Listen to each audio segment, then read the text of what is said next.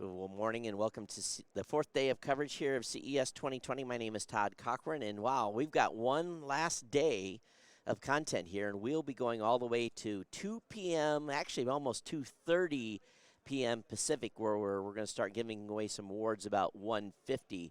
But if you haven't been following this whole week, we've been here at CES, and the teams have been walking through and doing all the interviews and then talking to people on the floor. So we got, of course, representation from Plug It's Live, from the Tech Ranch, from Geek News Central, from the Gadget Professor. So we've been busy and having guests roll through. Our first guest is here this morning. But before we get started, don't forget, if you want to consider becoming a podcaster yourself and maybe joining the Tech Podcast team next year with us, all you got to do is pick up a free 30-day trial at blubrry.com, at BLUBRRY.com, by using the promo code Blubrry004, BLUBRRY004. That'll get you a free 30-day trial and get you up and running in podcasting. Now, here's the best thing, too. If you've enjoyed our coverage, and we've gave you a whole bunch of promo codes this week to save money on products and services that are being introduced here at the show that most other venues will not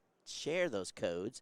If you've saved some money, take that savings and put in a donation for coverage here at Tech Podcast. You can do that right via the PayPal link at techpodcast.com. So we're live streaming today on Facebook, Twitter, Twitch, Mixer. Where else are we? YouTube Live. This one's me. Periscope. So we're 6 or 7 places? Yep, 6 places. Live stream, Facebook, YouTube, Periscope, Mixer, and Twitch. And don't forget, you'll be able to find the live embeds on all the websites at Geek News Central, The Gadget Professor, TechPodcast.com, PlugHitsLive.com, all the locations to get the show wherever your favorite podcast fan is, or if you're a fan of a podcast, consume it on their website. But anyway, let's go ahead and get into our first guest here this morning. And I believe, is the information I have, do we have Jerry Kurtza from Bebop Sensors? Is that who I have? Close enough. Okay. Jerry Kurtz. But Jerry, how nice are you to meet doing? you. Welcome to the show. Good morning. Good morning. Happy Friday. Yes, happy Friday. So what have you guys been doing here at CES? So essentially, last year we had showed off a prototype of our product. And this year we came with a full running production version of the product. It is essentially a glove for haptics in virtual and augmented reality. You know, there was, are you guys over, are you here in Sands, or are you guys over in LVCC? We're in LVCC. So I was through there yesterday and saw a lot of the haptic stuff. Some of the companies, to me, it looks like the solutions aren't quite there yet. So how has your development went? How do you feel the responses on what you've introduced? I'm kind of curious about that process you went through. Sure. So I think to start off with, I think we took advantage of the fact that we're a little later than a lot of gloves to market. A lot of people have been doing gloves for a while. Yeah. And we learned from some of the failures of others, or challenges that they've overcome. Sure. So we did a lot of things, I think, a little bit different. And so that's been a really good response. Number one, our glove is very light and small, and it's a lot more rugged than other things. So a lot of gloves out there and things like that are very fragile. And ours, you just put on, it's under a half a pound, right, and has 4 to 6 hours of battery life. That's a lot. You just put your hands into the virtual world, and it replaces the controllers, gives you a really rich feeling of the feedback. So what are the use cases so far? What do you find your customers are using the gloves for so far? So the first place in VR where we've seen the most explosion of the gloves is really the enterprise side. There's a few areas there. Probably our top area is in enterprise training. So we have a lot of companies, Fortune 500 companies, who want to train their workers. Sure. And it can be very expensive or very dangerous. Yep. Think of an oil rig. Sending someone out to an oil rig can be very dangerous, Yep. and you don't want to do that when they're not trained. And yeah. so you can do it much more affordably and conveniently. We also see some things in healthcare, right? Experimenting, moving into using stroke therapy, and pharmaceutical companies looking at using the glove to show the efficacy of drugs based on things like Parkinson's disease and things like that. Interesting. That's an interesting use model Yeah. in itself. Huh. You know, one thing I saw a few years ago, I was out at Ford, and they had, a guy completely immersed in, like, he had in a suit almost. Yep. And what he was doing was simulating. Well, they were trying to figure out, could a mechanic remove an alternator easily, and what would be the time period to take that alternator out and replace it. And so they were trying to get, trying to figure out, number one, and they had a cutaway view. So they were trying to figure out, is this really going to work, with the way we've got the car design? And I thought that was a unique use case. But again, he was completely immersed and bending over. This is not what you're looking to do. You're looking more about controls, and it's strictly in the hands. So I can see where the Ford solution was, that was probably really expensive to implement and to process, whereas your guys' solution seems to be more affordable for a regular company. It is definitely more affordable, and with anything like technology, as we scale, it'll get even more affordable. But it's 2 gloves, right? And they're self-contained. And Sure. a lot of stuff you're talking about with Ford, you really don't need the full body, because if you know where the hands are, you know approximately where the arms and the body is. Right. And with the headset, you know where the head is. So That's right. That's most of what you need. So how do people create this content that goes along with the utilization of this? Because I really don't understand that process either. So it's not just like are they taking a 360 camera and filming a space and then immersing the person, or, how does that work? So there's a bunch of different ways to do it. Certainly, some of it is some of the environment they'll take out of a CAD system, right? So they'll have mechanical drawings of different things, maybe a machine. They can export that out and bring it into the engine that they're using to program and do things around. That's interesting. So you're actually using AutoCAD renderings to base. I see. And some people will do it straight from the ground up, right? So it's interesting. The prime engines for all this stuff came from sort of gaming engines. Of course. Right? So Unity and Unreal are probably the top 2 engines people are using for these type of things. And because they're gaming engines, they had 3D built in, and you can build things pretty quick and efficiently. Do you find gamers using your gloves at this point? So we have a lot of interest in the gaming side. It's somewhere we might get to. The key there is you got to have a lower price point, and so as the technology becomes more mainstream, my guess is we're in early stages with some location-based entertainment. Think amusement park VR, think VR arcades, where it'll get to the consumer first in these type of areas. Yep. And then as we drive down the price, it'll get to them. So what is the cost of a pair of haptic Bebop gloves? Sure. So a pair of gloves is $3,000. $3,000. Yeah. That is a significant investment. It's big. So it's something a company definitely would, but definitely probably out of the range of most consumers at this point. So are you guys then, along with the purchase, are you providing consulting for the companies on how to do this implementation? And correct. Yeah. So we provide a bunch of help, and we also have partners who can even develop the applications from the ground up for people. Oh, so that's nice. Depending on what they have in-house, it can be very easy and quick to get up and running. So thinking about training, everything from being in the oil industry per se, maybe changing procedures on how to use equipment, to healthcare, pharmaceutical. That's pretty amazing. It's pretty wide. It doesn't seem like there's probably nothing that can't be touched at this point. Definitely, and I think one of the most complicated ones we're seeing is, like planes, right? So we got a SBIR grant from the Air Force, and are doing actual training of communication systems in planes and other things like that.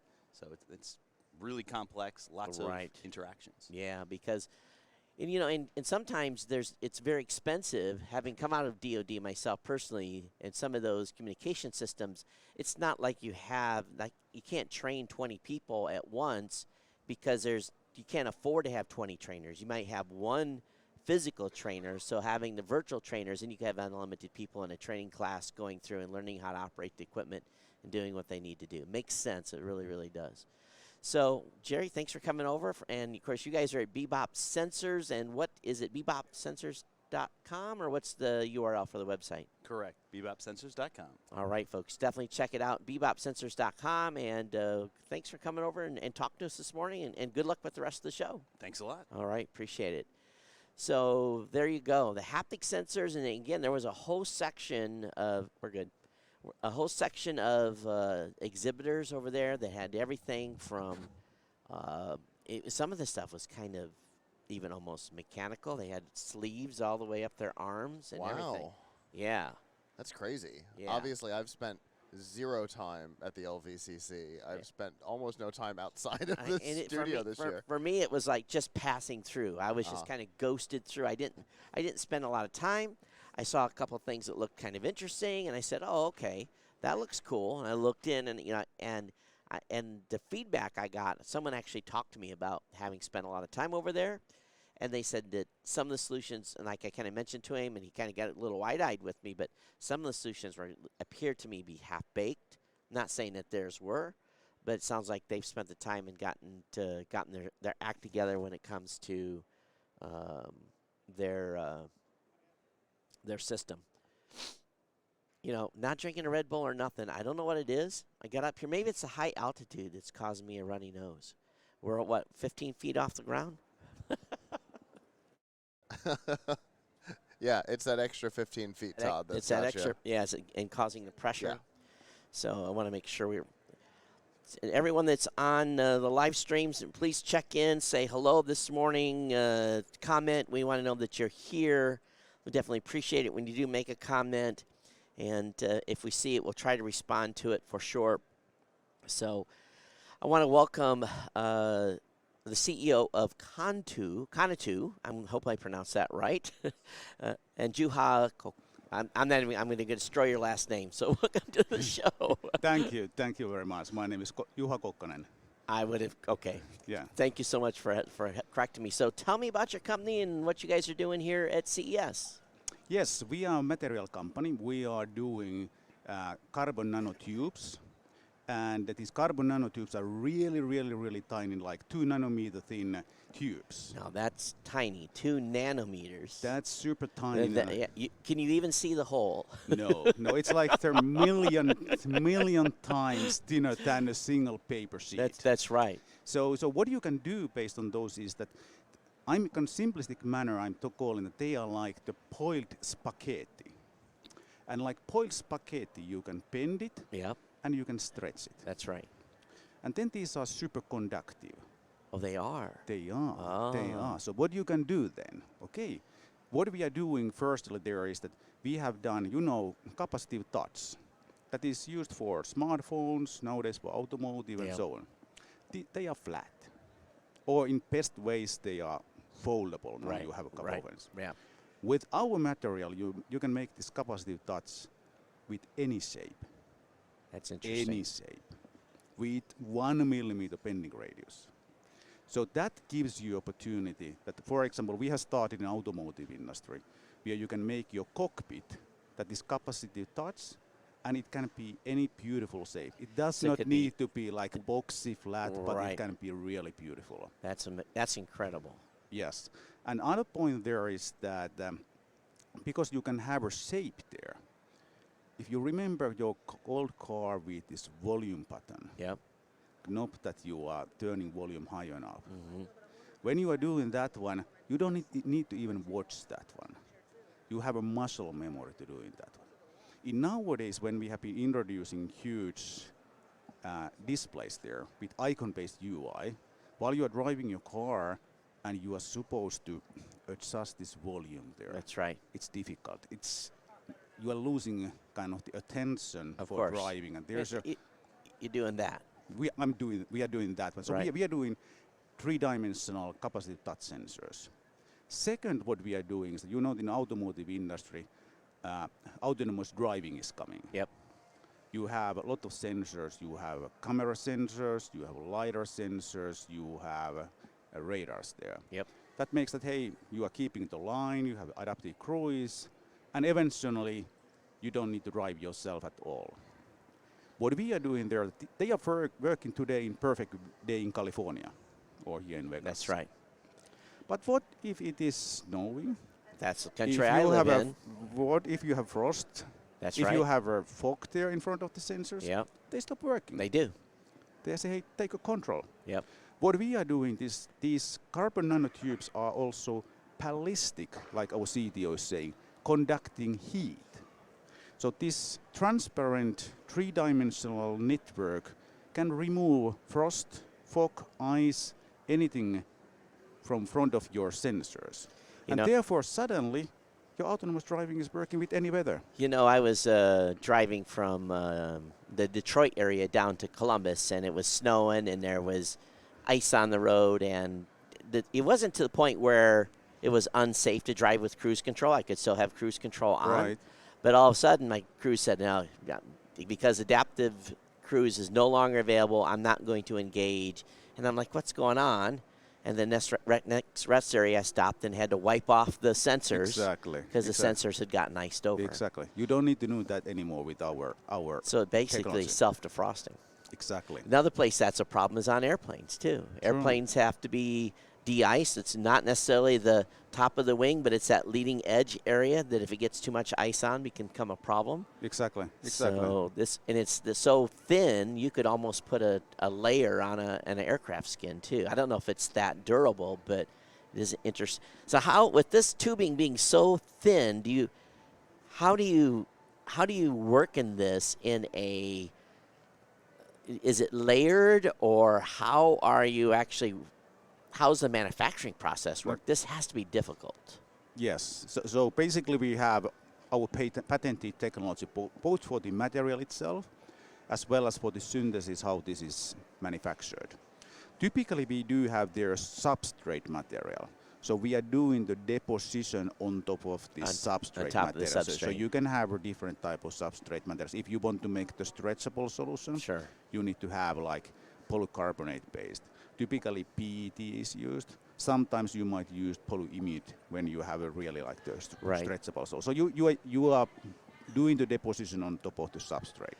So you say they're conductive. So what kind of power loads are these handling? I think that because it is carbon-based, it can handle almost any power load. Really? So if the power load is not a problem. In car cases, typically you have 3 different types of solutions. You have 12 watts is the kind of the most common one. Then you might have 24 in commercial vehicles. And now there starts to be also like 48 voltage systems when it comes to EV cars. Right. So with all of those, we work perfectly well. And it's not necessarily the volts, it's the amps is what causes the issue and how much power you're trying to draw through them. So do you see this technology also being used in supercomputers? Is there a way to apply it there as well, or? Yeah, I think that you are talking that can we conduct heat away, like in superconductors or mobile phones, heat spots and so on. This is not the product yet what we have done. Okay, I see. I think that this is something that we could use our product. I think that the graphene is the alternative solution for that one as well. So yes, it can be used for that one, but as we are still a reasonably tiny company, we are focusing on the automotive. Yeah. So how's the response then been from the industry? Are people pretty excited about the potential of what they can do here? Exactly, super excited. We have had an excellent show here. We have had a great success so far. Oh, good. We have first cars running on the streets, couple of new SOPs like start of productions in this year with the cars, so it's amazing time. Well, I'm going to tell you, this is really super cutting edge, folks, and I'm sure we could get really deep down in the dirt with talking about this. And I know we've got some of you out there that are engineers. We've got folks that are all the way from engineers to, we've got people here that are like, I don't know what these guys are even talking about. So what we're going to say. I'm the first one. I am fascinated by all of this. Yeah, and if you think about what he has described here, you're like, it's pretty cool, Yeah, for sure. So what's the website? Is it Canatu.com? Canatu.com. So Canatu.com is the place to go. Definitely check it out. So I bet you have all the information on the technology, how it's being applied. You have some demo videos over there too? We have a lot of demo videos there. And if you come to our booth in South Hall 2, you will see a lot of excellent demonstrators there. Yeah, outstanding. All right. Well, I'm sure we're going to hear more from you. Is this your first year at the show, or how long have you guys been in business? We have been here already. This is the third time for us. Third year. Yeah. Well, good, and I'm glad to see you're finding success. So thank you for coming on the show. Thank you for the interview. Yeah, absolutely. You just Scott, it just continues to. You never know what you're going to find. Yeah, and I love that about CES because, one day you can talk medical sensor, medical sensor, medical sensor. Right. Which is great. We've had, I think it was yesterday where we just had a slew of really cool, not just like, oh, look, it's another Fitbit, but like real cool medical stuff. And today we're talking about, carbon nanotubes being used to essentially de-ice sensors on a car. And with the 2 nanometer, diameter, I'm just like, because and when I think about carbon fiber, that type of stuff, carbon fiber has been used in military aircraft for many forever, years.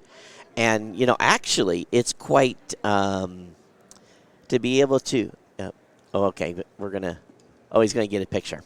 So one thing that we've, we always, when they started using carbon fiber in military aircraft, you had to have, special handling procedures and for repairs and stuff like that. So I should have asked him. I'm curiosity on what the environmental impact of this stuff is, but it sounds. But if you're doing it in such a small application, the volume of content or volume of material being used is not like a big thick panel. Right. That's why I was asking how are they layering it. But if they're putting it on top of a substrate and you can make a panel. That's cool. Yeah. They've done, a lot of those folks down there have car displays that we say, like I was saying yesterday, will never make it to market. They're just too expensive. They put together maybe a display in the car that makes Tesla looks like, like it's last century. And yet you look at it and you say, well, they probably spent $500,000 on that display in the car, and how are they ever going to scale that, which they probably will not, to a vehicle that actually will drive on the street. It looks cool, don't get me wrong, but yeah, for sure. So yeah, I love that diversity of the floor. That's my favorite. You could just I'm gonna put up our floor cam. So just in this shot, we've got, let's see. So we have Beehive off to our back, who was on the show yesterday with their super smart yard watering meter, right? Which I love. You've got AARP, which is in the shot. You're thinking, why is AARP here? And it's because they have an incubator program for startups now.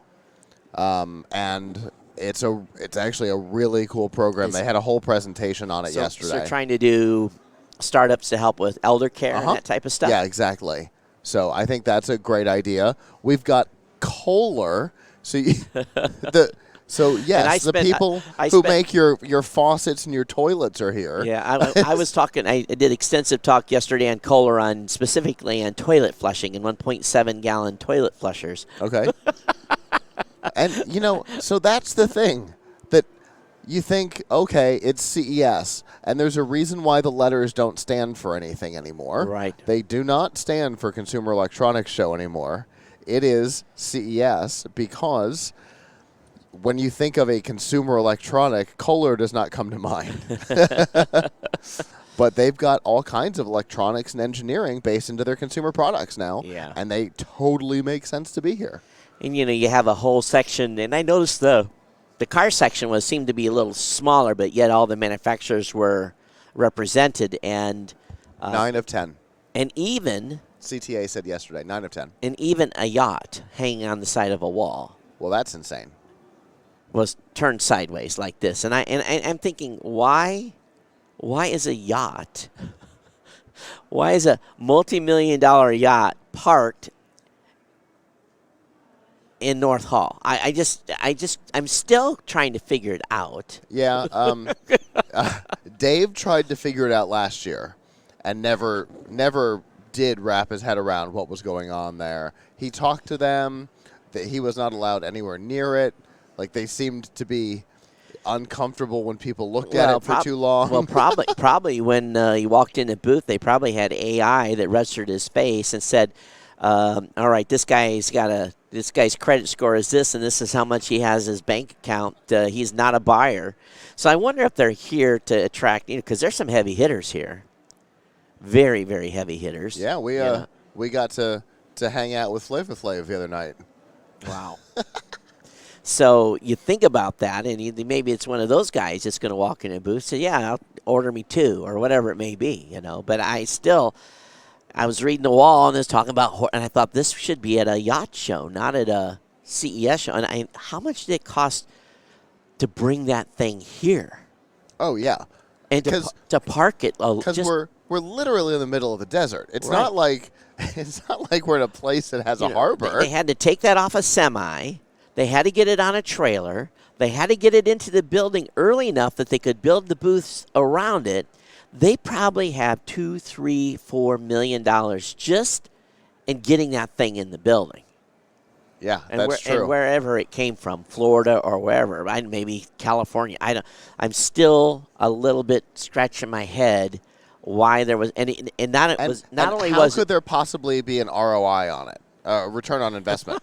the amount of cost to bring it here. What are the chances that there is any positive ROI on that cost? Scott, I think when it comes to yachts, I think they work at it just a whole different. I don't think ROI is really kind of this thing for them. Fair enough. Because you only need to sell one.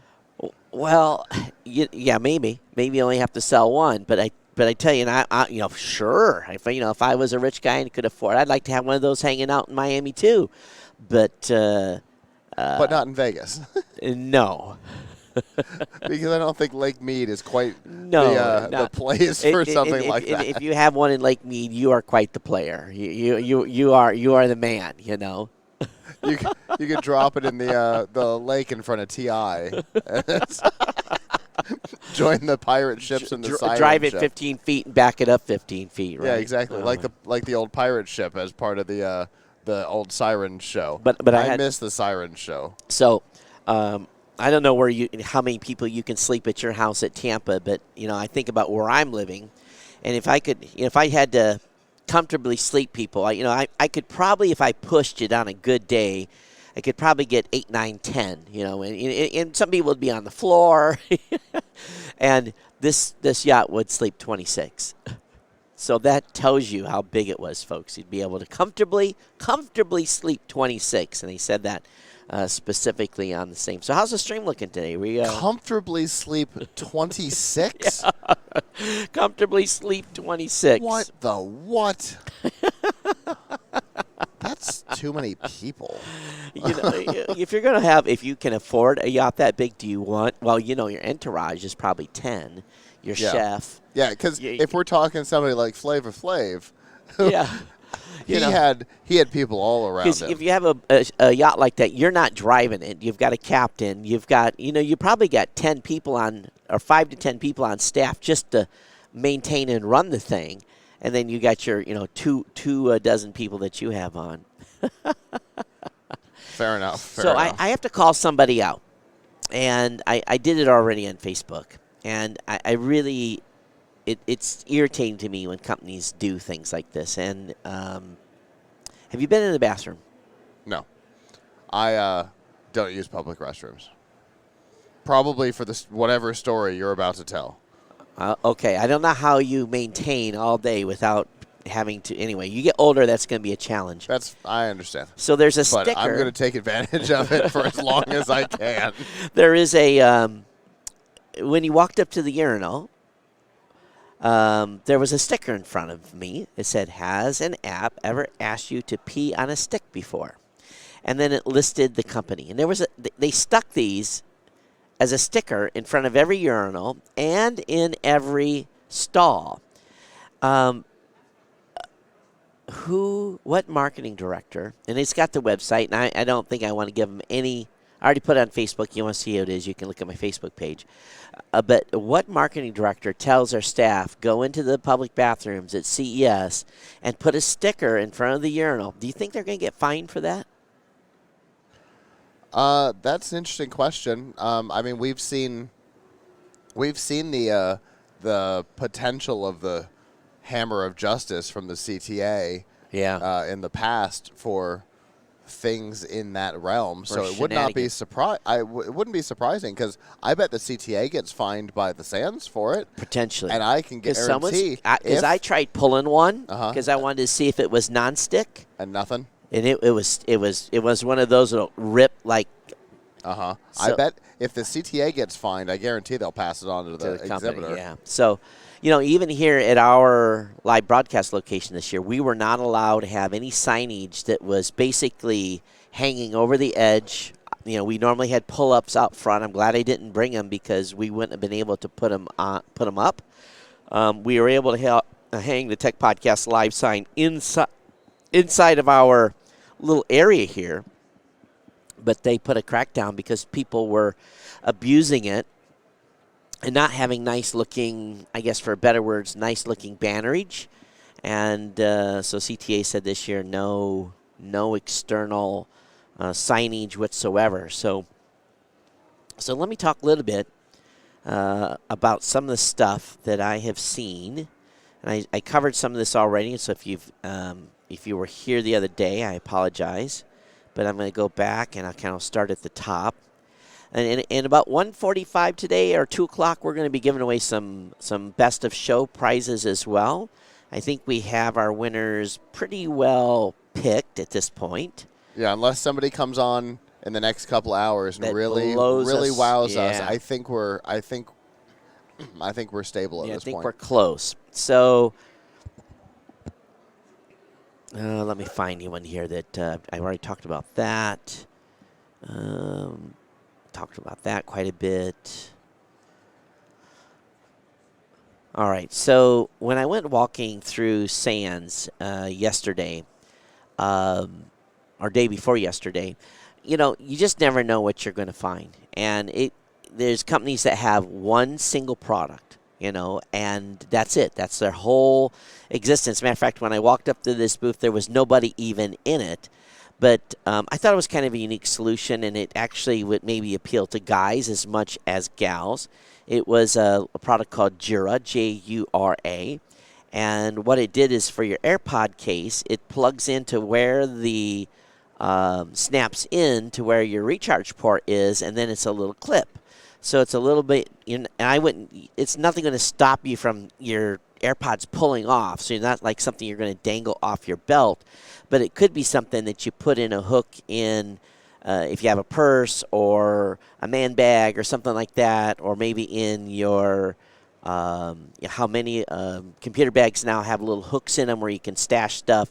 So it was an anchor for AirPods, and it was a company called Jura, Jura.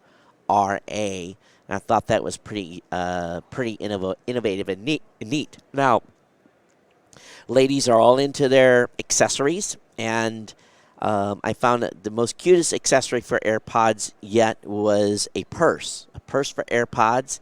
I'll be quite frank. If I was a woman, Scott, I would buy one of these. Little leather purses. They look like designer bags, and it's by a company called. And that stuff is dime a dozen here, but this one just kind of got me as kind of a night one, and it's a company called Blutium, Blutium, and they're the ones that had these. And some of them actually have chargers in them too, which I thought to be pretty remarkable. And I don't know exactly how they've accomplished that, but it was pretty innovative. A company called Lycan that had a charger that was quite unique. Basically would charge anything. It didn't matter what type of a device. It would interconnect, give the right type of power draw. And a lot of chargers will do this, but this one is really set up to optimize and be able to sell or be able to charge stuff quite readily. Let me keep moving here.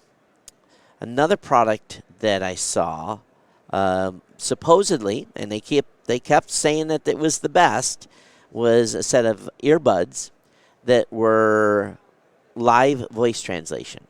You still had to be tied to a phone, but if someone spoke to you in French or Japanese or Spanish, and then you would hear the translation automatically in your earbuds. Now, there was the only way you could return that is if you spoke and then showed the individual the app. So that was pretty cool as well. It's called Myunu, Mymanu, MYMANU.com. You can find them at shop.mymanu.com. What else? Probably the coolest accessory I found for those that like to take selfies is an advanced portable light device called iLLON, ILLON, and really like that little $34 light that I'll probably pick one up on because it has the ability to change from white to from daylight to interior. So it's basically 4,050, 600 K, and then change the brightness. What they were doing with it was pretty slick. And for those of you out there that do a lot of selfie taking, you're definitely going to want to check this company out. Again, it's iLLON, ILLON, and the way they spell the way it's on their packaging is a little bit weird, but anyway, it's called the iLLON Ultra Light, so you can do some Googling around for that. What else? Lots of cat litter boxes. Oh, the one that I was most impressed was a company called Gluco Quantum. And they have a product that's coming out on the market soon. It's for folks with type 2 diabetes. And it comes in a little box, about this big. And you take your 2 fingers, you stick it to the side, and in 60 seconds, it will read and give you your glucose reading within 7 to 9%. And for most people on type 2, that's pretty close. There was several of us that did the test. I've asked for them when they are ready for production, which are not quite right now. They're still going through some FDA stuff, to basically follow up with me after the show, send me a loaner unit, and then we will do a real trial by doing a blood test and using their system to see how close the results truly are. But they've done a lot of stuff. And this thing just didn't do glucose. It also did your O2 reading. It looked at your heartbeat. What else? It was pretty amazing. But the main thing is painless and blood-free. So, they're looking at evaporation as well. So, again, a variety of things that they were looking at on the type 2 diabetes side. But they're about ready. So, for folks that are out there that are still having to prick every day and do a blood test, relief is near. So, any word on what's going on with our next guest? No, we as far as I know, we don't have anybody at the moment. Okay. So I am prepared, folks. I brought a Red Bull today. So if you want, why don't we switch to the crowd shot for a little bit? And we can wait for see what happens here with our next guest forthcoming. All right, it sounds like a good idea.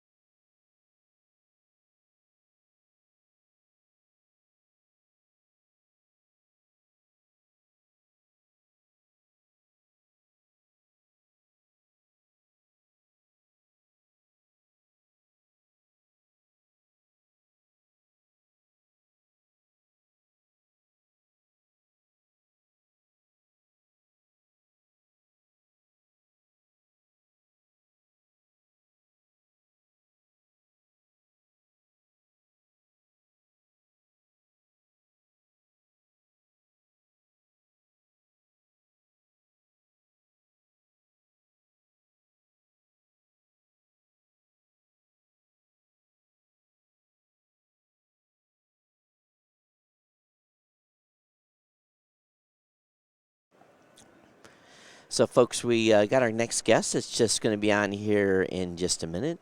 You know, Friday is the last day of the show, and typically it's the day that we have the hardest time filling spots for. And so, let's see here. Is this the We Charge folks, or who have I got on here? I've got the, is this the card? Okay. Whoops, this is wrapped. Here, let me help you out here. That's better. All right. There we go. All right. Oh, that thing's really messed up. You didn't know if we were halfway backwards, did we? You want to mic him up? So, all right. So I got Tom Simmons. Tom Simmons is our media representatives. I'm Andrei Dragomir. I'm founder of Aquark Technologies. Okay. So tell me what you guys are doing here at CES. Right. So Aquark Technology is miniaturizing components for quantum technology, and here at CES, we just want to let people know we can achieve this marvelous level of tech now. You know, I was over at North Hall yesterday, and IBM had a big, massive, what they said was quantum computer, and I'm looking at this thing.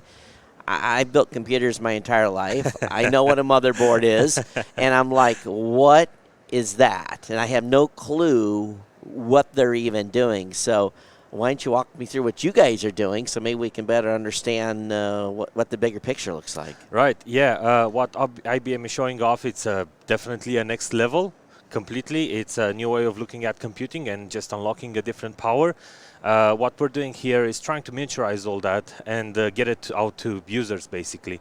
So generally now when you hear quantum, you obviously go to computing. What people might generally not know is that quantum technology just brings with it so much more than just the quantum computing. You have a whole array of sensors, navigation systems, time measurement, and so on and so forth. Awesome. And what we're doing here is trying to miniaturize all that so we can bring it, to cars, planes, and eventually to maybe 15, 20 years time down the line, we can achieve the miniaturization of the quantum computer from the huge thing you saw to PC level. So, That's the dream, right? That's where we got to get to, achieve the processing power that's going to need to do true AI and all that other stuff. Yeah. I see you brought a box here. What do you have? So this is our first project, and it's our first attempt in miniaturizing an atomic clock. So just time measurement to unprecedented level, basically, the same way a second is measured in SI units in London, and we can achieve that kind of level of resolution with that, hopefully. Right. So tell me what you've got inside here. So I see some traditional breadboards, but you've got something that's in these boxes. Talk me through this a little bit. So most of it is just off-the-shelf components, and we have free lasers with free stabilization systems, and all the magic happens right here in the center, where is a cold atom system, which is, if you like the processor for most quantum technology altogether, and that's exactly the magic part we managed to miniaturize. So is this an operational box? No, that's not an operational box. For the simple fact that you try to take through custom something that has atomic clock written on it. I don't want to go for that. So right, that causes issues. So but this is the prototype of what it will look like. Yeah. Exactly. And what is the normal size? Normal size today, it's just a full lab. That's a whole huge rooms bigger than the studio. Really? Requires about 3-4 PhD students to run and watts of power to run. And what we did here is miniaturize all that into a plug-and-play device so that anyone can use it. So in your lab, did this work? In the lab, it worked, yeah. At the level of accuracy of the decimal points out that they require for an atomic clock? Close to it. Close. It's always a compromise that you need to make between miniaturization and resolution. Obviously, you can't expect something very, very small to work as a huge full lab. Yeah, what's a nanosecond or two between friends, right? Yeah, exactly. But with enough work on it, we might be able to actually get there and make this a reality altogether. If you think about what he's demonstrating here, and given that this is just a mock-up, but based on what they've done in their lab, it's pretty remarkable. Thank you. So how have you done this? how have you been able to miniaturize this at this point? I'm sure there's IP. You guys got little trade secrets and stuff, but what was the approach? Right. So the thing that we did different is that instead of going in a traditional way of creating that device, we tried to have an approach of microfabrication. So exactly like processors are made today, so that it's scalable and miniaturized at the same time.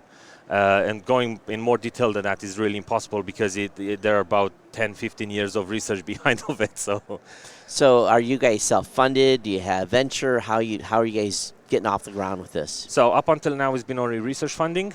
And one of the reasons we're here today is to search for more funding, basically. We're just fresh out of research environments, fresh out of university with the help of Future Worlds Incubator. And we're just trying to make this a reality. We think that we are at that stage. Where are you guys located at? In Southampton. In Southampton, UK. Yep. So, to me, this is where we're, I hope I live long enough. Of course, they're starting to print, body parts now. So maybe that's going to be, maybe that's the other field I'm going to be wanting to take advantage of soon. But you're young enough that, I can only think in another 40 or 50 years where we're going to be. If you think about where we've come just since, let's just take like the 90s. Exactly. To now. Yeah. Look at, and I think about the first computer I bought, and I laugh about it now because it was a 8086 Commodore Colt. I had a 64 meg RLL hard drive. It was about that big. And if you think about where we've come from the 90s to now, and, I got more computing power here than the most powerful computer had even 20 years ago, So, and if you think about where this, like you said, 10 or 15 years from now, where this is going to be. Yeah, if you want to make a comparison, basically quantum tech is now where state-of-the-art computers were in the late 60s. And what we're trying to do here is to achieve the miniaturization of the transistor for quantum technology in the same way it was for semiconductors, basically. Yeah. And for that, I mean the cold atom system. That's what lies at the heart of it. And you look at some of the really super advanced tech that's out there today in some of these labs. Some of that gear was, okay, we made the spec for it, and then it took 15 years to build. Exactly. And they never really changed the spec. Maybe they're putting in new pieces here or there, but really, even though you think, well, this is state of the art, it really isn't. It's using 10 or 15-year-old technology. Yeah, the transistor is still the same. You're right. That's right. So it's still, PNP or NPN, right? Still the same tech. So, and for those of you that are geeks, you just understood what I just said. So. So anyway, outstanding. How's the response been from the show? It's been really good. It's been hard 3 days of just grinding, but we made a lot of contacts, a lot of partners. So yeah, it's been great being here. So think you're gonna get some more cash? Hopefully. We're gonna end up setting up some meetings after the show ends, and who knows? Yeah. Maybe this will actually become a reality. Yeah, look forward to it. And if you're out there that know someone that's like super hardcore and looking at quantum technology and anything revolved around that, and people get super excited about it, make sure you let them know that you saw it here, and refer the folks to Aquark, AQUARK. Yep. Technology. Is it .co.uk? Is there a website? It's under development. So we're really fresh, new. Basically established the company a month before coming to CES. So the first place to go, it's actually futureworlds.com, where we have /startups, and that's where we have our first introductory video with many more to come. Outstanding. So it's nice to see that they were able to help you folks kind of kickstart this to begin with. Yeah, it's brilliant. I think more universities need something like that. There's so many good research out there that just dies in the lab because, researchers are not really in the mood of... Did the university fund this, or did benefactors of the university? How does Future Worlds fit into this? I think they're trying to self-sustain at this stage. I have no idea. I mean, I might be wrong. Right. Getting a bit from the university as well, but I actually have no idea how it works. Yeah. I just know it does. And it's really good. So people that are out there can check out, and it's from the University of Southampton, Future Worlds Accelerator, futureworlds.com. Thanks for coming on. Thanks for having me. I'm excited. And awesome. keep us up to date. Yeah. And if you get something going on and you get some funding, make sure you let us know. Drop us an email, and that way we can update the audience too, because we like to follow along throughout the year, and we'll see you back here next year at CES 2021. Hopefully that's the case. Yeah. Thank you so much. Thanks for having me. Absolutely. Cool. Awesome.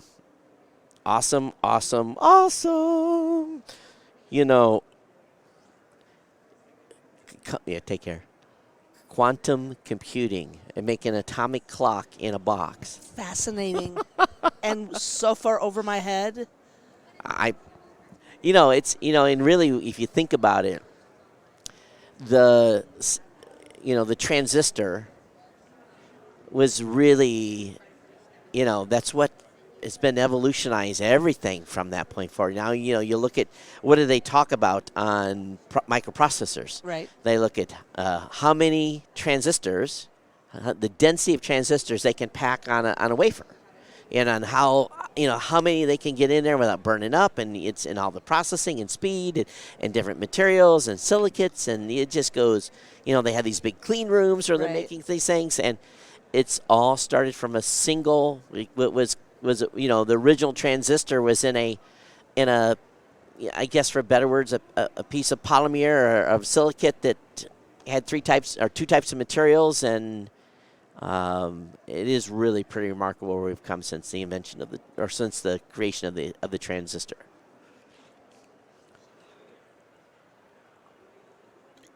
I think our next guest is here. Is this going to be the robot one? Yes. All right. Uh-huh. Yeah, so we're trying to, I don't know what we're trying to do, having a discussion. But anyway, are you guys excited about quantum computing? I am. It's about stuff I've been reading in sci-fi books forever. And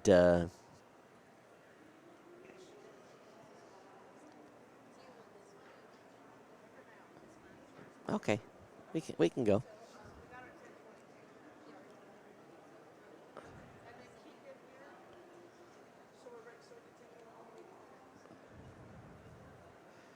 All right. So we're having a discussion on who goes first. Yeah.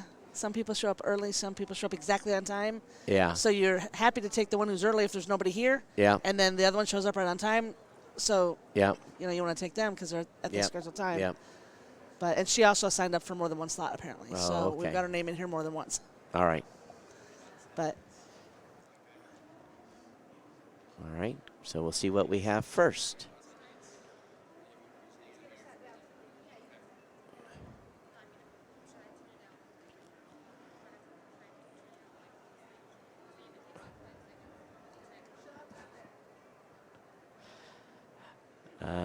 She's trying to get her gear. Everybody's always confused on what they're going to do when they come up she's here. got cool things. Yeah, something's cool is coming up. Ooh, I- she's just getting it turned on. Yeah, I saw something light up over there, so.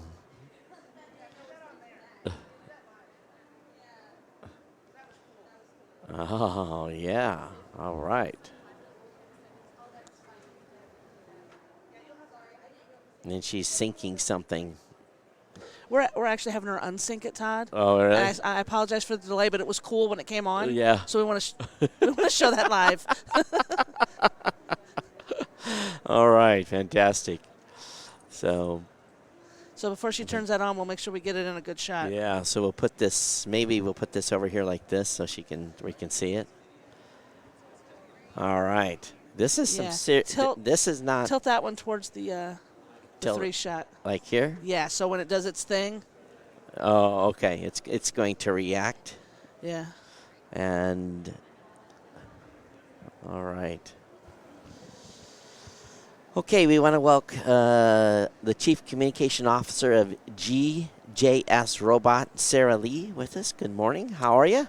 Hi, I'm great. Thanks for asking. Yeah, so everyone got excited when you turned on your robot here. So first of all, tell me a little bit about the company, then we'll do the live demo.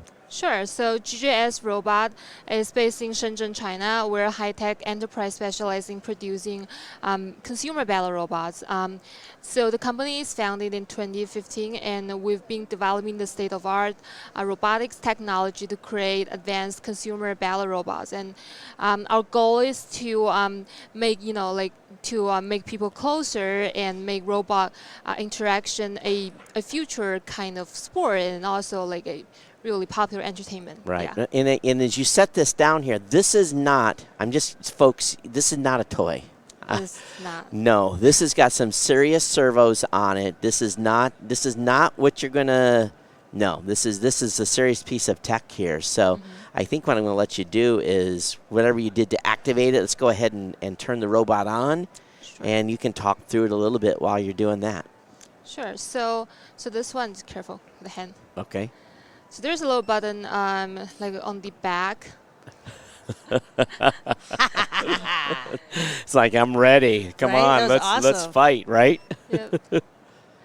So the robot that I'm bringing right now is not like the original one. So it's a special edition. I just feel that it's gonna be like cooler because this is a special edition of the American team. Okay. So we have our own combat Genka Arena. So we have like contestants from all over the world, and Sure. you know, a team, and then so the American team, they kind of like decorated it themselves. Of course. Yeah, I'm just trying to. It takes a few seconds to connect. Okay. Yeah.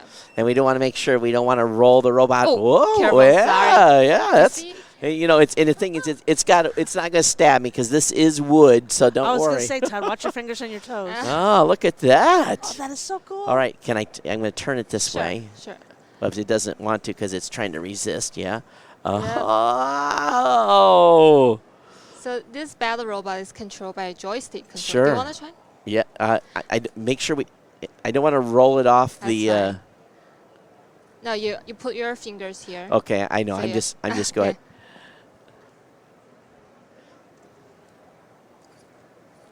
It's awesome. Thank you. Whoop. Hey. Yeah. So I dropped my hands. I dropped my guard. I was getting ready to get stabbed there if Oh, there was another no. one on the table. So you actually have teams that are using these already. So because we have our own Genka Arena combat, so we have our own team of the contestants. Okay. Right. So So what is this?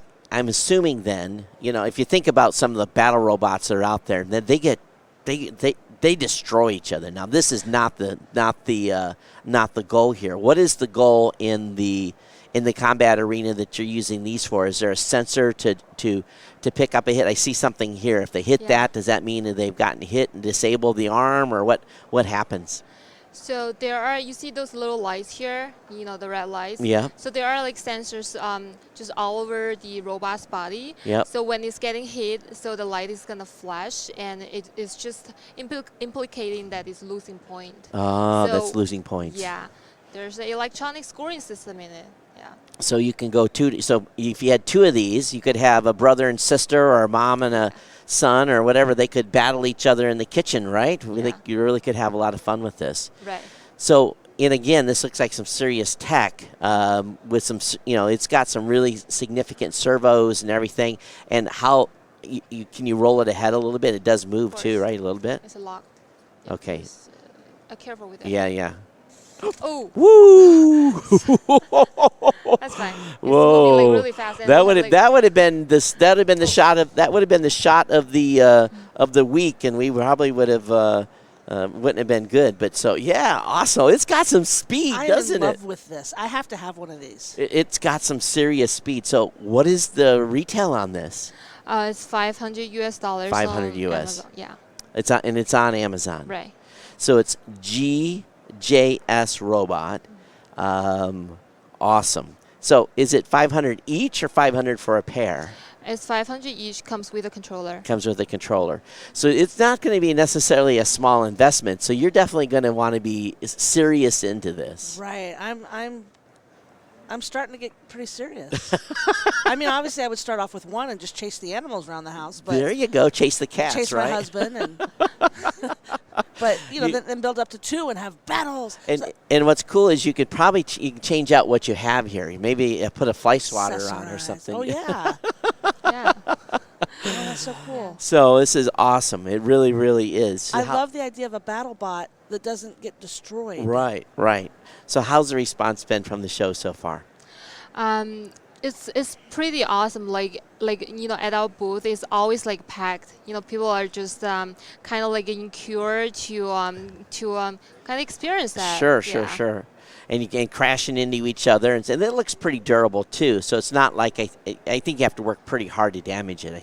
Yeah, We don't want to roll it off the table though. That would be a bad thing. But Yeah, it is a very good quality actually. yeah, it is. I can see the build, and for those of you that haven't, let me just turn it on the back here.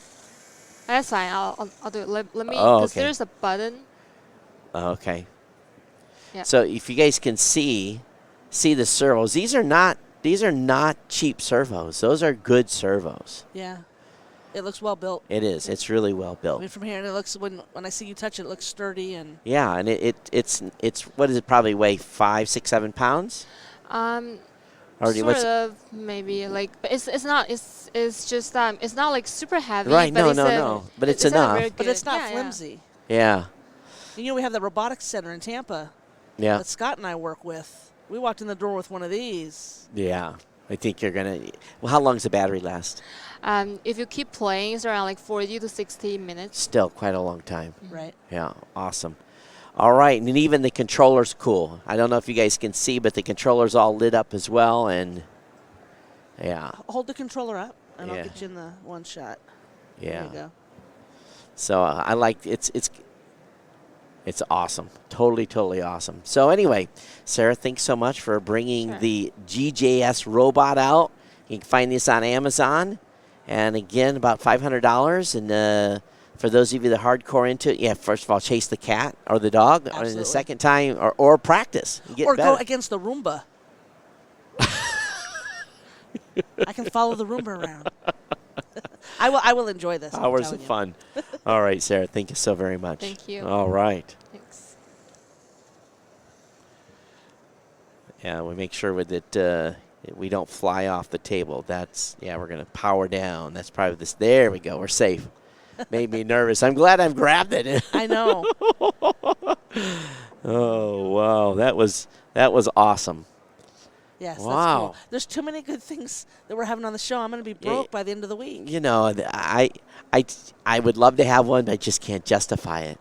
When I come visit you, Yeah, I'll you bring bring it up. Yeah. When I come to Michigan for my little internship, Yeah. I'll bring it and you can chase your cats with it. It'd be fun. Yeah.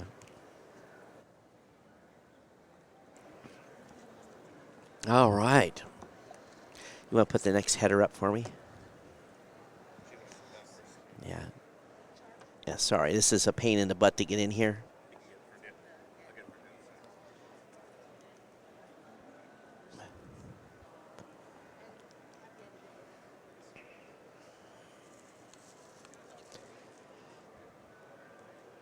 All right, so let me get you down. We're not quite ready for him yet. He's getting his stuff set up. So, oh, I think I know what we might be doing here. Maybe. I have an idea. Ooh.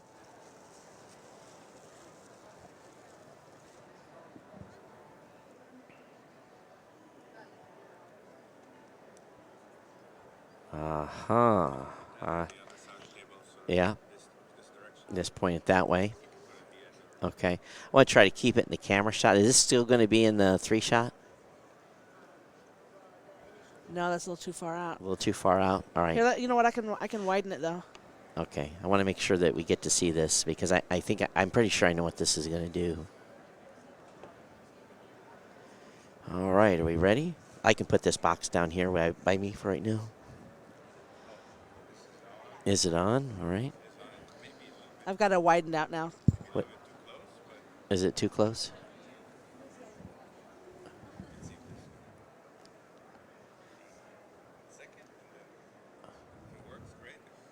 Yeah. It's there's always challenges when you're doing the demo, right? All right. Oh, there it goes. All right. Okay, folks, I want to welcome Yuval Bodger. Boger. Okay, Booger, to CMO of WeCharge. And I think you guys are going to be excited about what you see here. So, first of all, talk about WeCharge and what your guys' mission is and the problems you're solving, and before we get into the little demo here. Absolutely. So WeCharge. I'm sorry. Yeah, go ahead. Is that good? Yep. Okay, good. So YCharge delivers wireless power. Now, people have a lot of battery-operated devices at home. Smart door lock, security camera, toys, smart speakers, and so on. And people hate batteries. Batteries need to be replaced or recharged. Yep. So YCharge solves that. We deliver energy safely and efficiently through the air, over the air, just like you see here, from one side to the other, using infrared light, the same type of light that's in your remote control. Yep. And so our mission is to free users from the need or from the burden of batteries and to allow them freedom of their devices. Some of the devices that are connected via cables can also be powered by YCharge, so you can use them anywhere you want. So I've seen some of demos across the show the last couple of days of some of this type of tech happening. I think Google was showing something off in one of their booths where they had a battery pack and they were, wirelessly charging because they got it in the right spot, aimed it. The question I have is, you've got the transmitter essentially to be able to transmit the signal, to be able to pick up by the device. It's going to power the light bulbs down here. What actual frequency then is that running? Is that at the 2930 gigahertz range, or where's that actually at? So this is actually infrared light. So it's infrared, so it's the other way. It's the other way. It's infrared light, just very similar to the light in your TV remote control. Okay. And then, so is this a focused beam, or is it steerable, or does it steer it? Oh, I actually put my hand in front of it and killed it. So, So it's a line of sight technology. Yeah. And basically, here's another version of the transmitter. It looks just like a light bulb. Yeah. So imagine that you can replace a light bulb with this. Yep. Once that's installed and you turn it on, it finds devices in a very wide area. Yeah. And then once it finds the device, it zeroes in on it and sends very targeted, very directed energy Very targeted. to right. this device and to nothing else. So you could be 3 inches from the device, you're not going to get a sliver of energy. That's right.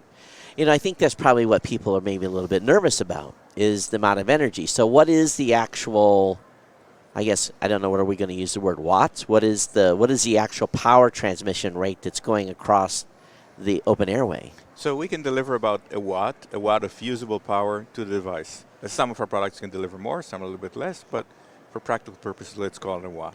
So if I had a cell phone that was laying on, had this sensor, or had this, the wireless charger, is that the right word to say? Is it a wireless? Is that the correct terminology? That's perfectly fine. All right, use the wireless charger and put my phone down.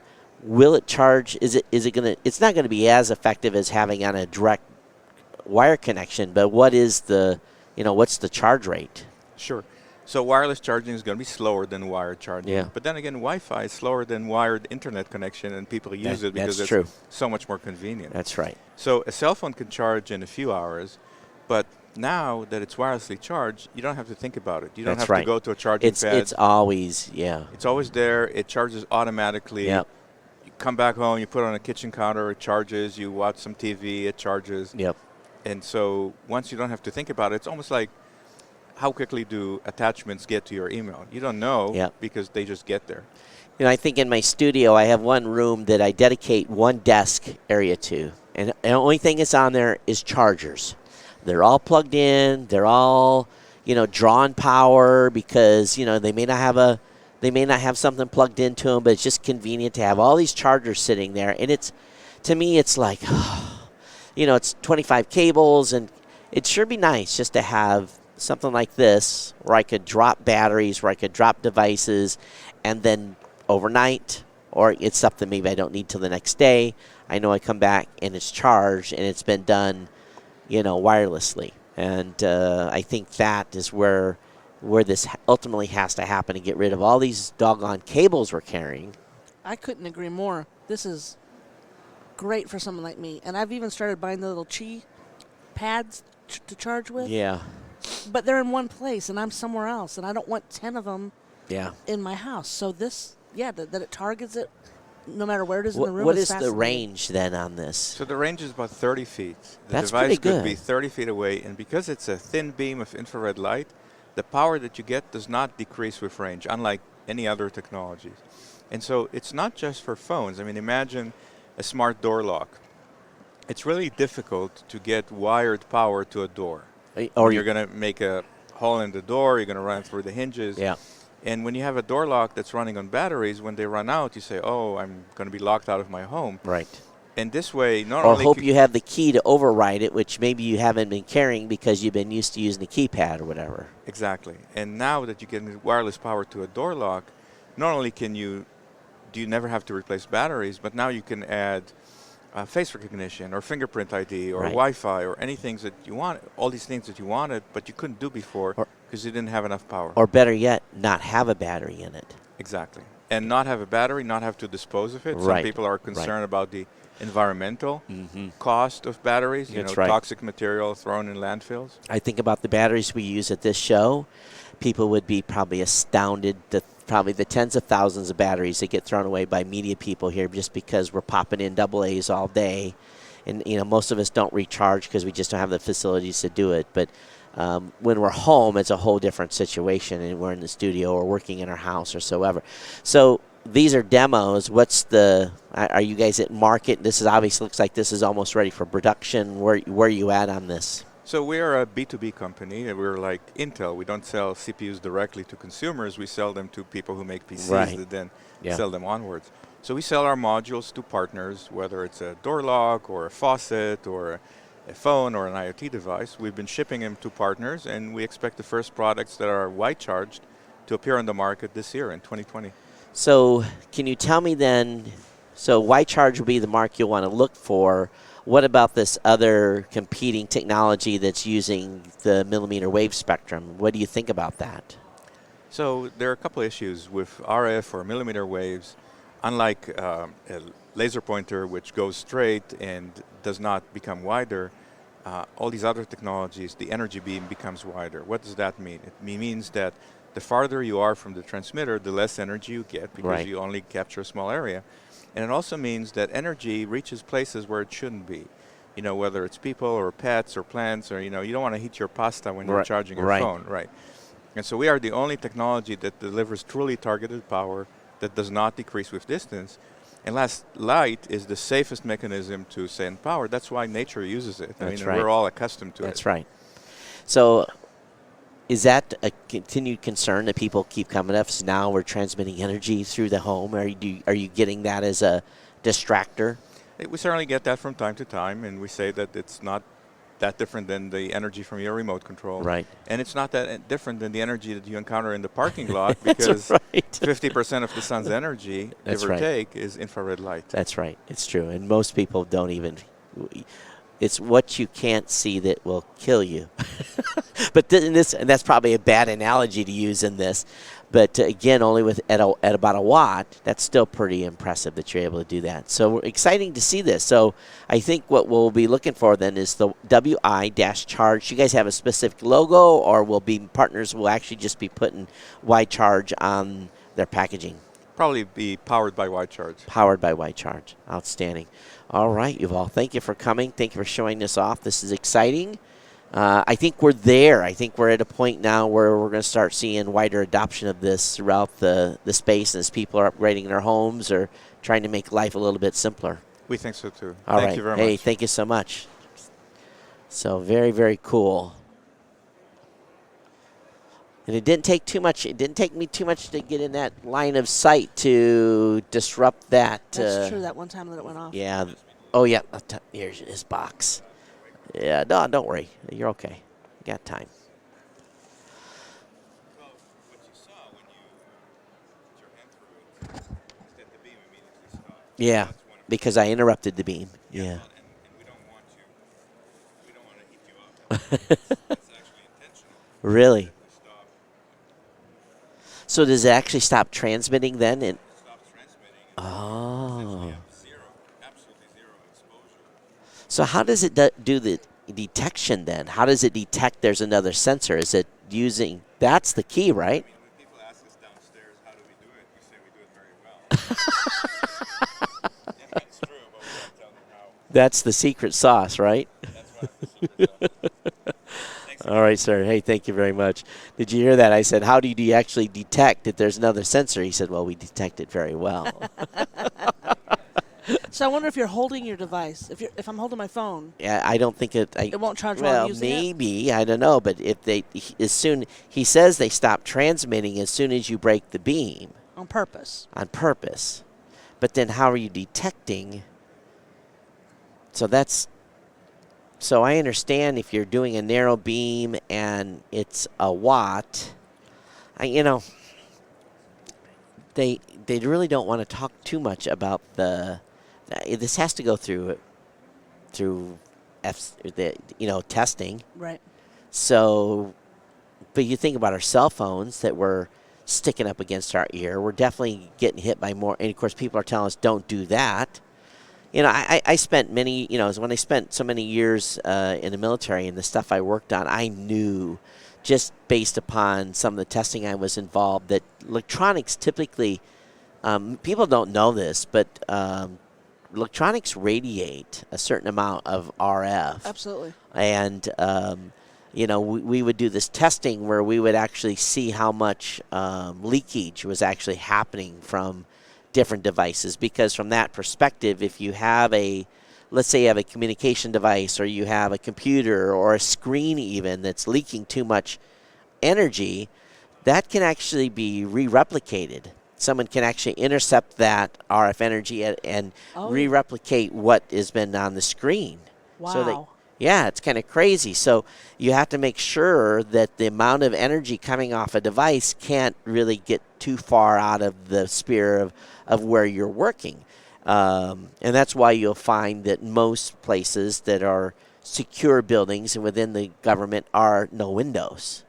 That's why they are concrete. You're not dealing with where they make it harder for that signal that may originate from a piece of electronics to get out of the building. That makes so much sense. Not just for the things that a layman like me would think of, but also.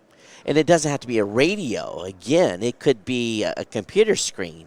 So I think that having seen tested some commercial screens, I was quite frankly set back and thought, I don't want to sit in front of this screen.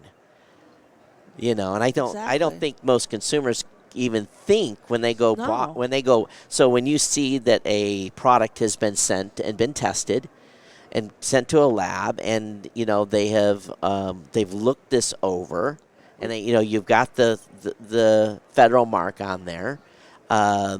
They basically have said, okay, this thing is safe for consumers. It's not going to radiate and kill you. Right. But they also have varying levels of, they have their thresholds that the equipment has to make. Right. And I think the general public just has really no recognition. So when I see this transmitting power, which, it's RF energy and, radio frequency. When you have a radar, and you think about how that works, is you're taking a high-powered RF, you take a signal, a pulse, and you're amplifying it very, very high. You're narrowly focusing it and then firing it out, and it goes out and it hits a ship or a airplane, and it bounces back, and that re-radiated energy comes back in, is detected. They use pure math to say, okay, that's how a radar image is formed. So if you think about this, right, basically what you're doing is you are sending at least a watt of energy out and touching another device. And it's the only difference is there's not another receiver on the other end, so it is interesting that this stuff all kind of runs home to mama for me to a certain extent. So when he says yes, we're sending a watt, and it's very narrowly focused. I'd like to see the transmitter head in that thing. I'd like to see how that how are they steering. And even though it's narrowly focused, how does it's doing a 30-foot radius? And okay, how does it scan the pinpoint? It's okay. So the technology in there, if I've got 10 devices, how are they narrowly focusing 10 beams? So I would probably buy one of these things and tear it apart. Yeah. You know, to try to look, and I have probably a pretty good idea what it probably looks like, a honeycomb in there. And then they have probably some circuitry in there that does that detection. And so I'd be kind of curious to look through that. But no, it's interesting. I still get a little bit leery about. I don't mind the putting a phone on a pad to charge. Right. But yeah, you know, we're sitting here underneath LED lights. True. Okay, and they're producing energy, and yeah, I might be totally a whack job here and being concerned, but obviously it's on the market and not a problem. All right, let me look here.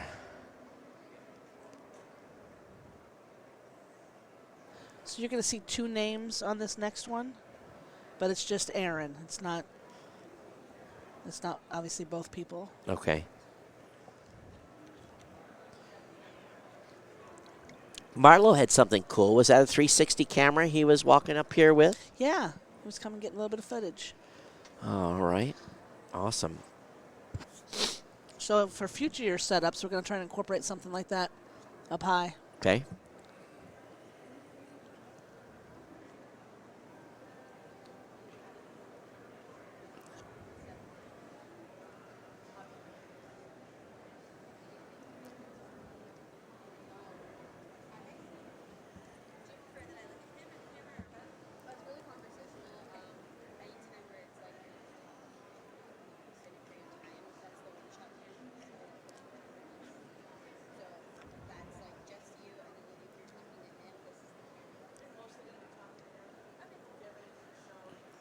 It's a service.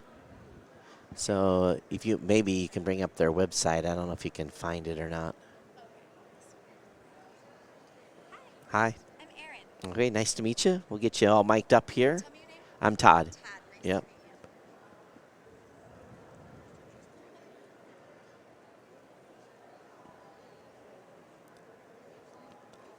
you. And I just want to make sure this is close enough to you. There we go. Okay. All right.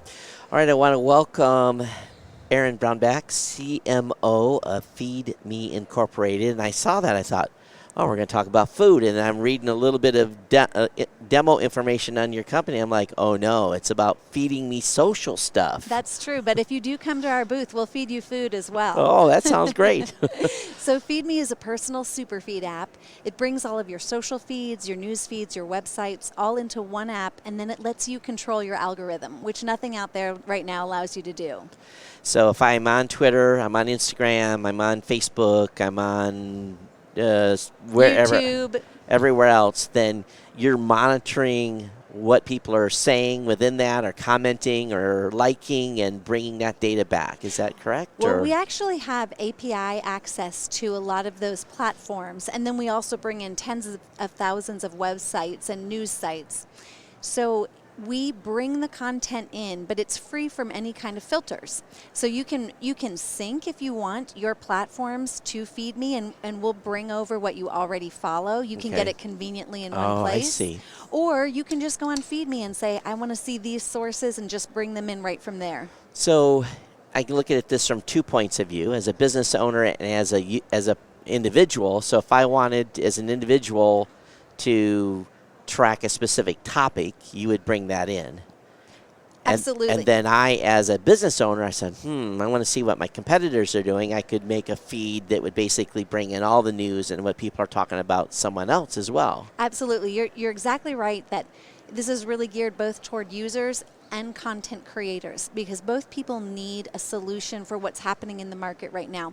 Nobody has control over their content or really control over the access to the audiences that they have built on these social platforms. So users, they might click one time on a political article, and then they'll get bombarded by political articles, right. and they think, I don't want to see those. You know, on Feed Me, you can downrank that and say, get that out of my feed. Or if you see your favorite sports team, you can uprank that and get more of that. Interesting. You can get things in chronological order or viral. And then one other really exciting thing is you can create a mini feed, many mini feeds, of just the topics you want. So if you want to look at stuff in the morning, your business, your politics, your financials, you can look at a mini feed for that. If you want to look at your sports scores, I gotcha. Cat videos at night, you can look at that. You know, so I'm thinking about this. So maybe I was thinking a little bit backwards. It's more of a way to feed you information that you're really kind of interested in at the time that you need it, and then being able to, like you said, filter out or downrank or downvote the content that you really don't want to be exposed to so much. That's exactly. So some of these platforms have made it pretty tough to tie in and pull some data. You know, Twitter has really locked down in the amount of information you can pull. Facebook has made it even harder. So how are you guys navigating some of that? That's a great question. It is a little bit of a volatile universe right now in the social media arena. We've had great success with Twitter. We've been able to bring in all of the content from there. We've brought in YouTube, we've brought in Facebook. Facebook, you might have known, has changed some of their policies recently for what you can bring in. Right. So right now we're able to see what pages people like, and we can offer them other pages that are similar from other areas, websites, Twitter, etc., or content creators who are looking for a reliable way to get information to their audiences. They can authorize their page on Facebook, and then we can bring that in. Interesting. Then we'll keep adding more platforms as we go.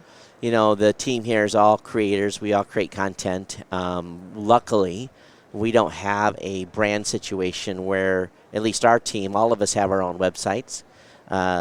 We control our syndication and distribution of our shows to the places that we want. But I often tell people that are creators, you know, while you're putting your stuff out on all these different locations, it's great, but it's always great to have this, you know, Moonbase Alpha to bring people back to. You know, people are getting deplatformed all the time off these things. So are creators then starting to learn how to, you know, what is this? How do I as a creator take back more control of the message and stuff that I'm presenting to my audience with you guys? Todd, the great thing about FeedMe is if you say to your audience, follow me on FeedMe, you don't have to post anywhere else. You keep posting to everywhere you're posting to. We pull all of that content in. We can have a mini feed just for you, just of your content or your interests. We can have more than one mini feed for you. Your audience can follow it. And the great thing is you can feel secure that if they want your content, they'll get your content. Because sometimes I'll write something on Facebook and they'll never see it. Exactly. It's not even showing up in their feed. That's why this is Feed Me. Give me what I want. So you're purposely pulling it out and giving that entire thread of stuff that I've asked for that Facebook all of a sudden is saying, well, you don't need to see that no more. For whatever reason, they've changed the algorithm so that your content doesn't show up to your audience who has followed you, who you have spent a lot of time and money bringing on to follow you. Yeah.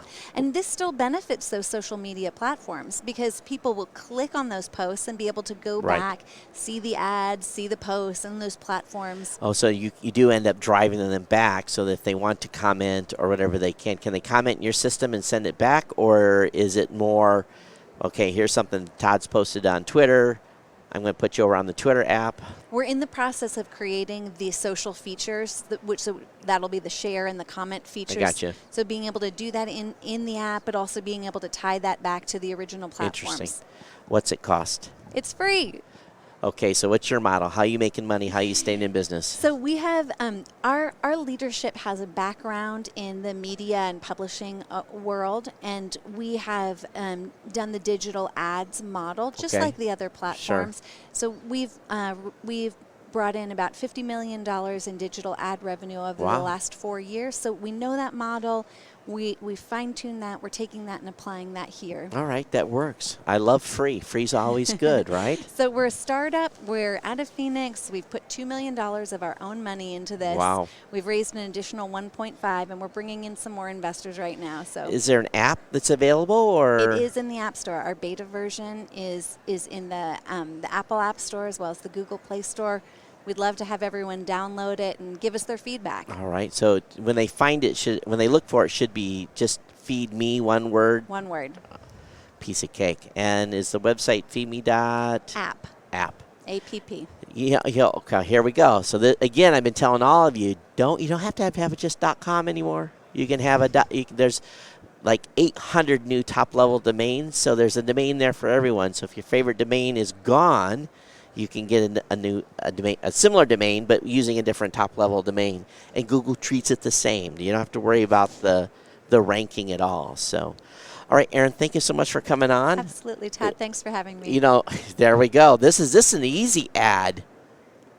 Absolutely. And you know, and here's the beauty of it is, you know, we're in a great position that if we find that this is helping our audiences, we only have friends, about 75,000 podcaster friends that are looking to figure out how to keep their audiences engaged. So I think this is something we can easily promote. Podcasts are one of the platforms that we're really looking to bring on next and quickly, because we know a lot of people feel like you do.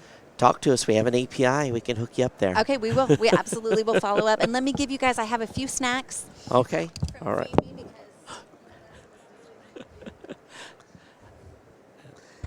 He won't be able to hear you when you go back. Yeah, it's okay. She's got snacks. Snacks are always good. Yeah, we don't mind snacks. No, we never turn away snacks. A lot of us can't get away from the booth for hours on end, and a snack sure comes in handy. Yeah, they do. The morning's flying by. It is. Is it already And I think this is the 11? find of the day already. If this app does what she says it does, it sounds. And the key is getting everyone turned on to. And I have something for you. Talk to me about the podcasting. That's the podcasting piece. All right. Always wearing two hats here at CES. Wearing the I'm Geek News Central, part of Tech Podcast, and then wearing the Blueberry hat with the, the podcasting piece. So for the podcasters that are watching out there, I know you guys have already went and got the app already, because you're sitting by your desk or wherever you're watching or listening to the show, and you can grab your phone and go after.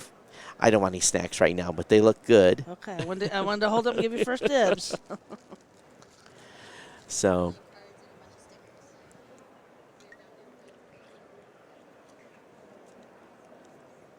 Well, that's 2 in a row. There's been some interesting stuff through here this morning. I agree. It's been a little bit spread out, but it's like, the quantum computing. We had the robot. That robot was so cool. It goes by in a blur, It does. Sometimes Scott will ask me, what was your favorite thing from today? And you're like, what did we talk? We don't even know who we talked about, right? Yep. Yeah. Yep. And it's like I will go home and actually I'd go through the content and keep like, okay, all right, oh, that one was cool. I should start doing that and make little notes for myself.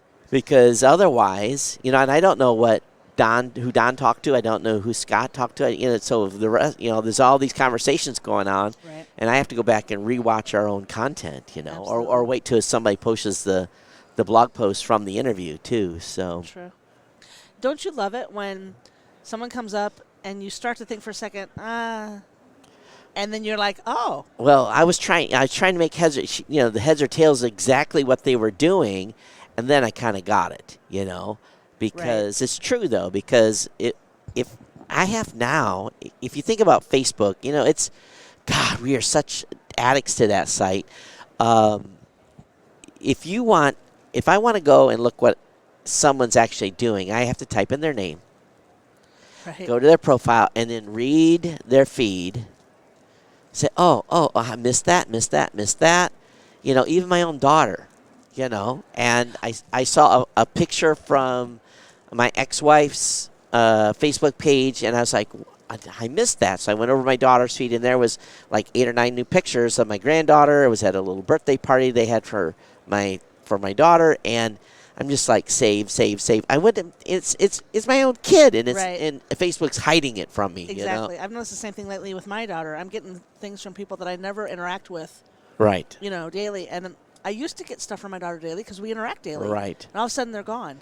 Yeah. It's all of a sudden your kid's no more. It's not important to you. Now some parents may think that from time to time. What did I do with that? Oh, there it is. So, yeah, but It's all about their logarithm. It's what they think you should watch. And it's just Right. like the ads. All of a sudden you get inundated with ads, and I'll be like, I hate this. I hate this. I try to flag as many as I don't like. And I do the same. but the density of ads on Facebook now just seems like it has continued to ratchet up. And I try not to feed the beast. If I see something if I see something I actually like, I'll open up an incognito window Yeah. and go to the site and look at it. Because otherwise, if you click through, you're done. They're going to hit you like 800 more times in the next 2 weeks. Absolutely. So that's a little trick I do to try to stay away from the Facebook bot. But who I knows? agree. I did, however, click on the ad a few months ago for the Keurig drink maker. Yeah, I never 'Cause saw it. That was too fascinating not to click. Well, you were in Florida, so they were yeah, I got it, advertising yeah. towards you. Yeah. My brother-in-law, I was at Christmas time.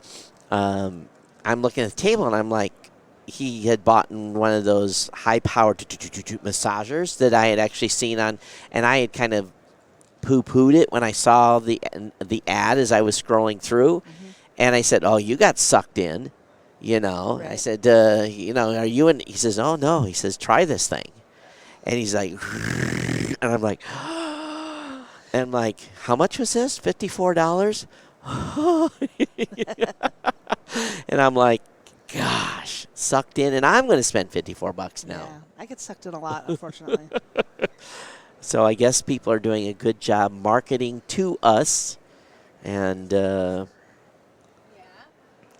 I've got about 10 minutes here before I bounce out, folks. And if you've been watching the coverage here, this will be my last go for CES 2020 until we do our awards show at about 2 p.m. Pacific.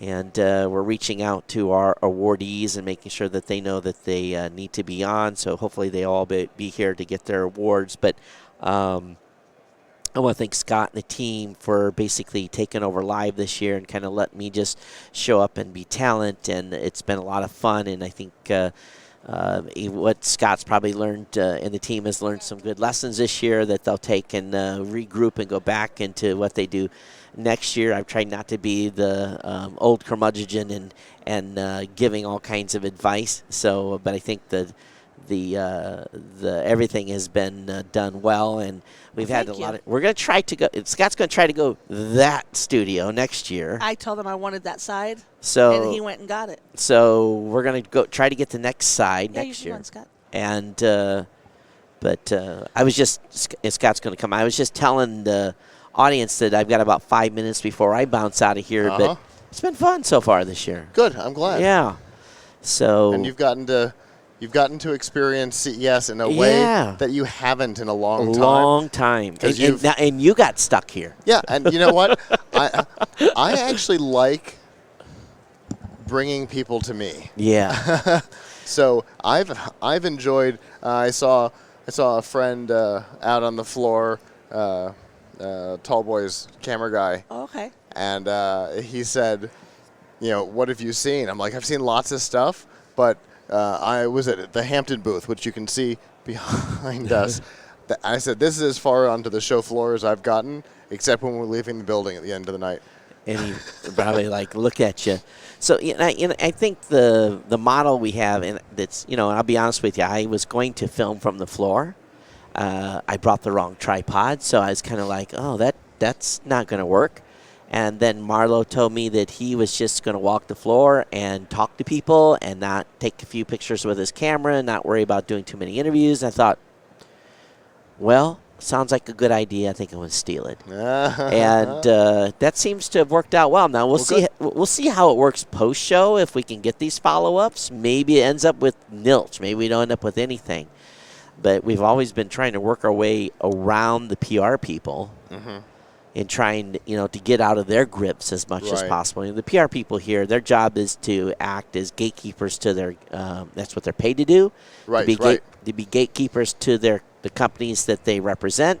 Our job is to not deal with the PR people. To circumvent. It's to circumvent and talk with the companies directly. That's how you develop these long-term relationships we have here at the show. It's why you've had a relationship with GoDaddy for.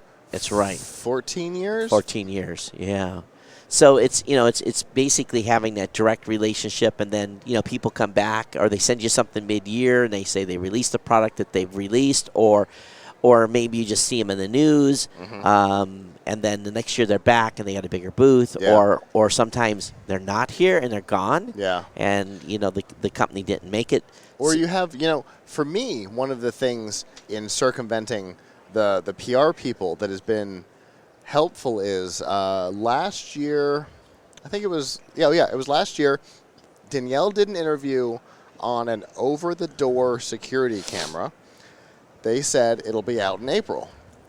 About every 4 to 6 weeks, I get a comment on the interview.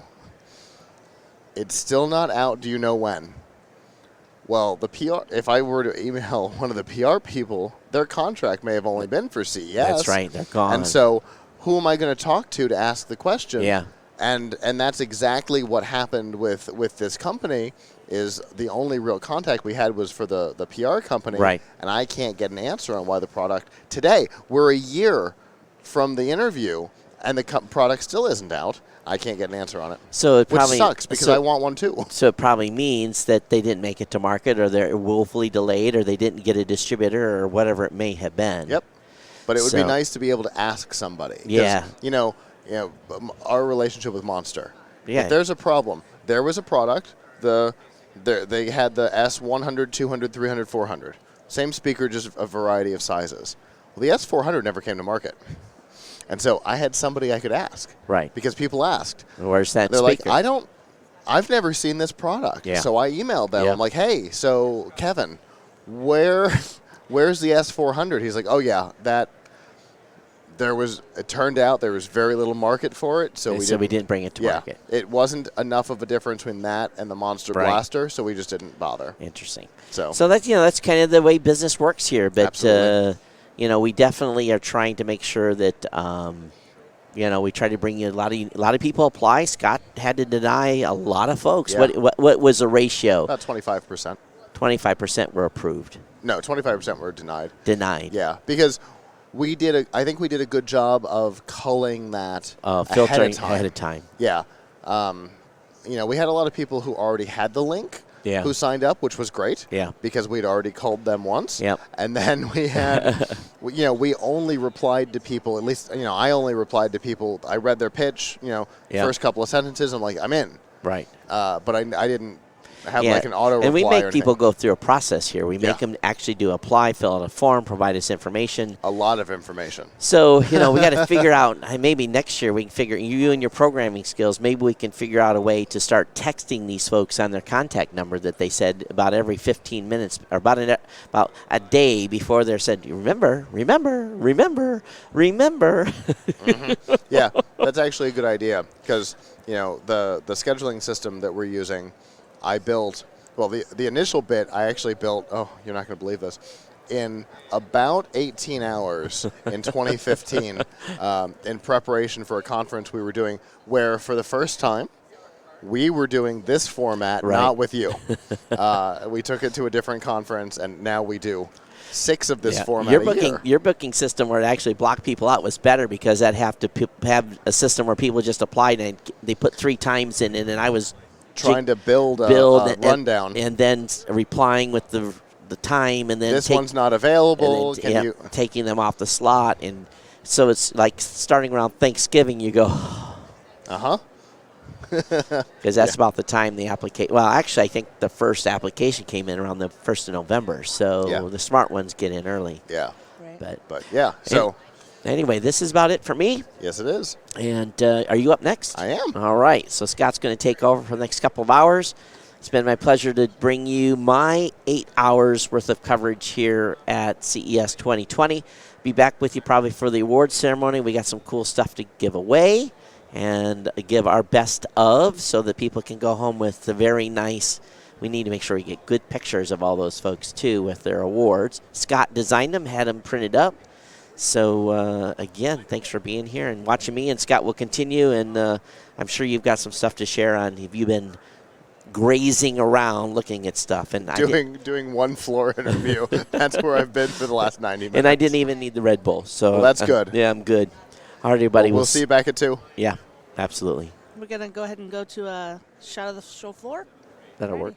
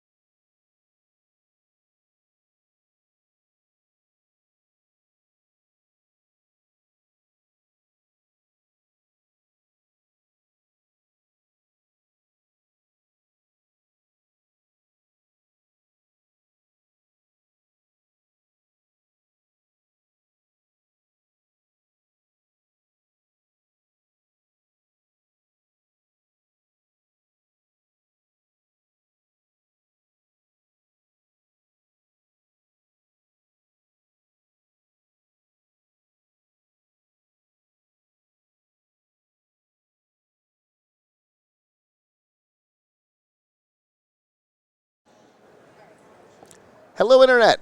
I'm Scott with Plug Hits Live. I'm Chris Jordan with Talking Sound Podcast. And we are here with continuing coverage of CES 2020 on the Tech Podcasts Network. We are winding down. We have 3 hours of show left. We have 2 hours together right now, and then Marlo will come in to close out the interviews from 1 to 2, and then at 2 o'clock we have our Best of CES from the Tech Podcast Network Awards, which Todd was just talking about a minute ago. We've got these really nice trophies. Beautiful trophies. That Can we see one of the trophies? Can we get one of those real quick? Absolutely. Hold on. I've got long don't arms. die. I can reach one. There we go. Look at that. That is gorgeous right there. Pull it back towards us. All right. So these were produced. I want to make sure I get the name right. Yeah, by a company, EDCO. They did a great job. We literally, from the time I sent them the graphics until they were physically here in Las Vegas waiting for us was a week. Wow. It was unbelievable. Dude, that's crazy turnaround time. And that was that was over New Year's. It still only took a week. Incredible. So I'm really impressed with these. They came out really great. A lot of detail was put into it by their design team. So, yeah, very well done. And, this has been probably one of the greatest tech adventures I've ever had. Thank you so much for bringing me on board for this. It has been a true pleasure. Cannot wait till next year. I've worked the event abutting this for the last 5 years now. And it's always been one of those like, hey, CES, you want to get your stuff out of the back hallway so my 18-wheelers can get in? And now it's like, hey, everybody, back up. CES is pretty cool. They're all right. This has been absolutely amazing. The mind overload of information and technology out there right now is just incredible. Incredible. For sure. But, oh, yes. Take that, please. Thank you, Carefully. Danielle.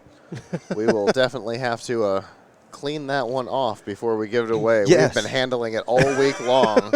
I've got some wet wipes downstairs. We'll make sure to get that done. But all right. Well, we have our next guest here. Hello. Hello, hello. How are you doing today? Fantastic. Good. And it's the end of the show. We're almost It's been there. intense. Yeah. I was saying earlier, I have made it about 100 feet that way. That's yeah, you have been pretty tied down. So go ahead and introduce yourself for us. Sure. I'm Jim Harris. I write business books on disruptive innovation and speak at conferences all around the world. And also, I come to CES every year. In fact, I was coming to it before it was CES when it was Comdex. Yeah. Oh, wow. So I've been coming for 31 years, and I've seen a lot of tech over the years. And then I do some social. So on Twitter in 2017, my account, Jim Harris, was the most influential personal account at CES out of the 175,000 attendees. Oh, wow. So this year I'm only in the top 20. So, Scott, I'm slacking because I'm talking to you and Chris here, you know. Well, you know what? Top 20 is still impressive out of 175. Right. I think we're okay. So tell us about what like a normal day might be for you. Well, it varies by day, but I come before the show even starts. There's a day and a half of media days, of press conferences Sunday and so on. and Monday. And I attend those. And one of the coolest things I saw was from Intel. So are you a football fan? I'm not. You're not, Chris? I watch some football. Okay, so imagine Intel putting 10 cameras around a stadium at all different levels. All right. And filming the plays in really high definition, like 4 or 8K. And then sending all that data up to the cloud and building a 3D model, live model of that last play so that you can say, I want to see what the play would have looked like if the camera had been in the QB's helmet and show from his perspective how the line broke and where the running back broke through the line. Or you could say, I want to be standing on the touchdown line and looking as the hole opens, the fullback comes through and runs all the way. Or in basketball, you could say, I want the camera to be 3 feet above the basket and watch the guy do the layup. Yeah. And it's like turning live professional sports into 3D, but not with 3D characters, with the actual players. There are two things that popped into my head as you were saying that. Number one, Matrix. Yeah, the movie The Matrix. The fact that if there is a call that's been penalty flagged, something like that, they can literally rotate the view of the stadium and see it from all angles. During basketball, they can see if that person's hand hit the other person's hand as they were taking a shot by rotating it like that. In addition to that, for capturing gameplay to turn into video games, you would have immediate rendering to be able to do that. You would no longer have to model everything. You would be able to catch those fluid movements, everything else. You'd be able to run all of those 3D animations of sorts through AI algorithms and be able to actually model the motions of each player for EA or whoever for the next Precisely. version of Yeah. of Madden Some- or whatever. Yeah, Sure. if somebody's got Wow. a if somebody's got a certain way they throw a curveball, it will be captured all the time, every Without time, and having be able to be do- replicated. without having to do, Yeah, green with- suits and Yeah, without Yeah. having to have them physically awesome. in the studio. Yeah. So this is going to awesome. be available. Intel, now this takes a lot of compute power, which Yeah. is why Intel's doing it, right? Yeah. Because they're going to sell more Intel chips, Sure. right? But imagine the enhancement of being able to look at, okay, we have a pause, it's, we're going to commercial, and in the Super Bowl, now I can come out on my smartphone and re-watch that play from 3 different angles Yep. that don't exist. right, Yeah. that don't exist, and that's the key. Yeah. There was no camera there. It did not exist, and yet I can watch it from a theoretical stick cam in the middle of the Yeah. field. Yeah, I is could- that That's not cool? fascinating. And back in the day, what was it? The XFL. The XFL had the original helmet cam. Mm-hmm. And I've said for years, like, how long till we have a football cam? How long till we have a camera actively in the football to be able to trace the path of the that's football? interesting, yeah. See what happens in that, right, from the football's point of view. Well, now we have it. We can do. get there. We can get there Yeah. now. But this would be your football cam. Yeah. There you With- go. Without having to put something like a camera in something as volatile as a football. Yeah, Yeah. exactly. Where that's going to change and then the. the QBs have to, like, how does this change the aerodynamic Exactly, flight of exactly. my The- throw? The weight of it, does it wobble? yeah, Yeah. exactly. So that Wow. was one cool thing. Another Nice. cool thing is, I don't know, I drive a lot, and one of the worst times to drive is either at sunrise or sundown when you're driving into the sun. Because you put your sun visor down as far as it'll go, you're it now still doesn't matter. obscuring your vision for the road. And it still doesn't cover it. Exactly. Yeah. Bosch has invented a transparent sun visor that only goes black where the sun will go in your eyes. So you get to Sweet. see 90%. What? Is that not totally cool? You get to see 90% of the blocked area. And it has a camera, it looks at your eyes, it looks at the sun, and only blocks the sun here. Wow. So that you can see 90% more than a traditional visor, and you never get the sun in your eyes. I tried it. It's amazing. Like, you think, That's great. isn't that great? But, like, Yeah. Yeah. And What- if you had pitched that even here 5 years ago, somebody would have laughed at you. Of course. Yeah. That's no, that's but- not going to happen. But with the advancements in photovoltaic films, Yeah. things like that, Yeah. all that kind of stuff, especially the flat screen technology that we have now, the fact that we're going to be able to be just right down the road here, I see it all the time now. You see the dual-sided screens where you can see straight through it, Yeah. and there's different content on each side of the screen. Yeah. So to start seeing things like true heads-up displays in our cars, stuff like that, where Yeah. it will be actively showing you the distance between you and the car Yeah. in front of you, I mean, I see all of a couple years down the road. yeah. I mean, Johnson Controls has the glass thermostat. Yeah. That's already a transparent display in your Mhm. home. Yeah. Making that a little more Well, sturdy for they've for a got- car or something. They've got the You could literally smart do that. mirrors now. Yeah. Everything else, where it's I've- giving you the I've built news one of behind those. the mirror. I kind of want one after seeing them in action, man. It's like, okay, that's kind of yeah, cool. you want a lot of stuff after Yeah. being here at CES. It's like, my wife's gonna oh my hate God, me. and where do I get it, honey? Yeah, Oh, yeah.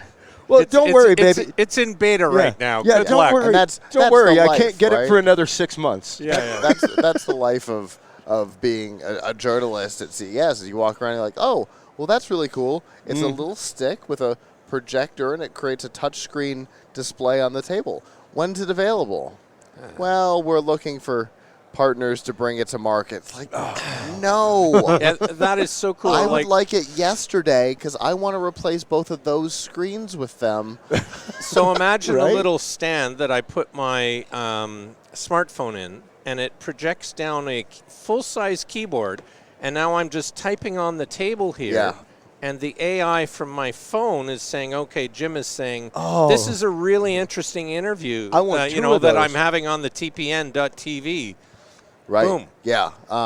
So, like, all I this stuff love is that one. possible Yeah, now. it's here. because of the technology. It's here. Yeah, It's the wild. augmented reality, everything. Yeah. So I want to talk about one more Yes, thing. sure. I'm happy to talk about many more things, but Absolutely.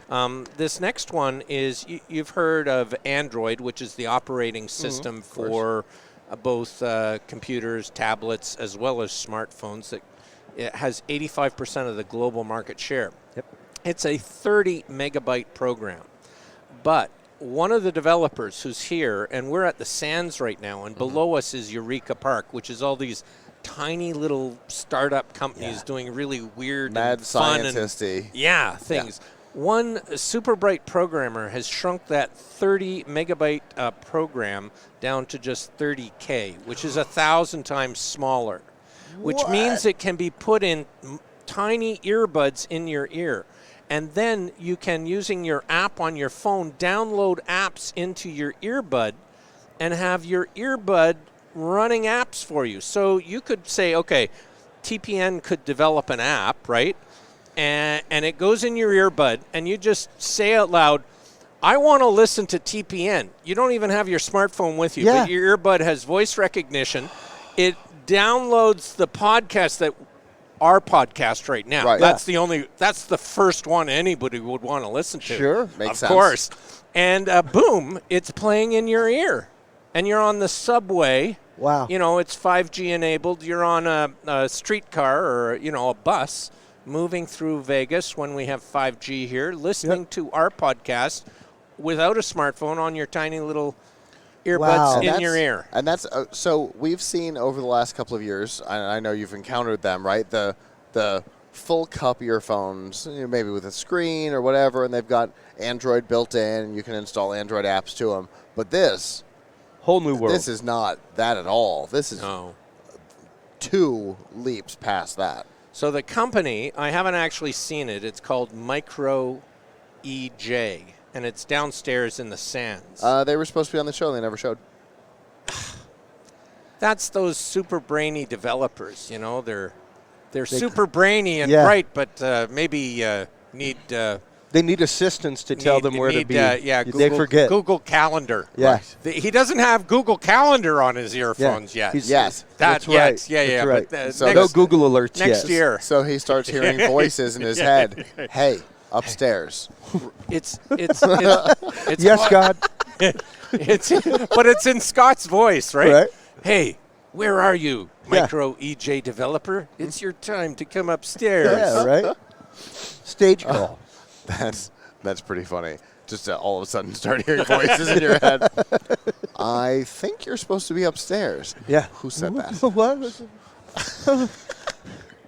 Oh my goodness. Okay, so now I'm really disappointed that they didn't show up. Yeah. Yeah. Because something like that might have actually been in contention for a Best Of award if they'd have shown up. Yeah. So I'm what's called a social influencer when I come here. Sure. So, because like 280,000 people follow me on Twitter. Okay. So if anybody who's listening wants to follow me, it's just at Jim Harris on Twitter. It's easy to find. Yeah, JimHarris.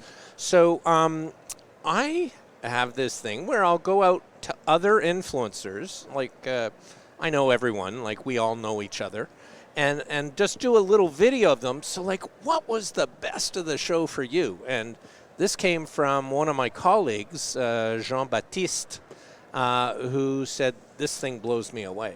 Now, I hadn't come across Micro EJ, but because he was raving about it, this is totally cool. Just the fact that they were able to rewrite that to 1,000 times smaller. To 1,000 times smaller. 0.1%. That is crazy.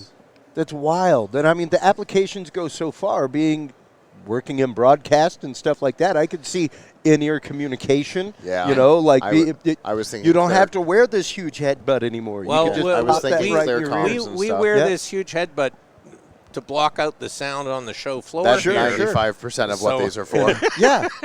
But they're the ones that ESPN uses, and I figure if it can block out a football game, it or should be able to take care of CES, This no is problem. like child's play. Yeah, if it'll block out NASCAR, I think we're all right. Yeah, exactly. Exactly. So let's talk about some of the things you've written. So I write about disruptive innovation. Okay. And A gigaflop is a measure of compute power. It's doing a billion transactions in 1 second, okay? Yep. And in 1961, the cost of a gigaflop was $153 billion on mainframes.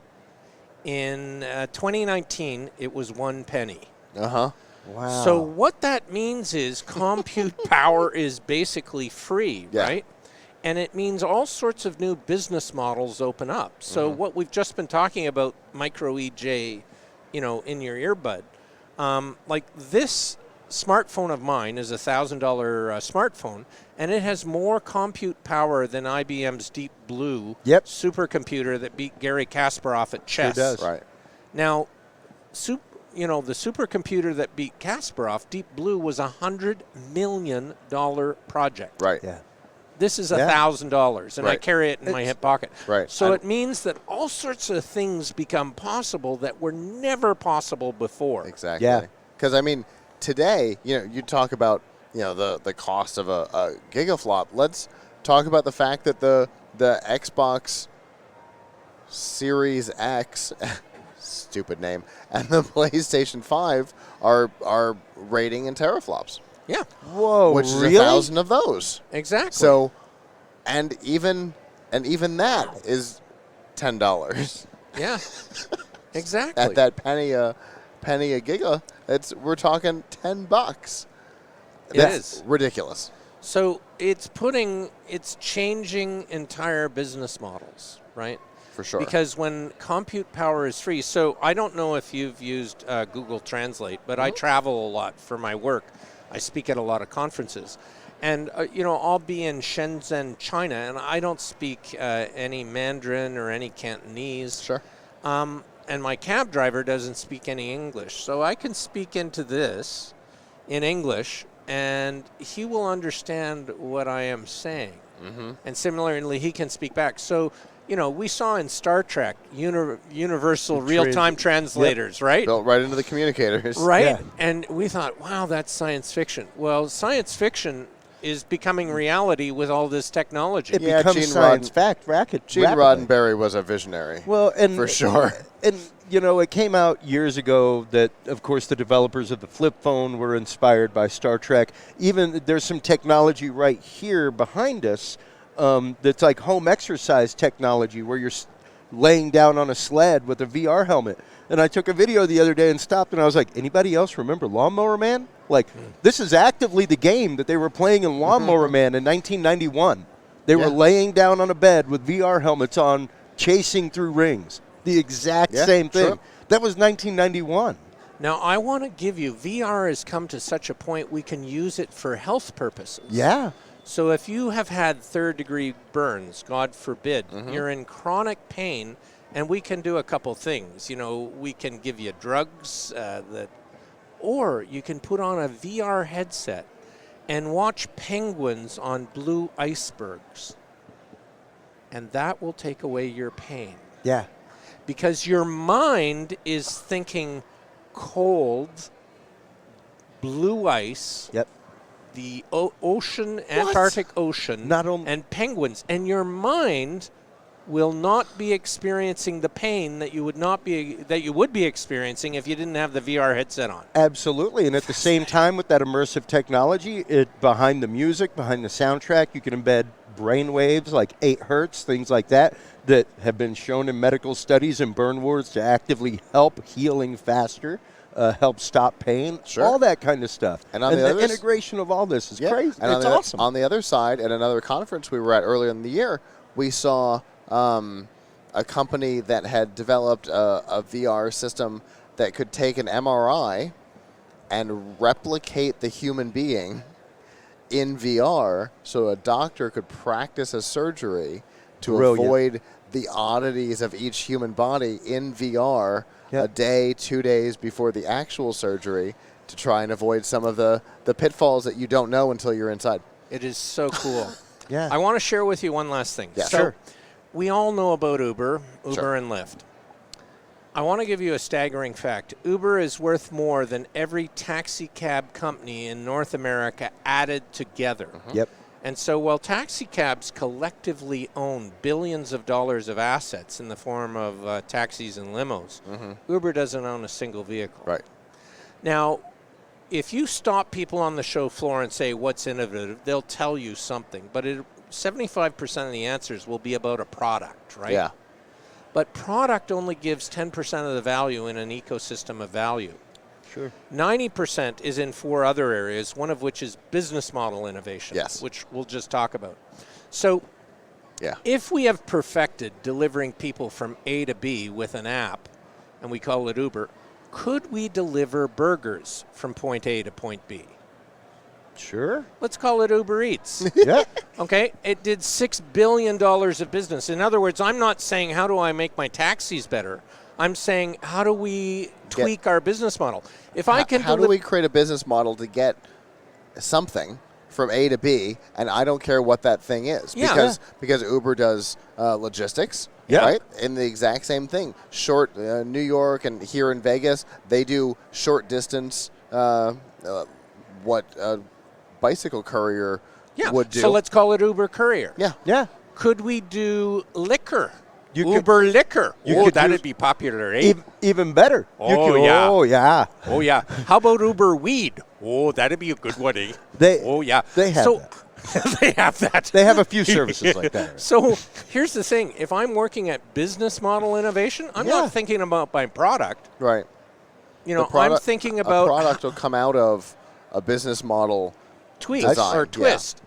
So companies need to innovate not just on their product, but on their business model. The way they think about the world. Like Uber Logistics, you know. Yeah, absolutely. Like, you could absolutely just sell the metadata of how long it takes these cars to go down this street on this day. True. You know? And you could sell all of that. a sudden, how about Uber Public Transit? Yeah. Sure. There's a small municipality north of where I live that's using Uber as its public transit. They're too small to afford the buses and the, the... Interesting. And so they subsidize every Uber ride, $1.50 a ride. Huh. And it's all about the data, because when I'm picked up at my home and I'm wanting to go here, it knows there's somebody else here. Exactly. Now, it's like a bus. I have to have somebody else on the car with me. Yeah. But I get to where I'm going faster than I would be taking a bus over here and then another bus over there. That's right. It's and direct. you're creating less traffic because of it. Less traffic. And I'm not waiting at a bus stop for 30 minutes when it's minus 20. Yeah. I'm from Canada. No kidding. No kidding. Well, before we let you go, how can people find out more about you and the things you're up to? So you can follow me on Twitter at Jim Harris. You can go to my website, which is www.jimharris.com. I'm on LinkedIn. What else?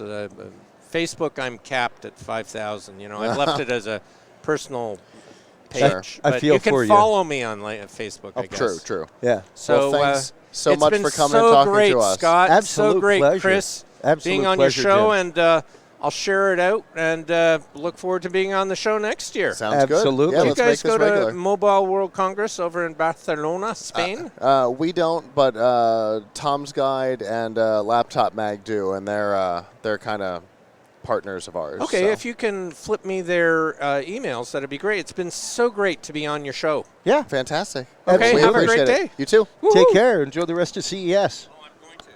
So I always like to try and get at least one person who's in the industry, but not us. That's right. On the live show. Exactly. Because getting that perspective, especially this year for me, where what have I seen of the show floor? The restroom. This is what I've seen. That's the extent of it. Yeah. And that includes, 3 booths of friends who luckily happen to be within view. One of whom is coming up in just a second. But I'm not joking when I say that if his booth wasn't within view, I probably wouldn't have seen him until now. It's been straight through the door. So getting the perspective of somebody who's looking for different things and experiencing different things, I always like to see. And bring us the coolest of the cool. Yeah, I agree, Jay. I realized that maybe they did show up, and It was Tuesday, right? I don't know. I don't know if they showed up or not. I don't think so. I don't think they showed up. Maybe they did, and I wasn't here, but I think I was here all day Tuesday. So anyway, it occurred to me halfway through, I'm like, oh, I have not been here exactly 100% of the time. I did just do 90 minutes on the floor at Hampton, so maybe but I don't think that's true. I think they missed, which is a shame because that's so cool. They literally would have been up for, I think they would have been up for an award if they had shown. Yeah. So somebody would have pitched them. So anyway. Well, our next guest is here. Hello. Hello. How are you? I'm excellent. How are you guys? Fantastic. Awesome. We're almost done, so things are getting better. Yeah, no, you guys have been going all week here. Indeed. Go ahead and introduce yourself for us. Hi, everyone. So my name's Thomas. I oversee business development at Plot Inc., based out of New Jersey. We're a connected AR/VR company that specializes in solutions for DIYers and construction. And I've gotten to see this guy in action. Yes. Several times, and I love it. We've had conversations about how it could be done for, used for stage purposes and all kinds of stuff. But tell the audience exactly what it is we're looking at here. Absolutely. So this is Qubit.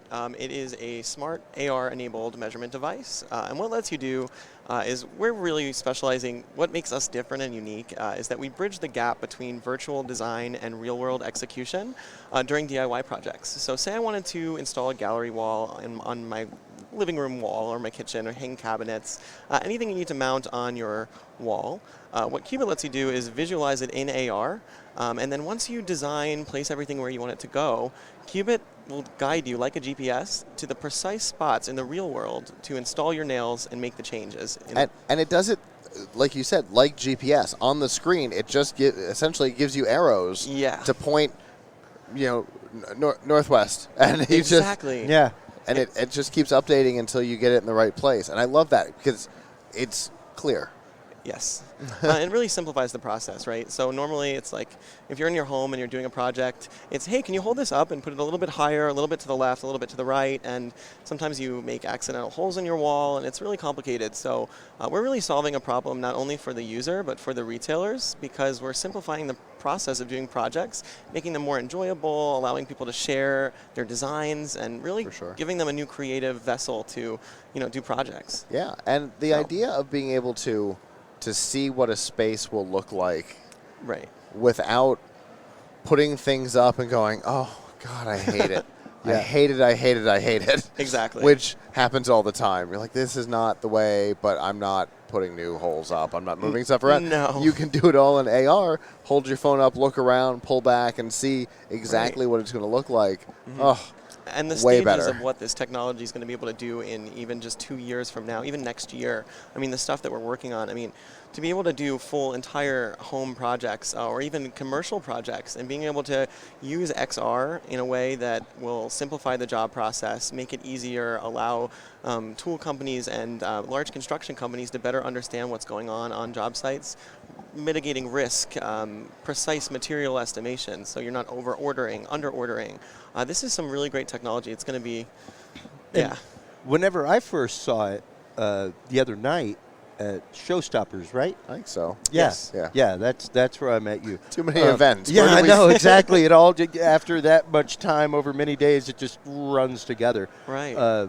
Working in the industry I do, and having 18-wheelers of trucks come in, to be able to virtually put your stuff in there, to virtually pack your truck. Precisely. And be able to hey, look, you could even take slices of layers and go, look, guys, here's our first layer of gear. This is where it's going to go. Mm-hmm. Here's our next layer of boxes, to make sure it all fits in your truck properly, that you aren't putting things where they don't belong, that you're optimizing your shipping and everything else. So even in the logistics world, beautiful product, and the construction 3D mapping of it and stuff like that. Yeah, Awesome. exactly. The construction of it is absolutely amazing. Thank Go you. into a little bit of the design and function for everybody. So this year we were ranked second in the North American and Europe Red Dot design ranking.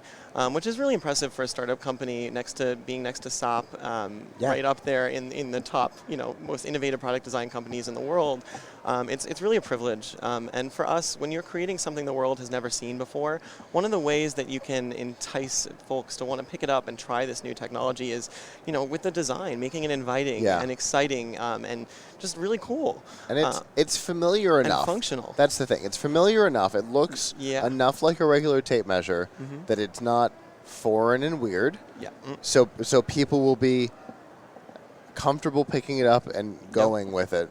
But it's different enough to be able to accomplish things with lasers and leveling and all that stuff that it's able to accomplish some really cool stuff. Yeah, I mean, to be able to take something from idea to virtual to reality all in one process, like right now with DIY projects, it's all these hard stops, right? So you're going to see it, right? And then you're going to stop. You're going to have to go take out 3 or 4 tools to go up to your wall and try and figure out where you want to place it, and then actually doing the installation of whatever you're trying to do. It's so many hard stops in the process that if you're able to simplify it, make it one process that's easy and fun. I mean, that's what DIY should be all about, not my project didn't turn out the way I wanted it to look, and I'm frustrated, and I have to go buy more material or do something different.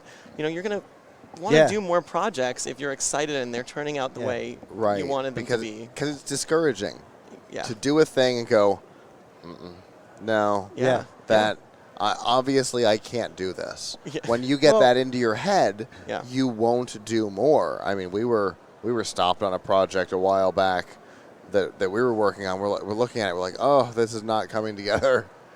I hate it. And I don't think we ever 100% finished it because we're like, it's too much. I'm done. And and some of our customers are they're galleries, right? Art galleries and photo frame galleries, and they're looking for new ways that they can speak to their customers, right? Or some of my customers that are True Value stores, Do Best stores, and they sell windows and doors, right? So what if they can capture using Plot's app a window that they sell in their store, 5 different options. The consumer can then go into their own home, test them out, see what they look like, and then actually purchase the product from the store and then design and install it and do all of it with one platform. Yeah. I mean, it's...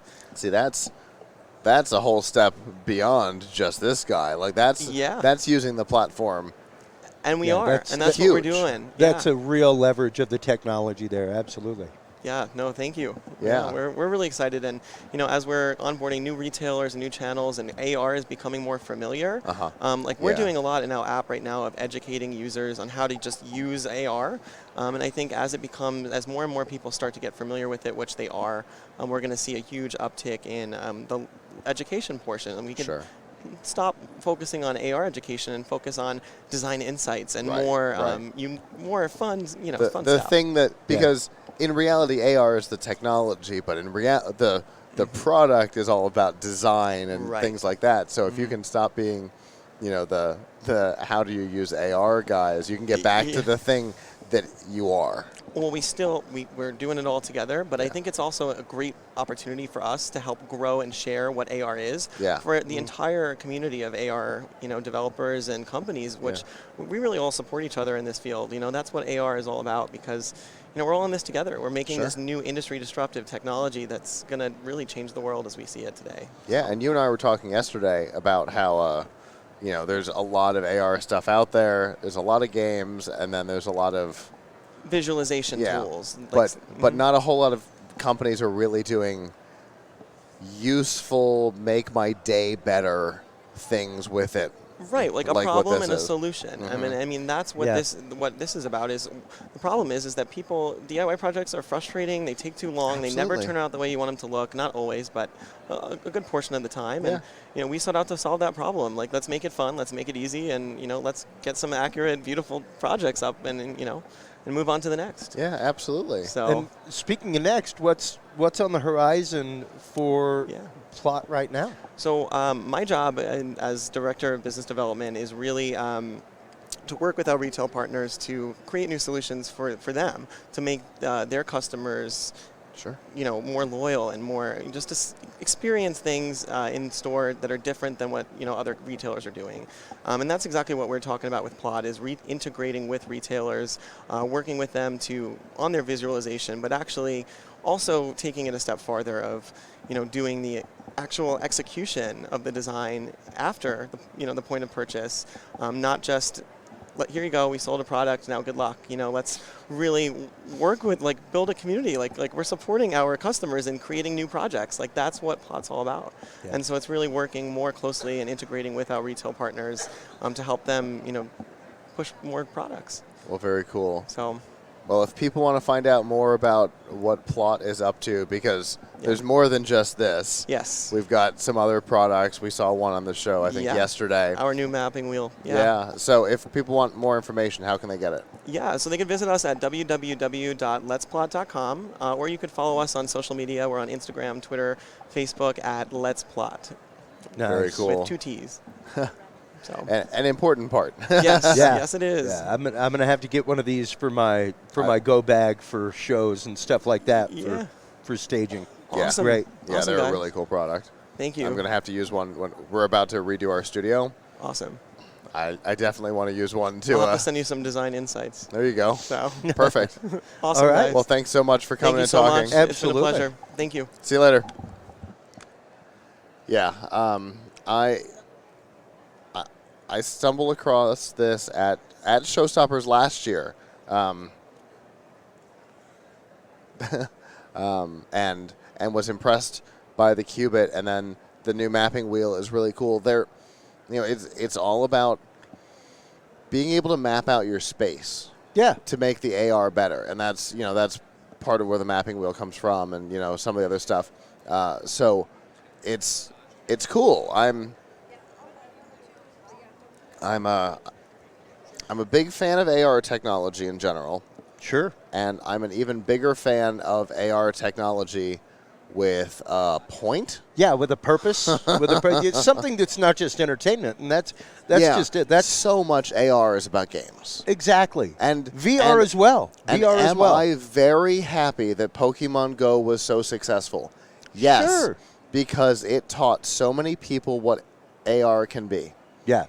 And it was most people's first introduction to AR. Yeah. I've been in it before that term even existed, because Nokia was doing stuff, and we were working with Nokia on a couple of projects before the term augmented reality happened. Yep.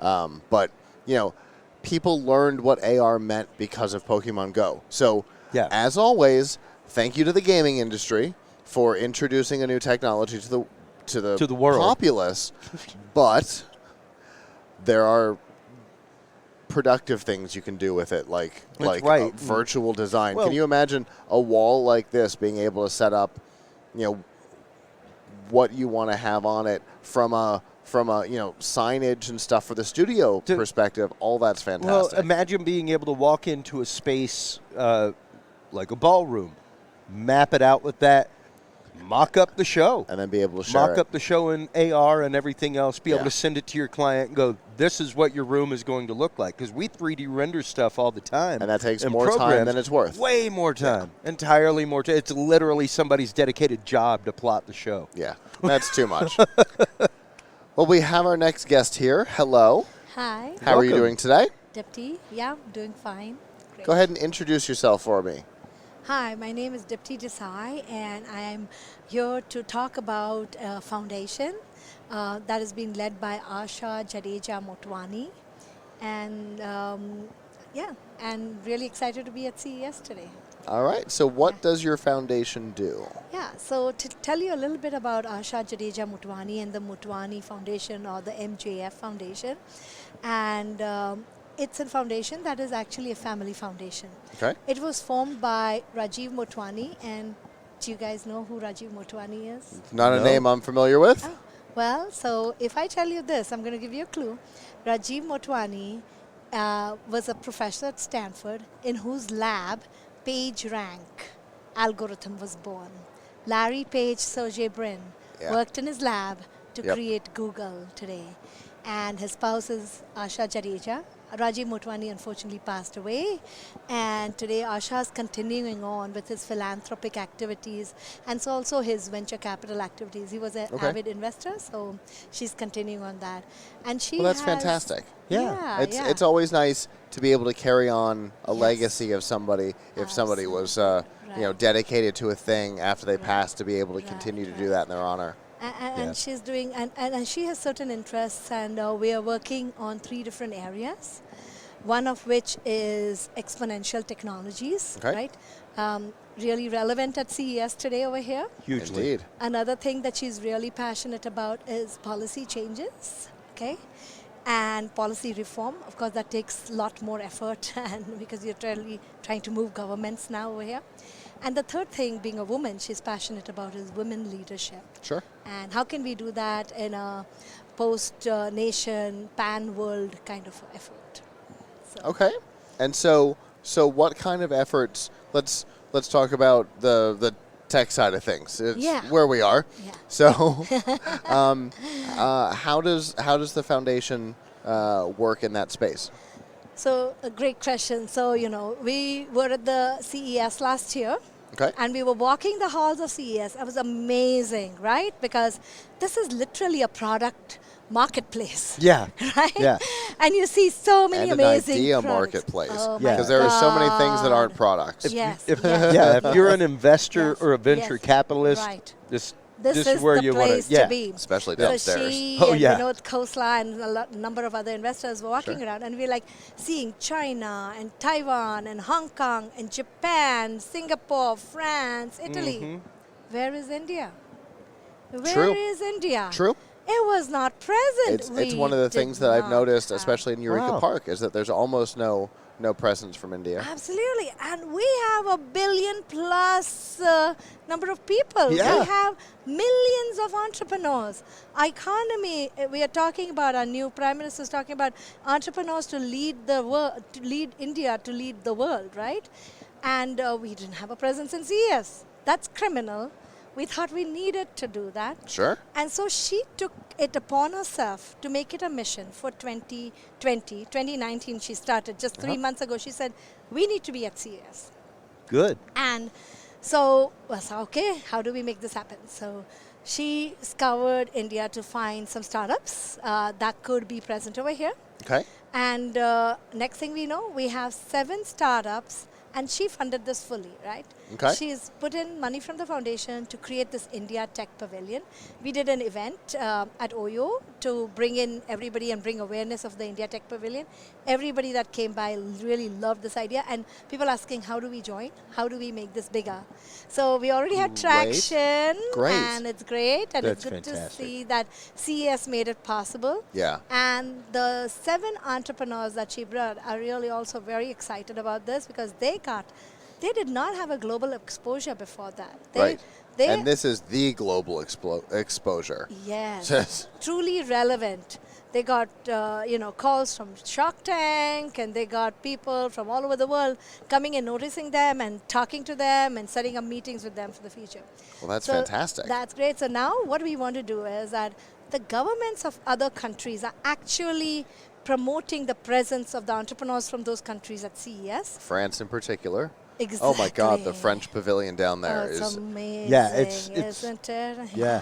And I haven't even been down there this year, but I know Yeah. from the past that the French presence in Eureka Park is insane. It's insane. So I was talking to them to say, how do we get the Indian government to get involved in our pavilion? Yeah. Any pointers you can give? Yeah. Sure. And so we want to go back and talk to other partner organizations to see how can they partner with the Motwani Jadeja Foundation and also with the government, bring in a critical mass and convert this from a 7 entrepreneur small tech pavilion that we have, which was highly successful, to maybe a 70-person entrepreneur pavilion that Give France a run for its money. There you go.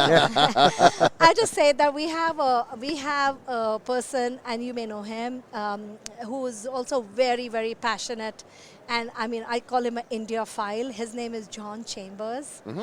John Chambers loves India. He's very bullish on India. Every time I hear about India, he says, India is at 10% of its potential. It's going to grow to, it has a long way to grow, and I see an exponential curve. He's also very passionate about France too. So we are seeing that, you know, France has a great entrepreneurial ecosystem. India has a great entrepreneurial ecosystem. It needs to get exposed. It needs to get global exposure. Sure. It needs to get, and this is the place to be to get that global exposure. Absolutely. And so, so the goal is to give France a run for its money, to expand the India Pavilion and be able to bring more. Yeah. And I think that's, you know, whatever on international politics. Let's talk about cultural interaction. What, you know, the ideas that come out of a particular culture are influenced by that culture. Yeah. And so when you start mixing ideas in totally. an area, especially like Eureka Park. Yeah, you get from 1 + 1 to makes it 11. Yeah, right? right. That's an exponential effect. Right, because when some startup from India goes over to the Japanese area and they're like, oh, thinking about we're that. not. These are not related, but boy, could they work together! And I never would have thought about the thing you're doing. Right. And that's that is the energy here that I just love. It's great to see that. We've seen that in action all through the week with our startups. Yeah, that's what I've loved walking around is seeing the product manufacturers talking to idea people, talking to designers. It's great to see that interaction. You were saying that y'all are investing in emerging technologies, things like that. What are y'all looking at right now? What kind of things are y'all looking to bring up? That brings me to the second thing that she was interested in, which was like, you know, I mentioned she's looking for women leadership. Yeah, sure. And in addition to that, to women leadership, she's also looking at how can we bring about companies in climate change. You know, there's something called Sustainable Development Goals, SDKs, that India has. How do we bring companies in those areas and bring them over here? These are other which are going to impact the whole nation, maybe even the whole world, right? Absolutely. So those are the things in clean tech, green tech, in fintech, you know, emerging healthcare. Healthcare is a big issue globally. How do we? So these are the technology areas that we were looking at to bring companies in there. Of course, this is being a consumer showcase. We wanted to make sure that we don't bring in our SaaS companies over here, which are actually enterprise to enterprise. Sure. So, but she works with those too. Although there is some of that. Yeah, there for is, sure. of course. Because there's a reason why CES doesn't stand for anything anymore. It doesn't mean Consumer Electronics Show anymore. It's just CES. Yeah, so that we can exhibit some of those and make it make sense. Yeah, that's just it. There's so much beyond consumer here that we can do, right? So, I mean, just to touch upon the last thing, we attended CES over here. She's on her way to Davos tomorrow because one of the areas where we want to make global changes we need is policy reform. And so she wants to get involved in policy reforms at the national level. India has being the oldest democracy, US and India, we have the largest democracy there and the oldest democracy here, right? Mm-hmm. And democracies are difficult to work on, but you need people to support it, right? So we want to work on certain policy changes and all. For example, an Indian company cannot list on NASDAQ. Did you know that? Mm-hmm. Yep. Yeah. I was aware of that. That's criminal. That's so insane. How do we make that change possible? How can we make it a truly global company? How do we, allow them to flourish globally? So those are the things you want to bring to Davos. Davos is happening in a couple of weeks, where the prime ministers of all the countries around the world are going to be there. And they're going to be talking about global issues, right? And so she wants to go there, bring in a woman leadership team, bring in the entrepreneurs, bring in to the global village, and see how can she influence over there too. Well, very cool. Yeah. If people want to find out more about what your foundation is doing, how can they get that information? Well, you should definitely visit our website, Motwani Jadeja Foundation, MJF, and reach out to Asha Jadeja, and she will send you the links, and you can post them onto the podcast, and we'd love to hear from people. Fantastic. Yeah. Well, thank you so much for coming and talking to us today. Thank you. And thank you for bringing some startups to Eureka Park from India. Go India. That's right. And go CES. Want to see greater interactions in the future years. For Bigger, sure. better, and more comprehensive, right? Absolutely. Yeah. Thank you. Well, have a great rest of the show. I know we don't have much time left. Yeah. All right. We're almost there. Thanks. And yeah, speaking of almost there, we are on the downhill slide of CES right now, getting ready for everything to wrap. What's been some of the most exciting stuff you've seen here so far?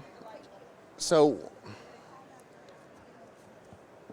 I tend less to focus on a product, and I tend to get stuck on a technology. Okay. And Okay. and it's always been the way it's worked for me. I always get stuck on a technology, and this year it seems like health tech and security tech are the two places that I'm finding myself most interested. Yeah. Security tech partially because of the new stuff that Hampton is doing. Yeah. Especially with the array system and bringing BenjiLock into the array system and stuff like that. But I mean, we've seen a lot of other security stuff. Sure. YubiKey is always adding new security stuff. So I'm the not just talking blockchain router, dude. The blockchain router. My And so I'm God, not just that's so talking beautiful. necessarily physical security, although there was the physical privacy boxes yesterday that were on during Marlowe's segment, I think. There was a little one that would be really good for jewelry, and a bigger one that would be really good. We even kind of joked that it would be pretty cool for us to have either up here or down in the suite next year, because you could charge your phone but keep it locked and private. Things like that were pretty cool. But then things like, YubiKey and the advances that they're making, bringing on new partners and things like that. And then the blockchain router. Yeah. Things like that really just make me excited, especially it this gets year. the gears burning a little bit. Yeah, and our topic for 2020, like our focus for 2020 on 2019 for F5 Live and kind of Plug Hits Live in general was security tech. Okay. YubiKey got us started at CES last year, and we've talked about security and privacy all year long. That's been a big topic for Avram and I. And I don't know necessarily that I have a 2020 topic yet. I don't know that I'm there. It might end up being productive AR. Things like Plot and tools like that, because we're finally starting to see AR technology that isn't your phone, which is its own special disaster for real productivity. Yes, Sure. what Plot's doing with it works perfectly, but if you're trying to do like heavy productivity and doing massive AR stuff, something like that's not going to work. It's going to come down to wearables, all and that so, kind of stuff. And then the HoloLens is like wearing a football helmet. And I love it. That's what I find with most VR helmets, things like that. But we're starting to just see, like cumbersome. the one that we saw, the AR headset that we saw at Showstoppers, that I don't know if they ever showed up either, but and I saw a working prototype. It just looked like a pair of glasses. Yeah. And I was really impressed by that.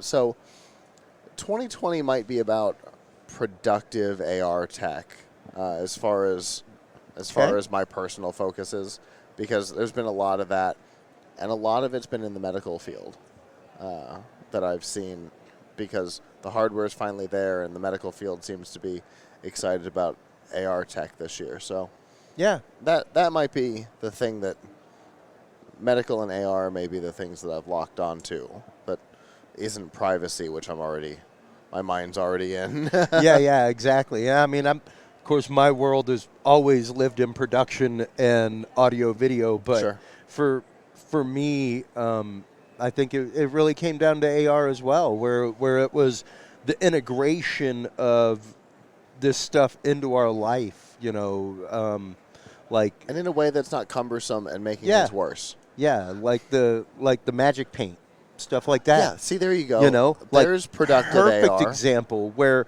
you can like I can draw a stick figure, but I can animate that stick figure. I can put that stick figure into adventures. You can then take that to a realm of education, you know, by having interactive educational stories where you can take a picture of the kid, right, scan it, and the kid is now in the story. In And the if you story, think yeah. they aren't going to be interested in a story where they're the protagonist and it's Wrong. moving in front of them, Wrong. you're a crazy person right now.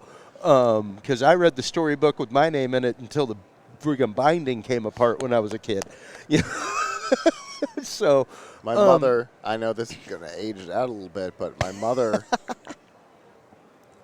my brother's was different. But for me, I had a birthday record. So that aged it out quite a bit. Yeah, and yeah. it was this birthday song, something about a spaceman and whatever. Yeah, yeah. It had my name in the thing. Yeah. And so that And- was my brother's was a cassette tape. So Sure. that puts our ages into perspective a little bit, I think. But I the idea of having something with you or your name or something that feels a little more personal is always that's- something that kids get excited about. And so the ability to take a picture of the kid or maybe their best friend.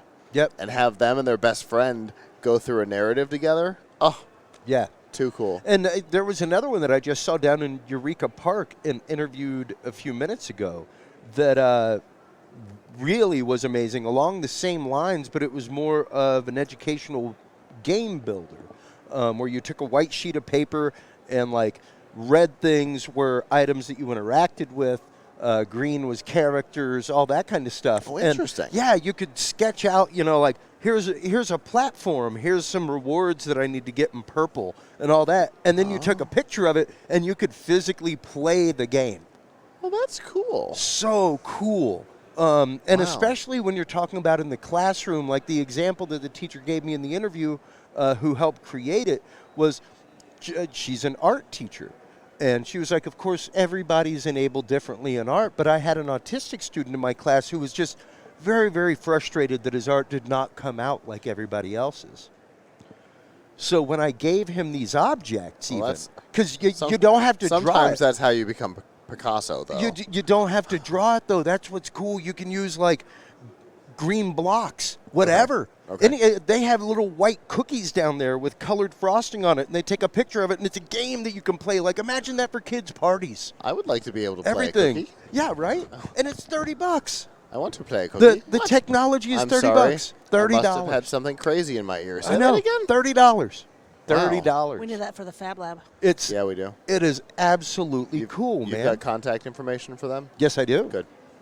Yeah. Yeah, we need that for Amrock. Yeah, I don't know if we have any room left in the schedule today, but if we do, I can absolutely go down and have them come up. We But are tight I figured today. that as of the schedule last night, and and only at having 2 the few o'clock, spots that and they all we went away slapped today. it down, and it went away probably by the end of last night. So Yeah, I kind of which is great to I kind hear. of closed but them up on the way in this morning. yeah, and but to see technology like that coming out, where it's fully interactive, it Yeah. offers a whole new range. Things like that, like she was saying, when that kid built his video game, and then the kids in the class saw the video game that he built, they lifted him up. Yeah, it okay. builds a whole new bridge of empathy Sure. between people, a whole new bridge of teamwork.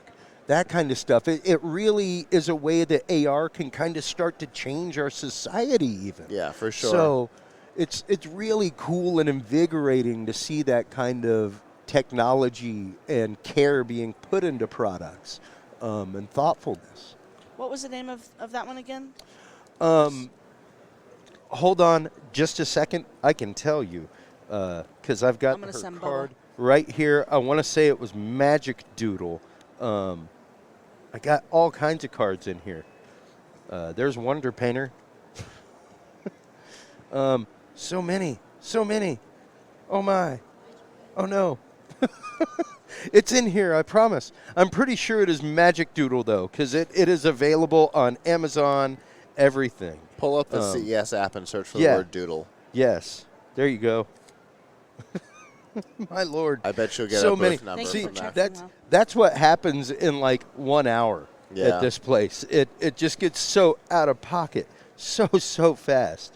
Well, before we continue, yeah, we have not done any of our sponsor bumps bump today. 'em. So Just for a minute, let's all do the bump. So a couple of things. First, if you are enjoying our coverage and maybe you have had the opportunity to purchase a product using one of the promotional codes that you've heard from one of the exhibitors and you want to help sponsor our coverage or help us produce this coverage, there is a donate button on techpodcasts.com, and from there you can donate maybe some of those savings that we've gotten for you during CES from some of our exhibitors, or if you just want to help us pay for this, because being here is not inexpensive, and we always appreciate that. But if you don't have the money to donate, you want something in return, perhaps one of our free trials might be something that you can do that takes very little time and costs you $0 and helps us out as well. If you're a podcaster or thinking about getting into podcasting, one of the things that is the hardest to do is store your files because bandwidth sucks. And so our partners at Blueberry are giving a 30-day free trial for anybody who signs up using the promotional code Blueberry4, 004. All you have to do is go to blueberry.com, no E's, BLUBRRY.com, sign up and put in the promotional code Blueberry, BLUBRRY 004. You'll get a 30-day free trial on storage. You'll get to see the statistics, which I use all the time. Blueberry's statistics are the first and I believe still only IAB certified podcast statistics on the planet. Yep. And they are incredible. They will change the way you think about your audience and the way you engage with your audience, because you'll know exactly how many you have. You'll get that as part of it. You'll also get a WordPress sites, PowerPress sites install, all as part of your storage account. So and definitely check that out. That new network plugin is beautiful. Yeah, the new network plugin. My God. It is gorgeous. So a 30-day free trial, BLUBRRY 004. Also, privacy, which is I'm sorry.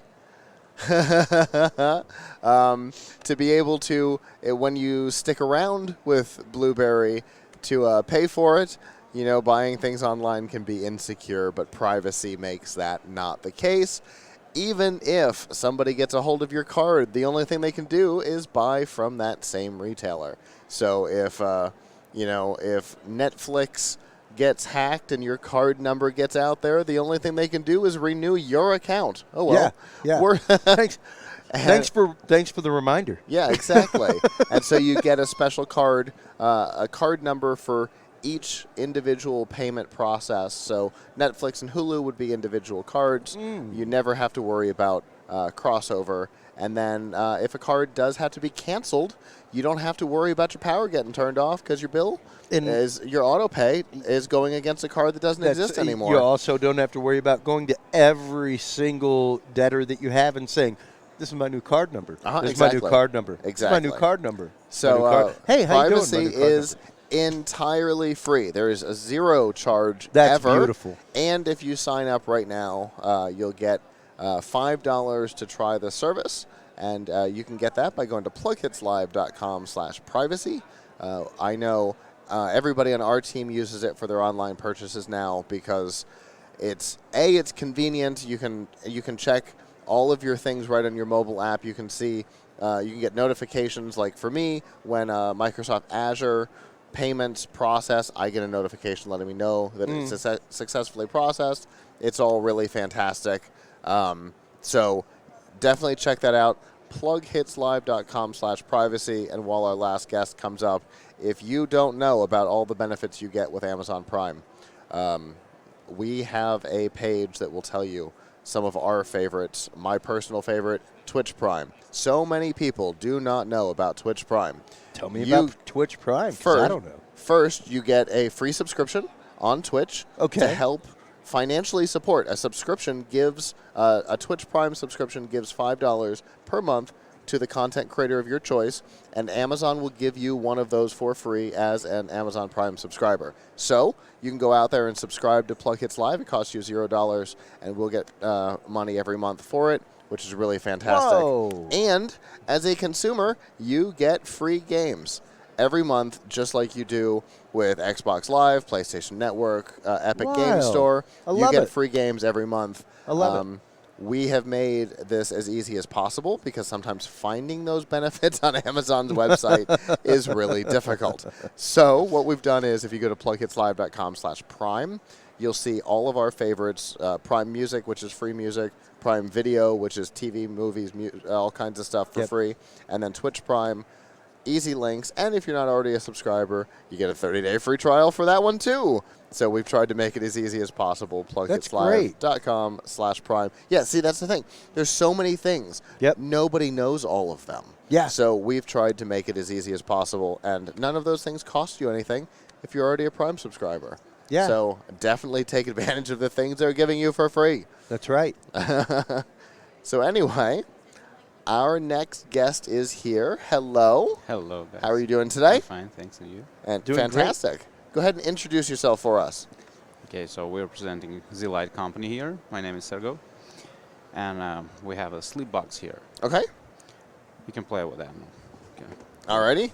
So I've got a color wheel, which is something we're familiar with LED products, right? Yeah, sure. So we've got a color wheel, and if I roll around the wheel, we can see that the light coming out of the box is changing. It looks like maybe we've got some presets down here, or these? Yeah, you have white lights, start from Edison lamp till cool white, so you have 5 options. Yeah. Okay, got it.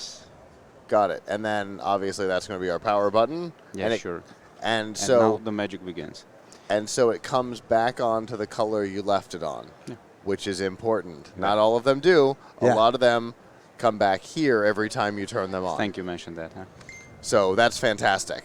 I'm going to mute that for you. Hello, thoughts, thanks. So what does it mean, the sleep box? Yeah. Yeah. You know, That's our next question, because that's fun. Where does the sleep part come story in? began with Mark Zuckerberg. Okay. Invention for his wife, Priscilla. He made the box with the light to be able to turn on a particular time, to just tell you what time is it now while sleeping. Because sometimes while night you don't know what time is it now. Maybe it's you just have slept for 1 hour, maybe it's 5 minutes prior to your alarm. Okay. And you have to look into your screen and totally go out of the sleeping And process.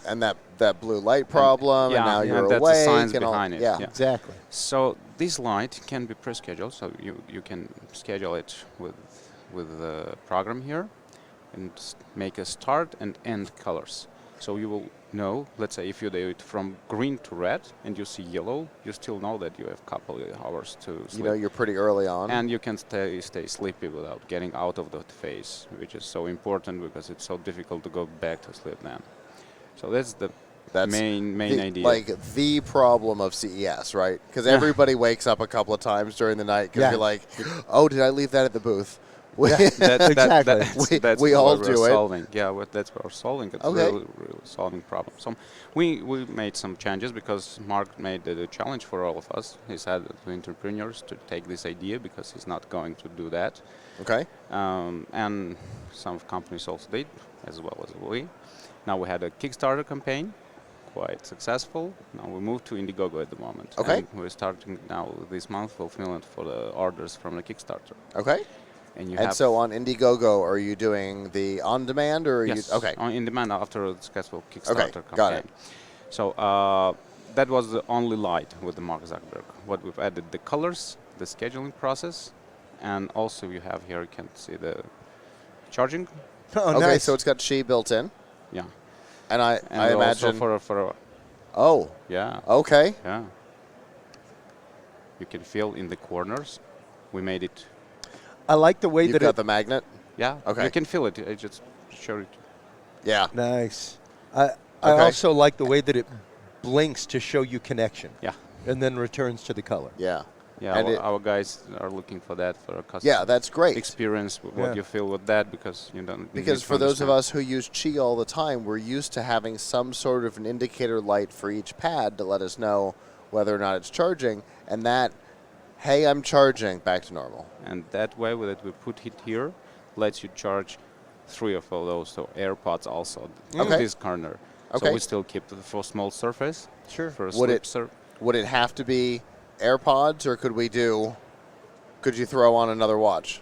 Another watch, Apple Watch, the iWatches, they use our unique charging system. Yeah. So, one corner only for iWatch. Okay, so that one's for Yeah. Apple Watch. And the Qi and and then QI you've is got- in the center and here. Yeah. Okay, got it. Because got you it. can also AirPods put here in the center.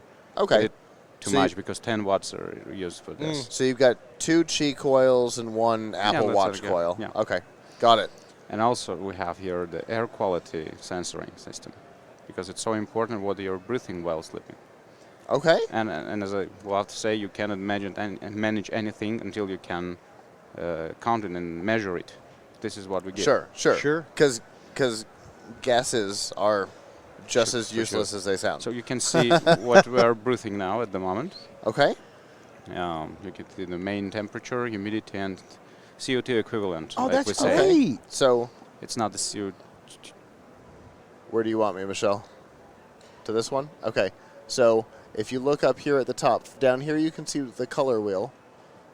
And then up here at the top you can see that we've got air quality information, which is something that I have on my thermostat, but that only measures it at my thermostat. Yeah.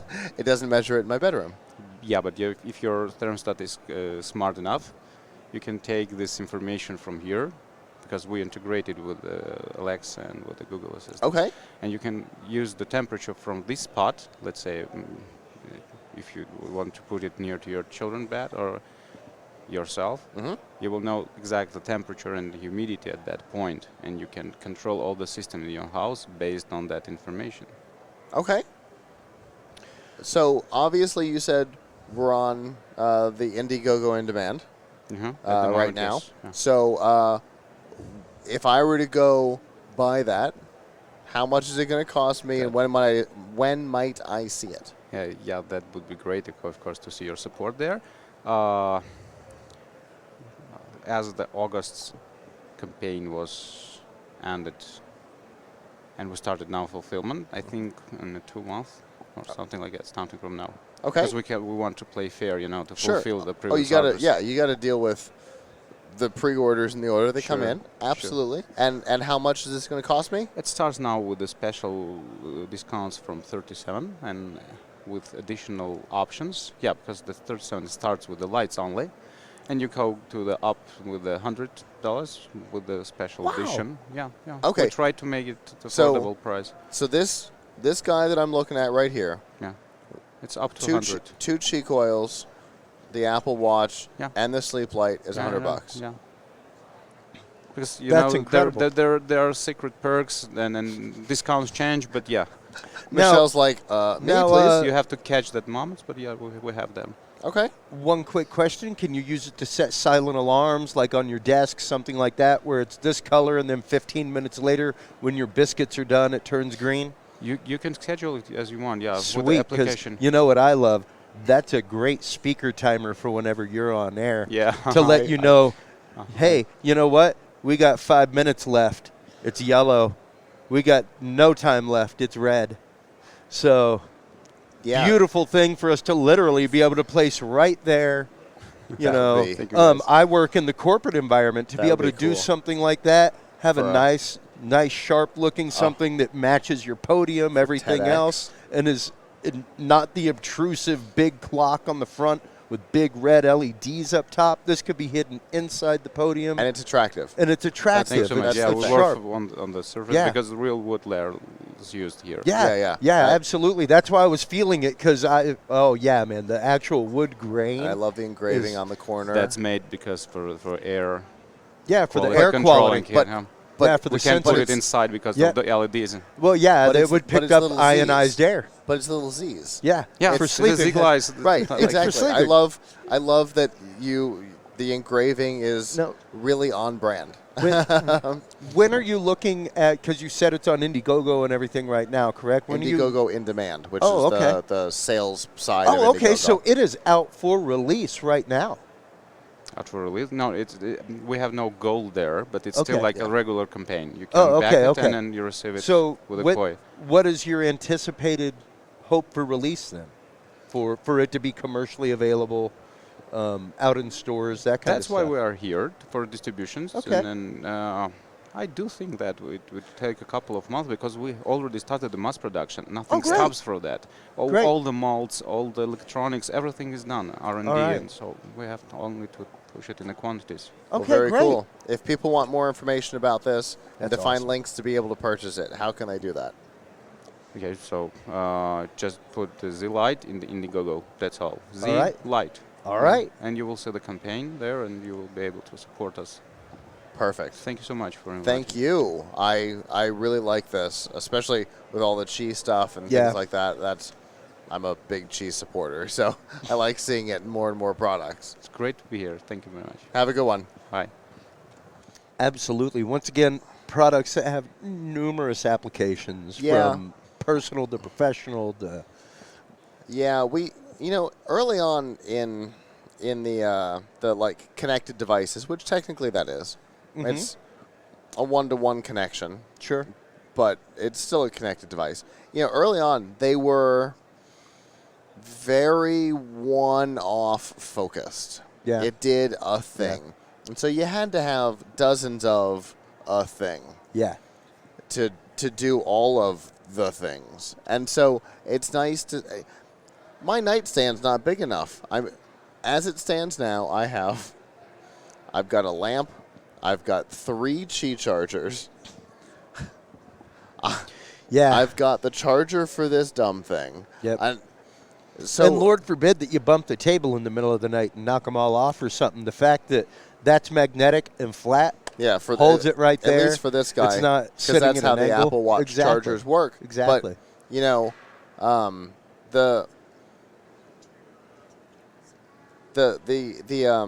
the idea that I can, on one device, I can throw my watch, I can throw both of my phones, theoretically.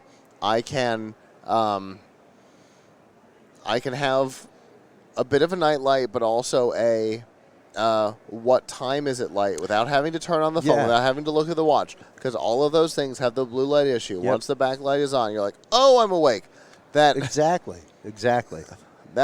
This is a much better idea. I really like it. And you can glance and go, oh, it's yellow. Like it's I said, almost time. like my studio, I don't like having a clock in it because it makes me feel rushed. Oh, yeah. And that However, can come across. Yeah, like it just sitting there coding, doing whatever, looking up, seeing a clock, it's like, the day's going away. But to have just a gentle light there As that a reminder every of hour your is day. changing Yeah. the color. Yeah, man, awesome. I'm so excited for our next guest. Well, we have our next guest here. Hello. Hi. How are you doing? Very good. How are you guys? Fantastic. Great. Thanks for having me on. Go ahead and introduce yourself for us. Okay. Hi, my name is Joycelyn Rowe. I'm here representing Choice Technology based in South Korea. It's great to be here. Yeah. And what have we got going on here? So we have what's called the image pointers. I've already spoken with Christopher about Oh. this multiple times already. So basically, most of the people here, we've done a lot of presentations and everything, but when you have a little clicker, all you're doing is going back and forth. And then, laser pointers, I've been doing this all day. Laser pointers can only do so much. Sure. So, like the red one you can't see, and so I have like a green one here, and it's great for hard surfaces. It's nice that green lasers are finally inexpensive enough that you can Yeah. do that. Yeah, It used to yeah. be $500 just for a green pointer. A glorified cat toy. Yeah, exactly. Yeah, so what we came up with was the solution for, whenever you're doing a presentation, everyone's doing a PowerPoint keynote, but once you aim a laser pointer at the screen, it gets lost. If Yep. you're on like a big stage, then, you can't see anything. So I brought my computer up Is here. this a Windows computer? Yeah, it's a Windows Fantastic. computer. Give me just a second. Yeah. I'm going to make it so that the audience can see it better. I want to come. Is it touch or no? No. No? Let's see if I can make want- it a little brighter. I want to go the other way. Down. Yes. Oh, lower. Okay. Yes. Yeah, wanna we go. want to bring it down so it Beautiful. pops up on Okay. screen easier. I there see. it All is. right. There So we you guys go. are a lot more tech savvy than I am. Yeah, we so go. Now they can basically, see it. you know, when you are pointing to a screen, you know, it's really hard to see. Or if the laser is like really strong, it'll refract off of there, and then Sure. you know you just don't know where And you where don't to know look. what kind of surface you're on, or the room, or, Exactly. how far Yeah. you're going to be from it. Yeah, exactly. So our solution to this is to make it compatible with your computer so that you control exactly what it is that you're pointing out, what you want them to see. Okay. So if you're looking on the screen, like right now, I have like our default, so it's just a big blue circle, and I can like point to that. But you So know, it's an on-screen pointer. It's an on-screen that pointer. comes from there. So instead of pointing with a laser and Yeah. hoping that it shows up, or hoping that the screen's Well, not in or front that of you. everyone's And the- eyesight is good enough the- so that they can see. Not just that, but one of the biggest issues that you have up on stage is that normally your screens are on profile with you.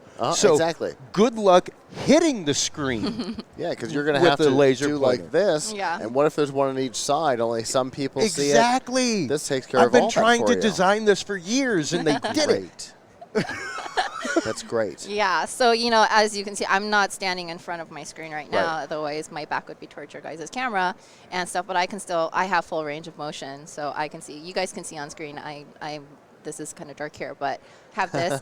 But you know, everything is customizable, which is great. So if you don't want a big blue circle, you know, I can just switch the mode, and you know, now.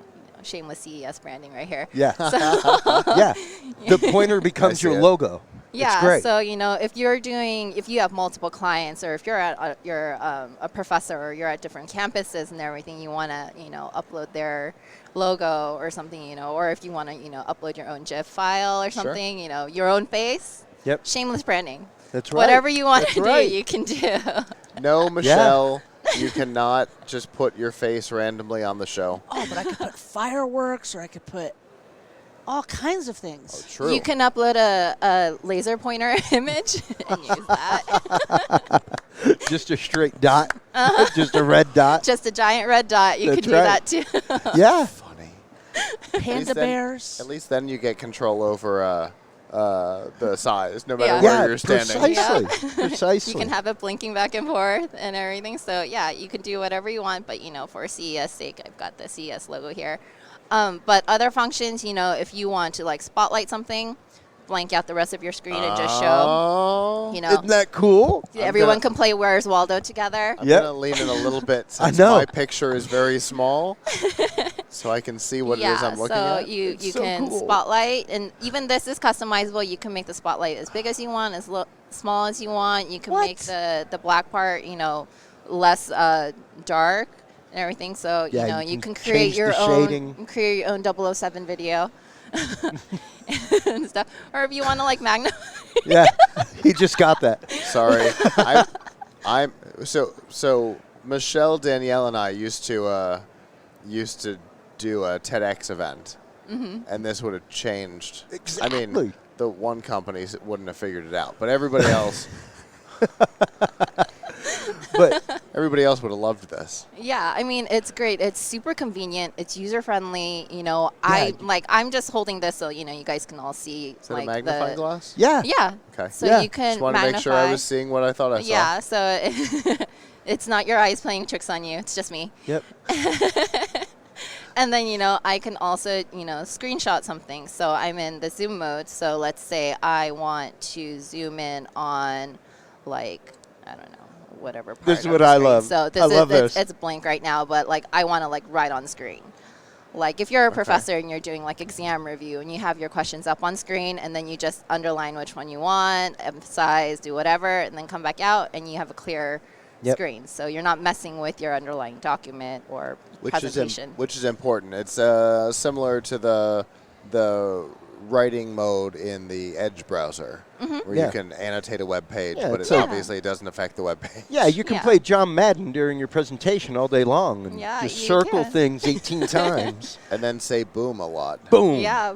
Boom. And then when you switch, boom. Yep. It's all back to original. It does not deprecate your file or your Yeah. presentation. Yeah, so we have our own software, so that's how you're Sure. able to upload your own image and stuff. So you know mean it doesn't just work on Magic? No. Well, what's cool The little though pixie is that dusts. what's cool though You're is that fun. it does operate as a normal clicker. So without the software, you can plug it in and advance slides Okay. as normal. Yeah, yeah. So like right now, I have a PowerPoint on here. So our company's been around since 2001. Yep. It's actually the first company in the world to introduce wireless presenters. Oh, So wow. yeah, so in 2002 we introduced our first wireless presenter. So we have footage of Bill Gates using our clicker and Mhm. stuff like that. You just stick That's the always USB in. that's always a good thing. Yeah. And the one thing that I love, folks, is a on-site professional corporate AV tech. This is RF. It's not Bluetooth. Okay. It's not restricted to 30 feet. So if you're on a 120-foot stage, you're golden. You're still covered. It's Yeah. great. And you have full range of motion. You're not Yeah. limited to standing in front of your screen. Yeah, So and- I can, walk around and Yeah. talk with my audience. Yeah. That's what you want. You want to connect with your And- audience. And it's not the size of some of the RF ones that we see, Yeah. even here during the press conferences. The one that TCL had on stage was bigger than the phone that they announced. Like it was. Yeah. I'm not kidding. It was ridiculous. Yeah, I mean, And this is nice. It's It's- small. It's yeah. convenient. I and have it really does- small hands, and it's not uncomfortable. The woman who was the host kept holding it. And I kept looking at it. It was like looking Yeah. at a kid holding a cell phone. It just yeah, totally out of they're about proportion. this big, but But perfect this- cues. But this isn't a problem for any of that. And I like Rechargeable. I like this. I like that it's Yep. indented through here Mhm. because Ergonomic. it gives you a place for your finger. So this whole thing is indented throughout. Yeah. And so holding it is completely natural. Yep. Yeah. Yeah. I mean, they thought of everything. The Yeah. thing is, when you have a company that's been around as long as it has, they Rechargeable. yeah. I love that. They're advancing with the times. Yeah. I mean, you can't have foam boards and doing your entire presentation. That's Yep. you're limited. So Well, I mean, the fact that you- they can you advance can, but it you would be can. crazy. Yeah, you can carry around like 20 foam boards like on your back. Yeah. Yeah, Or one of you those could. one of those like artist bike messenger harnesses. Yep, but then you break one, you snap one in half, and That's then you're the end of it. screwed. Yep. So Yep. a laser pointer can only do so much for you. You got to so, rewrite your presentation Yeah. real quick. Yeah. Yeah.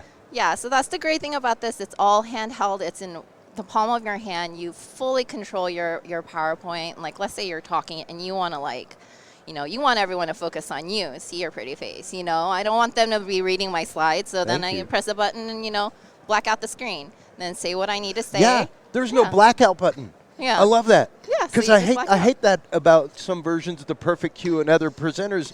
Why would you ever have a blackout button? Why would you ever have a means to accidentally make the presentation disappear? Yeah. I mean, I course do not. not understand that. totally counterintuitive.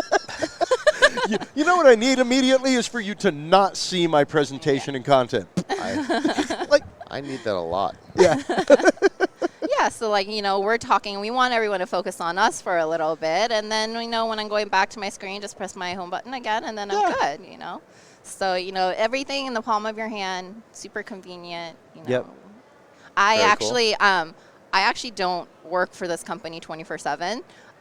They're based in South Korea, and I'm actually a local girl, born and Okay. raised in Las Vegas. So Oh, there wow. are many of us. So No, that's Yeah, like so- finding an actual lost tonight.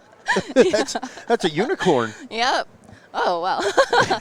Yeah, so, I help them whenever they come overseas. So I help them out. I've known them for quite a few years and Okay. stuff. And so when they sent me the sample to check it out and everything, I was like, this is awesome. Yeah. Mhm. I've worked in an office setting, it's great for churches and like businesses and stuff. And like, even if you're not doing presentations every single day, just to be able to have this. Yeah. And, Yeah. it has a full air mouse function. Other air mice, Mouses. mouses, Yeah. That's, mooses, mouses.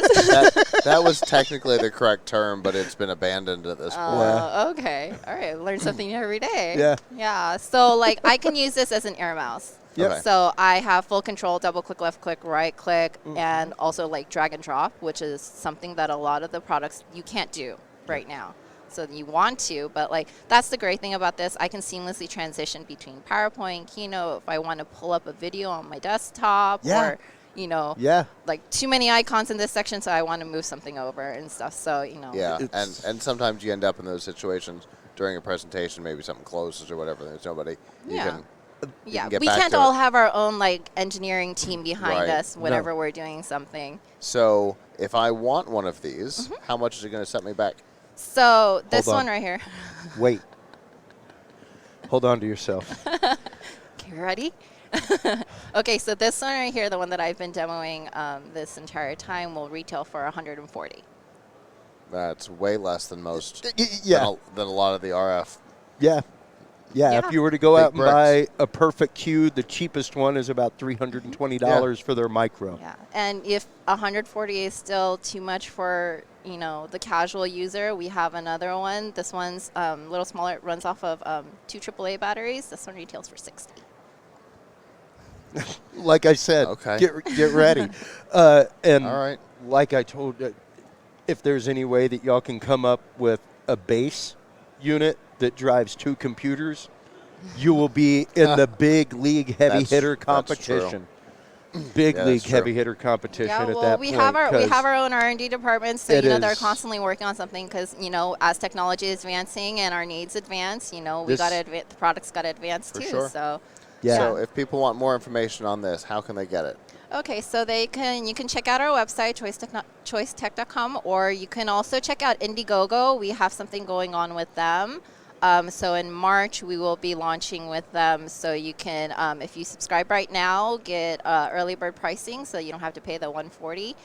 And then in Asia, if you're in Korea or Japan right now, then you can already order it online. You can go to just go to like Naver or Gmarket, search for Image Pointer, and then you'll be able to get your very own image pointer. Yeah. Very cool.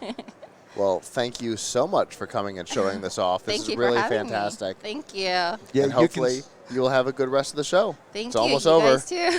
Thank you. Absolutely. I will drop back by and see y'all before the end of the day, Joycelyn. Awesome. Take Sounds care. Great. Thank you so much for coming on. You can see why I've been so zazzed for days since I saw them the first time. That is, so exciting and an industry changer when it comes to presentations, when it comes to live events, that kind of stuff. Yeah, for sure. It's a very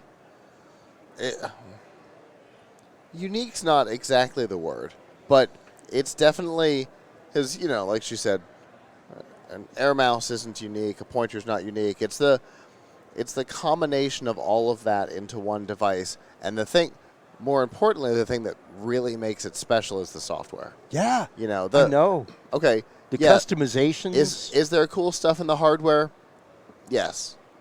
But the software is what sets it apart. The ability to do the zoom, the magnifying glass, the spotlight, all that stuff.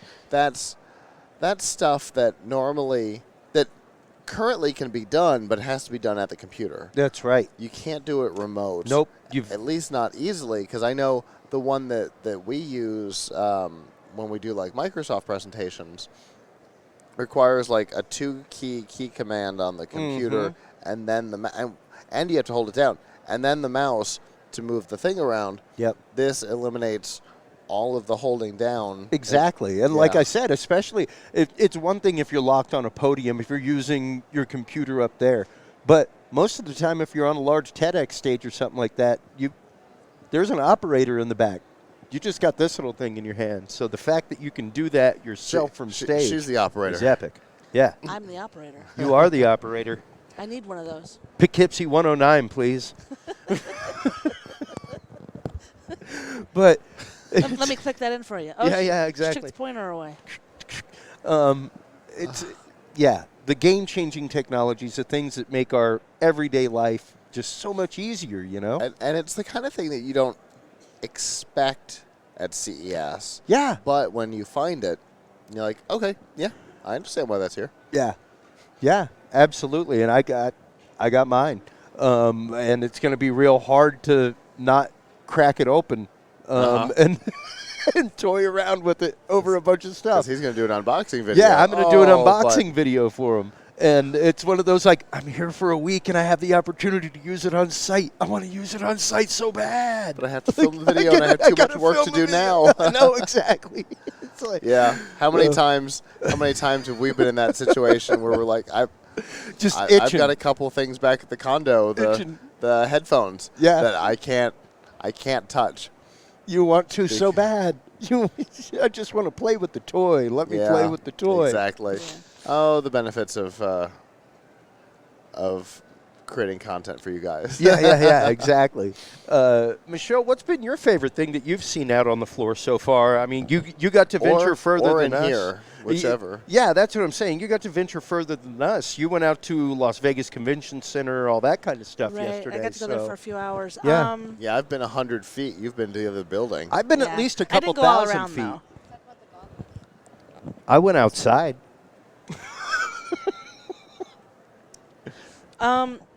So many things. You can't even really pinpoint one thing. Every time something else comes up here, I want it. Like, I'm going to be broke after the show. Mm-hmm. One thing that I absolutely love. yes.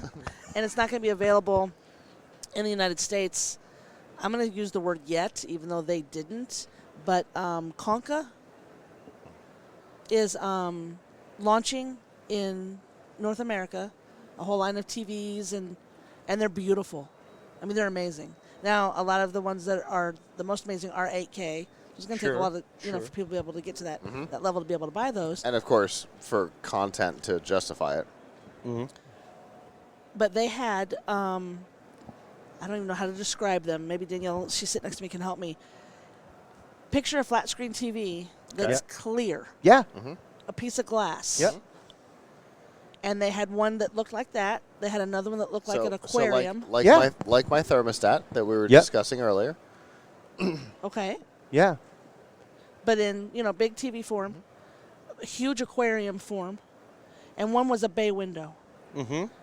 They were clear, see through perfectly. Oh, yeah, that's And then that's the how my content would thermostat come. is. The content would come through. They would have the aquarium. They would have fish, and inside the aquarium they had plants set up. So fish would come, and then birds would fly in, and then butterflies would go all over. It was the most amazing thing. And then the one on the bay window, which, oh my God, I have to have this now. They did it with a cityscape behind it, which was obviously, digital. But if you actually live like in a loft somewhere, or even just if you like my mother-in-law's yard, where it's just beautiful back there. Or if you don't like and then you the can city put things and on you the like screen the in front of it. Like I could watch fireworks, Scott, every night from a window. Yeah. Uh-huh. And it looks like an actual window. Yeah. That blew me away. Because it is an actual window. The future of the home of the future from Back to the Future 2 is here now. Because if you remember, they had the broken shade. They had the shade that just kept glitching out. They had the same thing. Yeah. And I saw this technology in use the first time, I guess about a year and a half ago at a conference. And there's a booth right over here that has a version set up. It's all this new transparent LED technology. And to know that now we have like 3 wafer screens that fit together that are 3 panes of glass, one screen facing this way, one screen facing this way, and you can see through both of them. So there's content playing here and content playing here that is not the same. So as you walk around the booth, you're watching different videos, and you can see straight through them. Like, great stuff, great applications of this technology. I saw, God, it's been several years now, maybe 4 or 5 years now. We saw it might have been at Intel. They had like a vending machine that had, it looked like one of those regular kind of Coca-Cola coolers. Sure. Right? Like at a 7-Eleven. You've got your your regular cooler and it's a glass door, but the doors were screens, and they were transparent screens. And so you look in it like normal, but you could also, they could also have things happen maybe as you walked by, or show, you know, this is on sale right now. They could do all kinds of things with the glass, but that was very prototypey. It was very early stage. I feel like that was before my time. Yeah, I didn't see that. I don't think that was in 4 or 5 years. Yeah, it might have been. It might have been earlier than that. I can't remember. I'm pretty sure I would have remembered that. At 11, it's hard to remember sounds cool, yeah. exactly which one Yeah. it was. But, you know, that got me really excited about the idea of transparent, real-world transparent displays, which is the reason why I have the thermostat, because just like Qi, I wanted to support it as early as I could.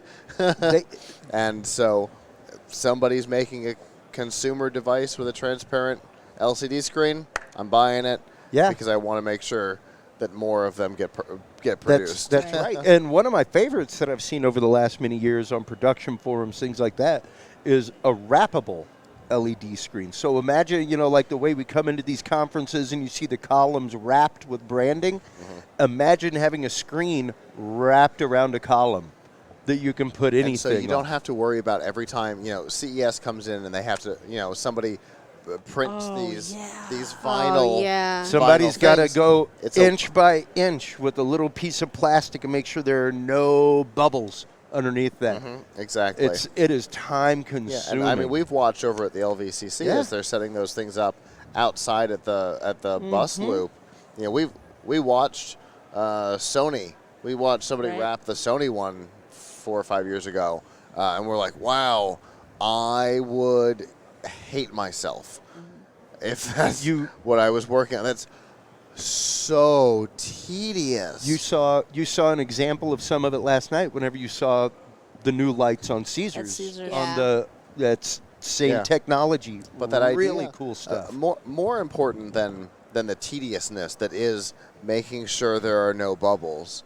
Is the fact that it's something that's printed for, in this case, 4 days. So one use. And then pulled off and thrown junked. away. Right. And Whereas I could just send you a file. Right. Thrown and away. one of the things that CES has been so big about over the last couple of years, I mean, just in the couple of years you've been coming, you've watched your badges change several times, and that has everything to do with trying to reduce the one-time use stuff, like the vinyl and things that were involved in our old. And I mean, yes, they used to take these banners that say CES Live for 2020 or whatever, that this vinyl would become our badge holders the next year, and that's great and all. That's what they were doing, but that's still reusing it at least once is still a 10% cost on top of it again. That's right. That's right. Even the cost of recycling to remake it, everything else.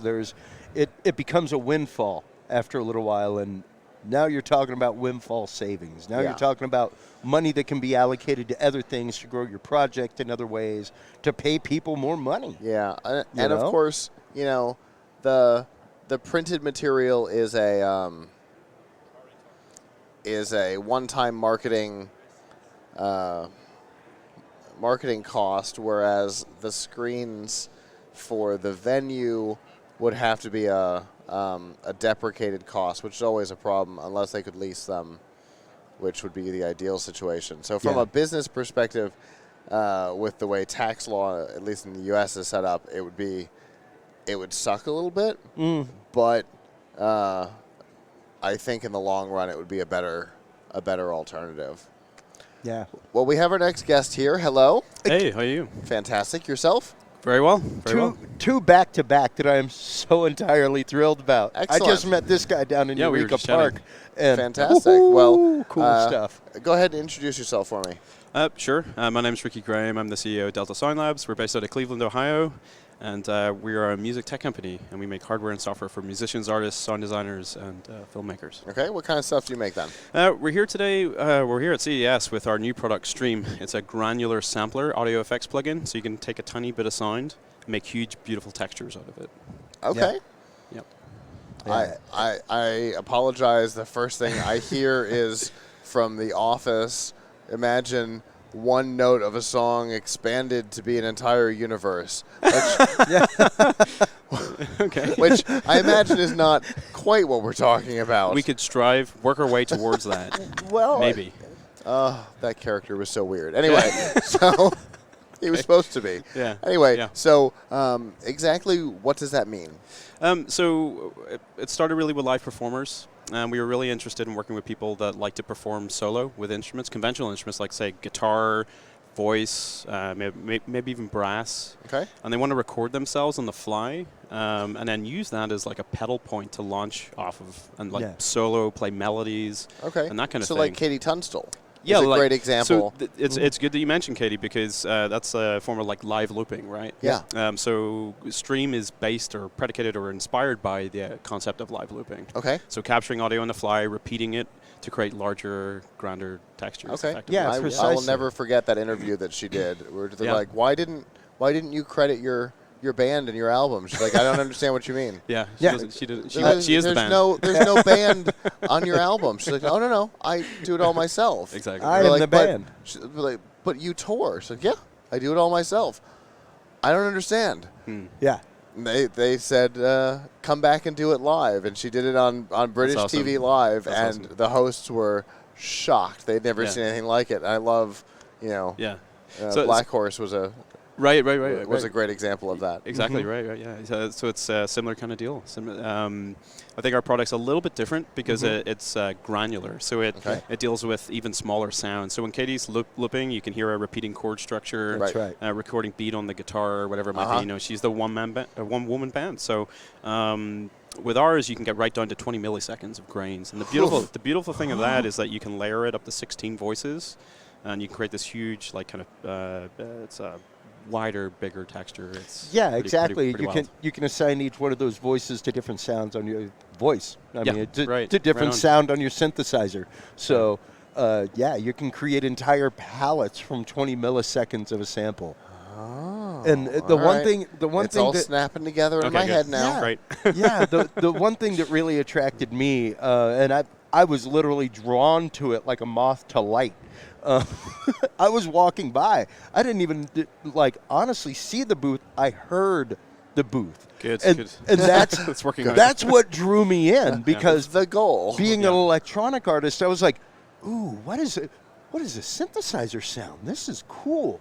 And I went over, and they had an infrared camera hooked up, running like a particle accelerator, watching you in infrared and transmitting that and driving the synthesizer. And it was so cool, man. So a fun thing we like to do at festivals that Christopher's mentioning is we actually have a motion capture installation that we actually brought to Moog Fest this past year in Durham, North Carolina, which is a wonderful experimental electronic music festival. And basically what our system does, it's an infrared camera that detects motion, and it disrupts a fluid simulator. And we're grabbing that pixel data, rendering it to a single stream that we can use to control audio effects on the fly. So think about it like this. Your body, your motion is creating music on the fly. Yeah, and being able to do that same thing, driving MIDI channels, that kind of you stuff can on external gear. Exactly. Oh, it's crazy. It is a whole new world, a whole new world and palette of creation out there for musicians. Makes it a little bit more embodied. Not just musicians, but when you're talking about musical composers for film, textural designers for art, like in art installations, that kind of stuff, where the people actively moving through the space are creating the music to the installation. So many applications artistically. Environmental audio for video games. Yeah, sure. Precisely. So exactly. Yeah. It's good you mentioned video games too.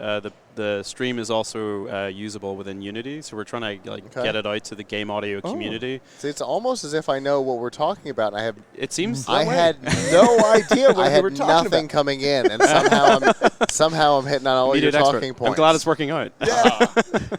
Glad it's working out. Way to be hip, Scott. You know what? Having done this for a number of years, I start to kind of try to think in the terms of the brand and where it might apply, and so it seems like it's been working. Yeah, absolutely. So it's can be built into Unity. It can run in Unity as an audio mixer plugin. Okay. So our hope, this is what we're hoping to do over the next while, is target game audio developers who are interested in interactive audio, and using it as a sound design tool, effectively. Yeah. I mean, imagine a game with ever-evolving music that changes all the time, and the sound of your last gunshot is what generates the music in your next level. It'd be procedural, Things like that. reactive. Yeah, it's all potentially doable within Unity. Yeah. Yep. Yeah, it's just so many applications and possibilities. You can see it again. I'm buzzing. Yeah. It's so cool. So here's the question. Go for it. Why? How is this the thing that you guys decided to tackle?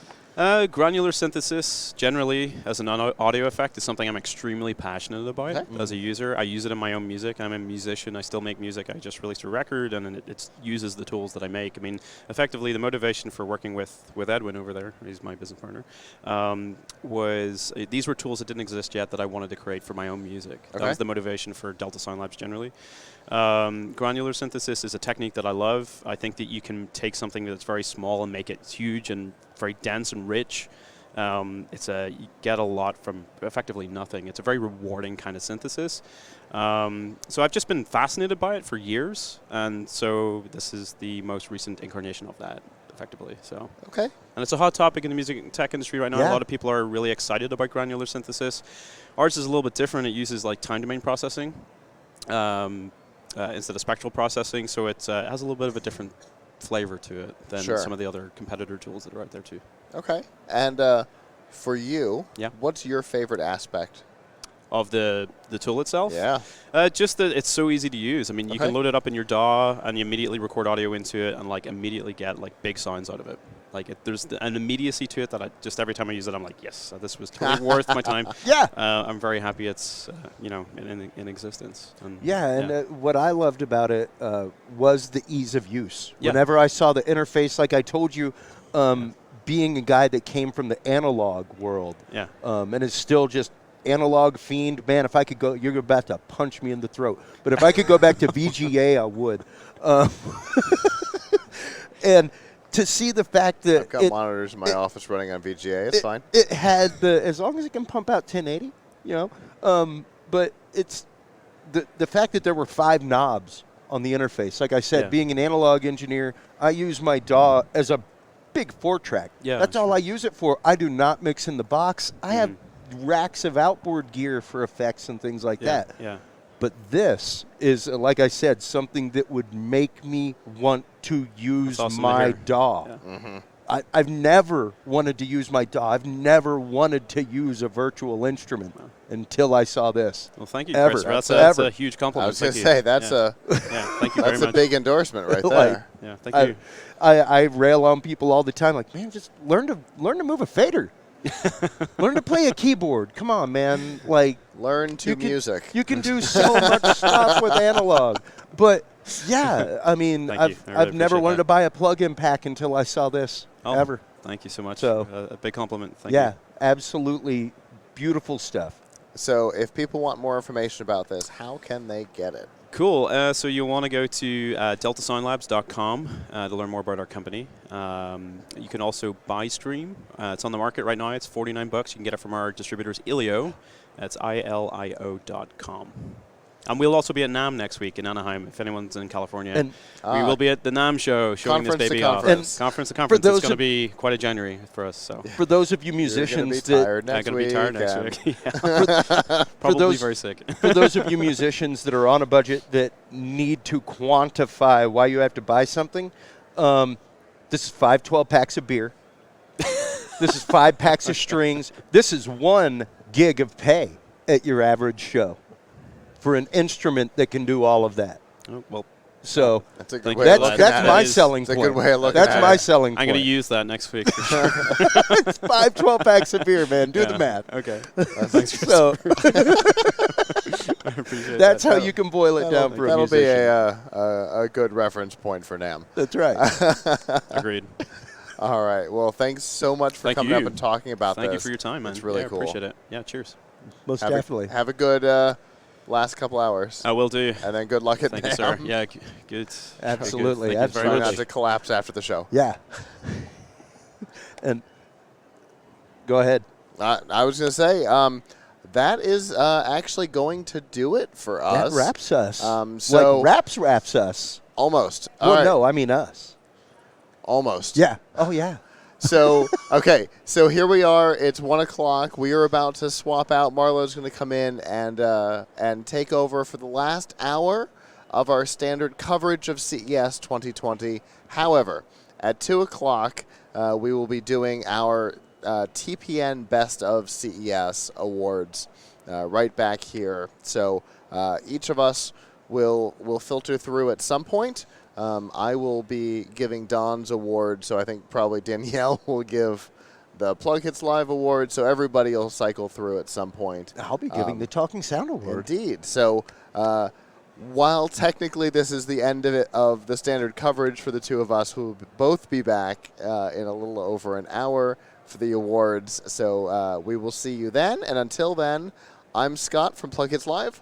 I'm Chris Jordan from Talking Sound Podcast. And we'll see you at 2.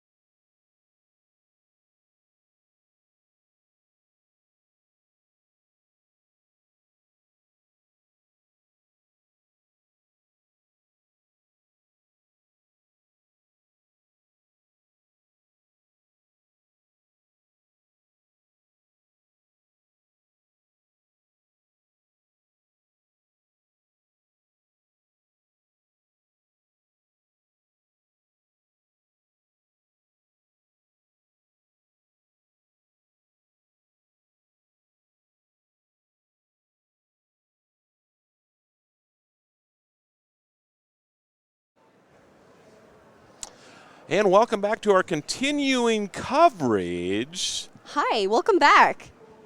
I'm excited to be here. I'm excited too. This is it. My name's Danielle. I'm from Plug Hits Live. Marlo Anderson, your guru of geek from the Tech Ranch. And we're excited. And we're on our last hour before awards. I know. We actually get to take this broadcast home. What are we at? 38 hours and counting or something crazy like that? And we're all starting to look that way. I'm starting to smell that way now. I know that. Oh, my goodness. This morning was so tough to get up. Oh, my gosh. Oh, she my had goodness. to, hit me. She was like, hey, get up. It was like painkillers and everything else. My feet are like Oh, yeah. My Oh, goodness. yeah. Oh my Oh, yeah, goodness. for It's been sure. crazy. I've already made my month step goal. It is what, the 10th? Yeah. No, I for sure. Yes, every day, because I have the Apple Watch. Every Yes. day I'll get all my rings, and I'm like, oh, cool. I did half an hour of an exercise today. Because it records my walking as exercise. So Oh, it's like, oh, I notice you've been walking quite a lot today. Well, you know what it is? I think after it goes back past, like, well, at least mine, I think it's like 5 or 6 minutes, and it says, oh, you're working out. Yeah. Well, I'm just walking, but I guess I got a Yeah, I guess 50-pound pack on me, and my I'm heart carrying rate's stuff. a little bit up, Yeah, and exactly, because you're yeah, carrying for all this sure. stuff. But anyway, welcome everybody. Live coverage of CES 2020 continues. The last day. Yes, we are high above the Sands behind us here in the Sands Broadcast Tower. And there is so much here. It's so crazy. We're trying to give you guys the most coverage for everything that Yes. we see here, just so we're a little bit more transparent about what you guys can see. So we're almost done with that. I know. But we have some great stuff to go over. Awesome stuff. Over the next hour yet. We have some great interviews that we're going to be doing with some amazing products. And we are also going to be, going into our awards. Yes. Which I'm Awards very, very start excited at about this. At 2 2 o'clock. PST. And we have 5 awards that we're giving away 5 for Top in Show. Yes. Top of Show, I should say. And So- let's just say they're pretty good. Yeah. I'm super Yep, excited. I'm Yes, oh, we're yes. talking about the award Here we go, right here. Here's a little teaser Yep, for you. yep. It is absolutely gorgeous. Yeah, it really is. They're going to be excited when they get these. So, yeah, that's the hard thing about it is that it's actually tough to see Yeah. because of the lighting coming through here. But maybe we But can guess kinda what? Go like so. Guess Yep. what? If you follow our social media on Facebook, Twitter, anything like that, you can see behind the scenes, and we'll put a little bit of a picture of this beauty. Yes, yeah. So you'll get like a good shot. We'll probably also be taking pictures with some of our award winners at 2. So definitely stay tuned for Yep. that. Yeah, absolutely. So, do you have any personal favorites that maybe other than maybe the award that you're giving out a little bit later? Is there anything else that did you have a hard time choosing? And there's this other one that's out there that maybe you're thinking that I have one. There are a couple that I really liked, but most of them are winning something. Okay. Cool. There was one that I really liked as well on day 1 that involved, I think Scott and Chris were actually talking about it not too long ago. I think it was like Doodle Mania or something. Yeah. They were calling it Magic Doodle or something, Yep. but it was basically an app where you can draw something on any whitish surface. Okay. Using like the colors like yellow, blue, green, any of that stuff, Yep. and it would turn it into a video game. Yep. Oh, did you see what I got? You got a unicorn. I got myself a unicorn tattoo. Yeah. What happens Yeah. in Vegas, dude? No, I'm kidding. The man It with was, the it unicorn was pretty. tattoo. It's Yeah. kind of amazing, right? I don't know. I don't think you can see it on there. This is my first tattoo ever, though, and it was done by A printer, a right? machine. Is yeah. is Prinker here? Prinker's here, yes. Oh, I need to find them. Yeah. I was going to give them my logo, and I was going to have. Well, never mind. I won't tell you that story. Anyway. But You got to tell me later. Yes. on yes, that yes. note, our first interview Yes. is here, and it says actually one of my favorites so far. It's Lumen. Lumen? Hi, Hi. Daniel. Hey, Daniel. Hi. It's good Tell to have us- you here. Tell us a little bit about what Lumen is for those that don't know. I talked about it a couple days ago. I was like, look at this thing. It's so cool. Sure. But give So- us a rundown. Perfect. So basically, Lumen is a small device that measures the CO2 content in your breath. And what it tells you is whether your body is using now fats or carbs for fuel. And basically, it gives you a nutrition plan for today. How much carbs to have, how to work out, when to stop eating. So fasting is another thing we recommend. And when you do it over, morning after morning, basically, you can actually control your metabolism and set your body in for the goals you want to, whether it's lose weight or build fitness or just being healthy in general. So you guys actually recommend like an intermittent fasting or something based That- on your metabolic health? Yeah, so that's one of the strategies. So keto short term could be a strategy, low carbing and sometimes high carbing. So it's not just one thing. So it actually, I didn't know about your company. I was expecting this to be a light. Yeah. So So I why- don't why mind my expression here all of a sudden that we are, so you can, by a person's breath, you can determine what I should eat. True. Yeah. And if I want to lose weight, maintain weight, whatever I'm trying to do, and Right. this will give you recommendations. Exactly. So the CO2 content in your blood basically is indicative of whether your body is processing carbs now or fats. And when you take that measurement in the morning time at fasting, it's actually indicative of the things you've done in the past few days. So have you been high carbing, eating late at night, alcohol at night, all these good things for life, but probably bad things for your body will get you to use sugar, carbs in the morning. Right. And if you're doing everything right or some of the things right, you can actually wake up on fat burn, which is what you want to expect your body to be in, and that's a measurement of health. So basically, I live on bagels and cream cheese. So at all times using this, it will say carbs. Yes. You're burning carbs. So because of that, I mean, I'm fascinated by this. Okay, so what happens here now? I mean, because I ate a couple bagels yesterday, right? Yeah. It's going to come now and tell me on my smart device that what I should consume this morning for breakfast or what have you? So there is a feedback loop on nutrition. I think that's the core. So nutrition or metabolism is complex. Many things are impacting, Sure. right? Lack of sleep, stress will get your body not to shift to fats in a healthy manner, right? Okay. Overconsumption of carbs, that's as well, or caloric consumption in general. So also using your platform, are you able to set a goal? Like say I want to lose weight or someone else needs to gain weight. How do you operate that through your service? So everything basically is driven by the app. So we can actually, when you start, we'll ask you a few questions about your habits, your food preferences, your goals, lose weight, build fitness, and the plan is based on that. So at any moment in time, you can actually change and say, I reached my goal weight, and now it's about maintenance and healthy metabolism. So.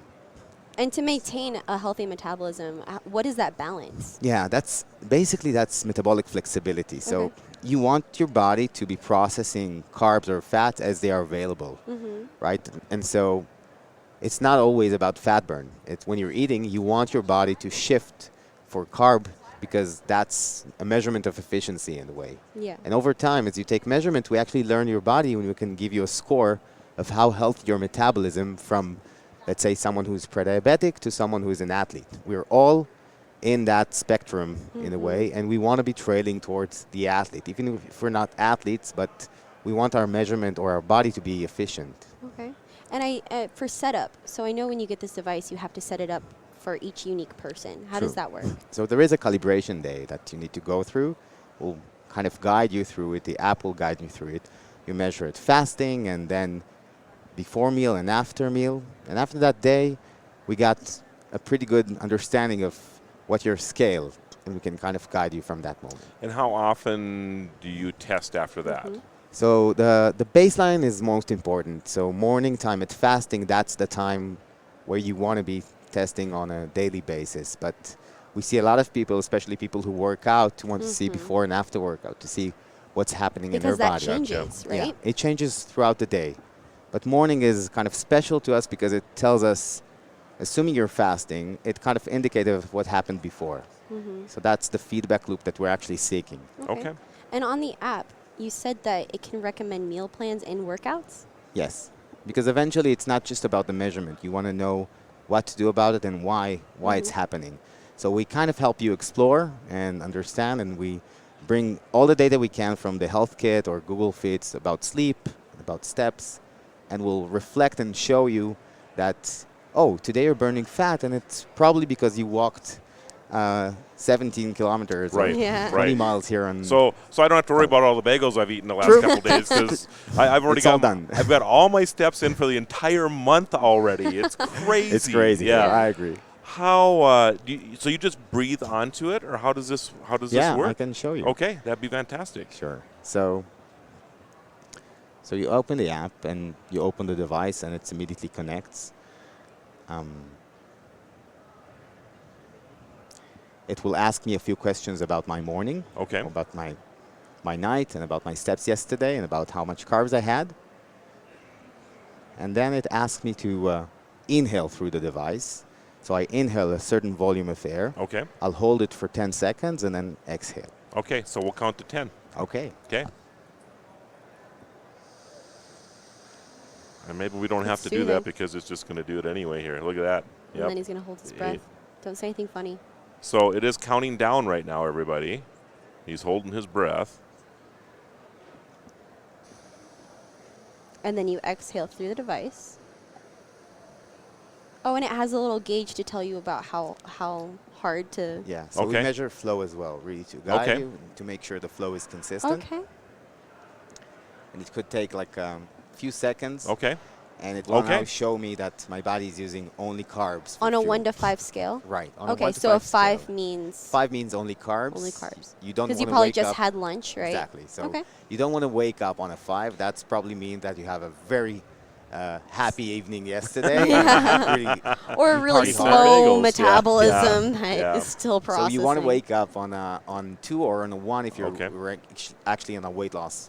And then it basically reflects and show me what my week look like, and it will build a personalized nutrition plan for me based on whether I'm working out today or everything that I have planned for today.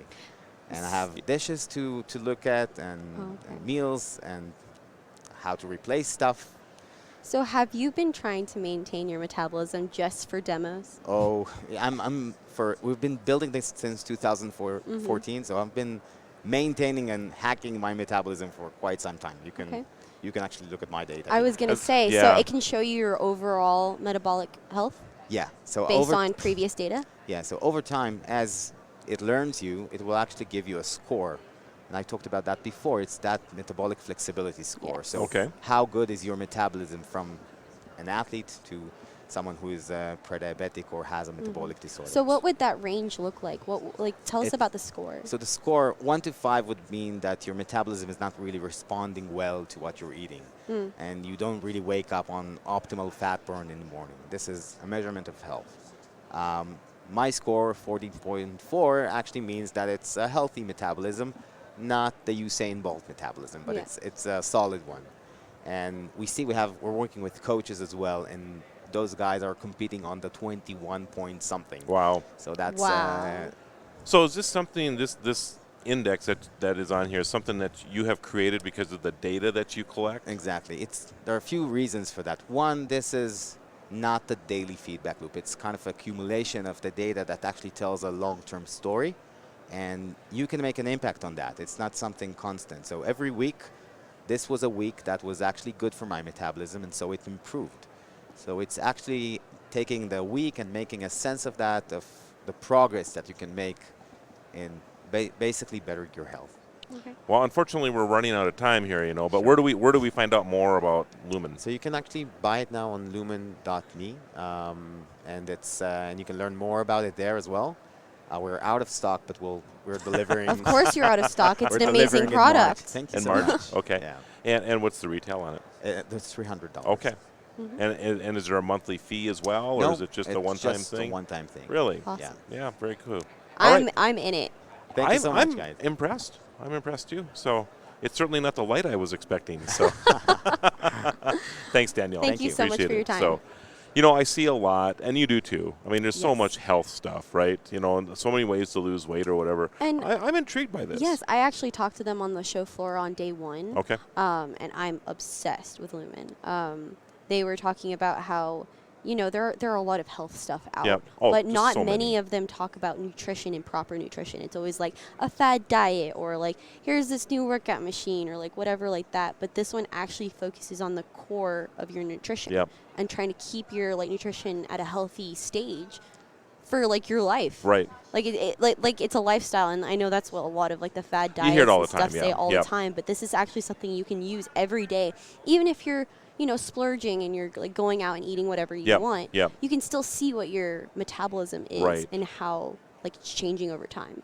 So obviously I'm not into health like you are here, but I think it's cool. But I think it's cool too, and it's not unlike our fitness watches now or whatever, right?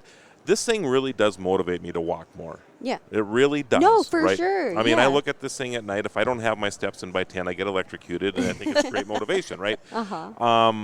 This too, I mean, I'm one of those type of people that if there's a way to track stuff, I will be doing it, right? Mhm. So because I see this, and it's almost like a competition game type of thing, right? I mean, I'm like, all right, what can I do to get this to 1 in the morning, right? So do I not eat my bagel at night now because Yeah. I want this to be at 1 in the morning? And if I Mhm. eat the bagel, I know it's going to be I know at 2 it's or gonna 3. be- yeah. You know, and I have that in my head now. It's just a way to kind of keep Yeah, score. plus it's and- proof. Like, Yes, how many it times do I is. tell myself, this bagel's not gonna, one bagel's not going to do That's anything. exactly right. But And, it then I wonder why I changes- can't lose yeah. weight. Like, if your Yeah. metabolism is running strictly on carbs at any given moment, then like I mean now you're aware. I mean, a lot of the time you're just mindlessly eating, or you know, like, Right. you don't really think about it. You don't. But You now don't. it's like, wow, like you can actually use this multiple times a day, multiple times a week. You can do it before and after workouts and see how everything changes. Right. And like, if you're actually going to be losing right. weight. And like they have those little strips that you can, you know, pee on to find out if you're in ketosis or this or that, or Right, you know, right. pre-diabetic or all these different things, to be able to Just breathe. Just yeah, All you have to do is every breathe. morning easily. Yeah. You know, the whole family can use it. I'm gonna bring it. Like, I might actually get one. I'm thinking and about I'm getting gonna yeah, I'm bring it thinking about everywhere. getting one too, actually. Yeah. Yeah. Actually, I'm curious about it too. Thinking about something I'm gonna get. I've actually talked to these people at Unveiled. You mean the next guest? Showstopper. Yes, Showstoppers. You know what? Right. Can I borrow some money? You want some money? I need thousands of dollars because I have so many things I want to buy. I know, right? I need some stuff. But our next guest is here. Yes. And it's not Lumen. No, it's not Lumen. Okay. It's actually And Michelle's Disney like, Code "Oh, Illusion. no." Disney It is Code Illusion. Illusion. Yes, yes. And Satoshi. Yeah, Satoshi. Hi. How you doing, Satoshi? Nice to meet you. Thank Good. you very Nice much. to meet good you to see too. you Hey, good to see you again. Yeah, Hey. yeah. All right. I saw these guys at Showstoppers, right? Yep. Yes. Yep. And I saw Baymax and I saw Exactly. Code because I'm a software engineer Right. on my day job. And I'm obsessed. Tell us a little bit about Disney Code Illusion. Thank you. So yeah, it's about the text-based coding with Disney. So you can learn, you know, full languages such as JavaScript, HTML, CSS, and processing, while you play games with, you know, Disney stories. So it's like your major Disney characters all in. Exactly. Like teaching you how to code. Right. Wow. So for example, we use like 14 stories such as Frozen or Baymax or whatever I you love like. Yeah. And for the Frozen part, you can learn how to create the Elsa's snow magic with JavaScript. And also you get this book, as well as it's about web-based coding, right? But you get this book.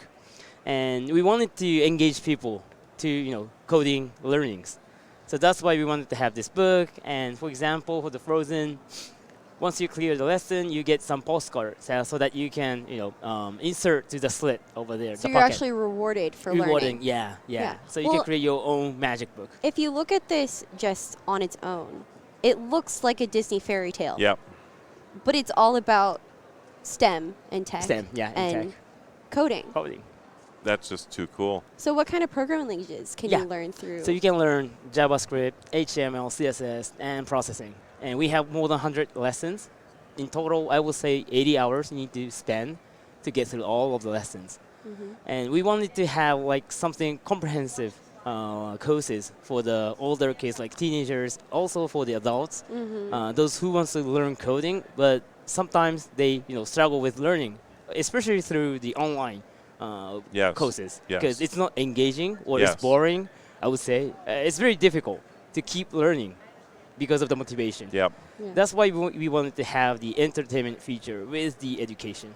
This is really interesting because I do a few things in the licensing space. Oh yeah. And I can't even imagine the conversation that must have went on between your company and Right. Disney for licensing rights It's crazy. for coding. I love it. I love it. They were like, "Who's coming up with this idea?" Right? That Yeah, had to be fantastic to bring this to you. them. Yeah. Yeah. Thank you. What Yeah. sort of techniques can you learn Here. through like working Oh, with yeah. Disney characters? Sure. So you can learn to create some media art, which is like computer. You use the computer to create some art, or you can create some websites or games like 2D scrolling games and puzzle games. So you can see here. Yeah, I can show you. So this is the Elsa's Snow Magic with JavaScript. I'm going to pull that over just a little bit more Yeah, there. sure, just All in right, case. so we don't. There we go. Okay. Right, and this with Aladdin, you can learn the 2D scoring games, including some mathematics, like Pull that- sines and Tilt. cosines. Tilt it. Yeah. There we go. We're getting a little reflection. Okay, Sure, very good. Sure. And also for the Zootopia, you can learn how to build the website to recruit the police officers. So you can build a website with the Zootopia characters. Right. I love that. Do That they is give you like great. instruction? Yeah. How does that work Yeah, it between goes the like interaction? It's like a step-by-step approach, and I tried to make some demo here, but I'm sorry, we lost the Wi-Fi here. That's it's fine. Yeah. No worries about that. We understand totally. Right. Yep. So, in general, it goes by we have the coding window and the hint window and the result window, and the result comes out simultaneously once you code something. Okay. And it goes like step by step, so you won't get lost. Mm-hmm. So those characters in the lesson part gonna lead you through step by step to see. Let's change this parameter to 0.006 from 0 or something. Okay. Then you change it and you see the result.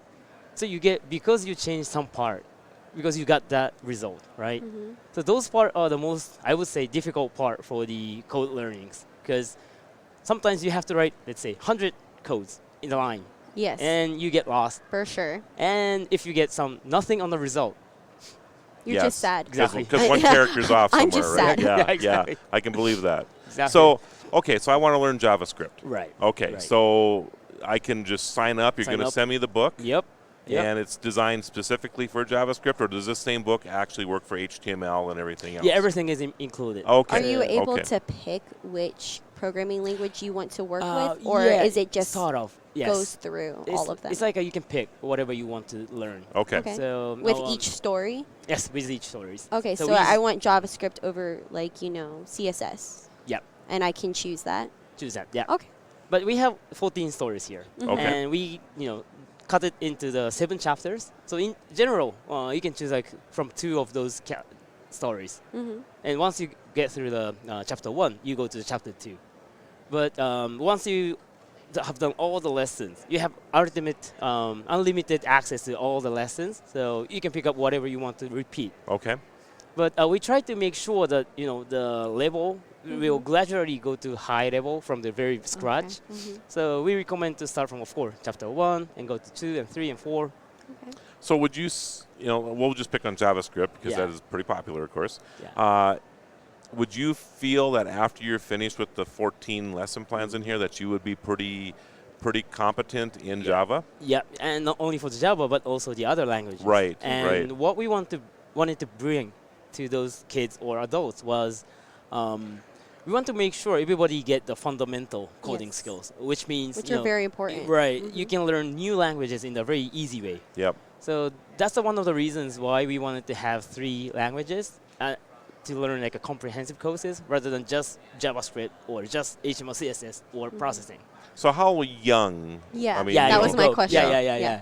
I would say it depends on the individual, but Yeah. I would say about 10 will be Yeah, a good really. starting point because you have to type everything by yourself using the keyboard. So of course, some people or kids are very familiar with using these computers. Yep. So those kids probably 8 or 9, that would be okay. But I would say in general, starting from 10. Yep. And our target audience were teenagers and of course adults Yep. who wants to learn the real coding. Interesting. Yeah. And the cost of the program? It's about starting from $65 per month. Okay. Yep. And after how many months? I mean, was this a year-long thing, or doesn't it really matter? Doesn't really matter. Just depends how fast you get through it. Yeah. Okay. But as I said, it will take about 80 hours to go through everything. So Okay.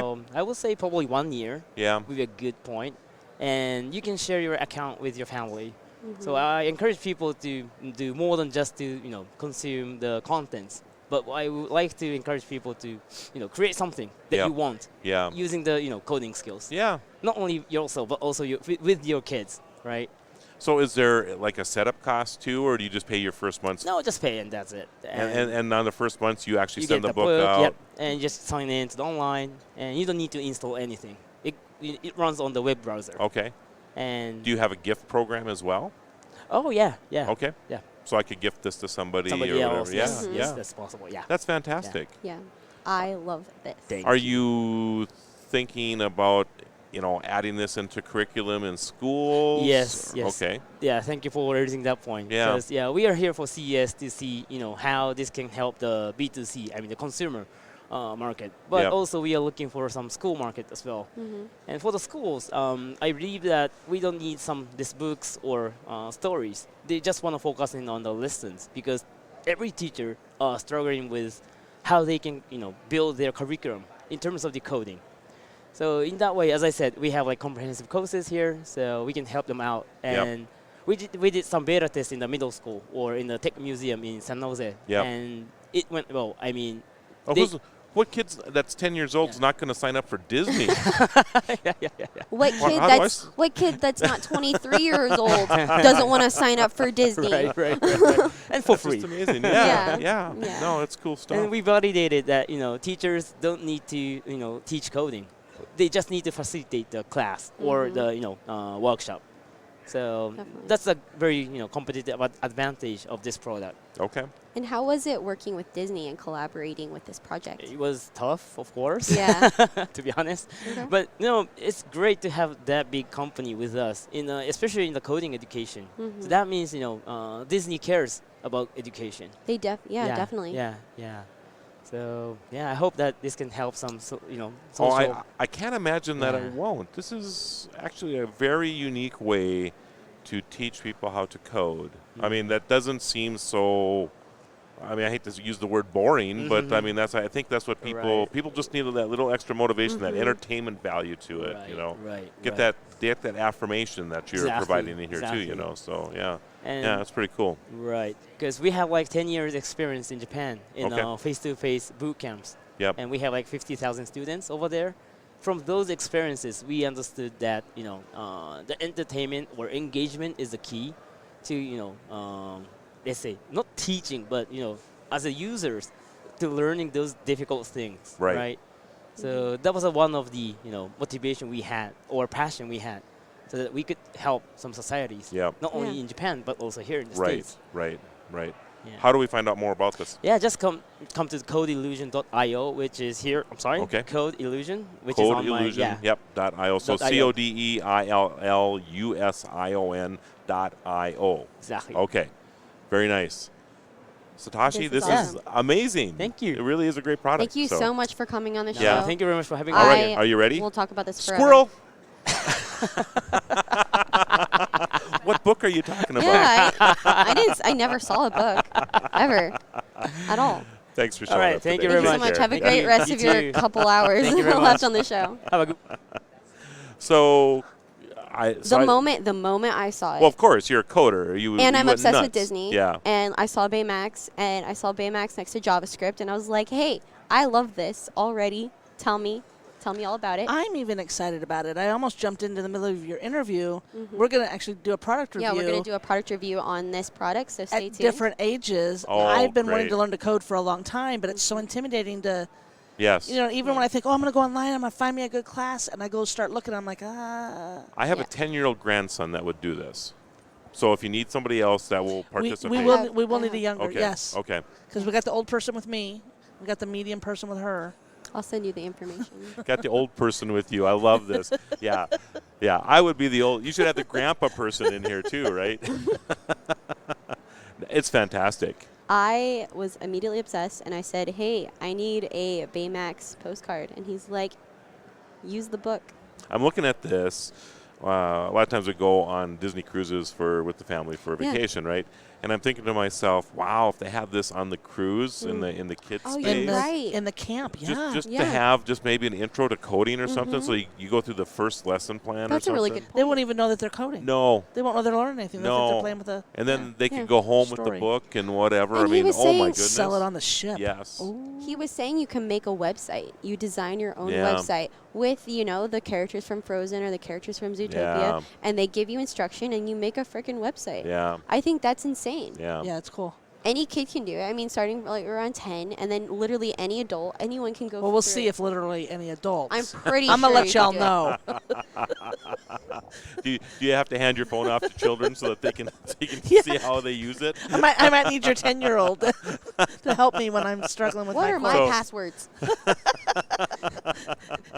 So his name is Logan. Actually, I think he's 11 now, actually. I mean, if he's watching this, he's like, Grandpa, I'm not 10 anymore. But I'm 11. But, of course, when he's 6 and I'm out there flying drones and he's flying my drone as I'm trying to figure out how to put his in the air, Yes. his little toy one, he's got mine up and zipping around all over the place. I'm like, yeah, I'm already outdone here, and he's only 6, you know. Yeah. He's a master at that stuff, that's for sure.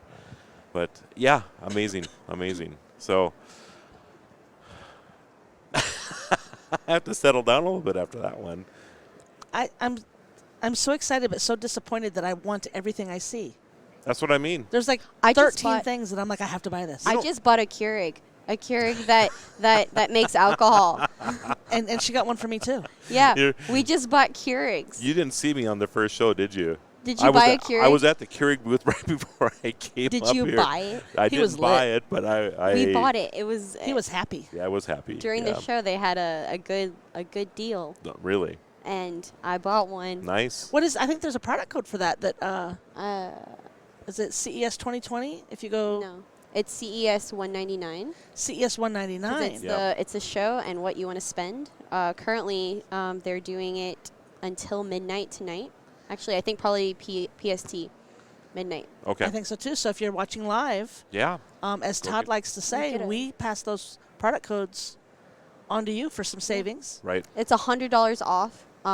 Right now, they're only available in certain states. Yeah, They're talking about there's only that. 7 states that they're available Right. in. But And they're- 13 soon to come. Yeah. Right. So, I mean, if you know anyone in Florida, send it to them and then steal it back from them.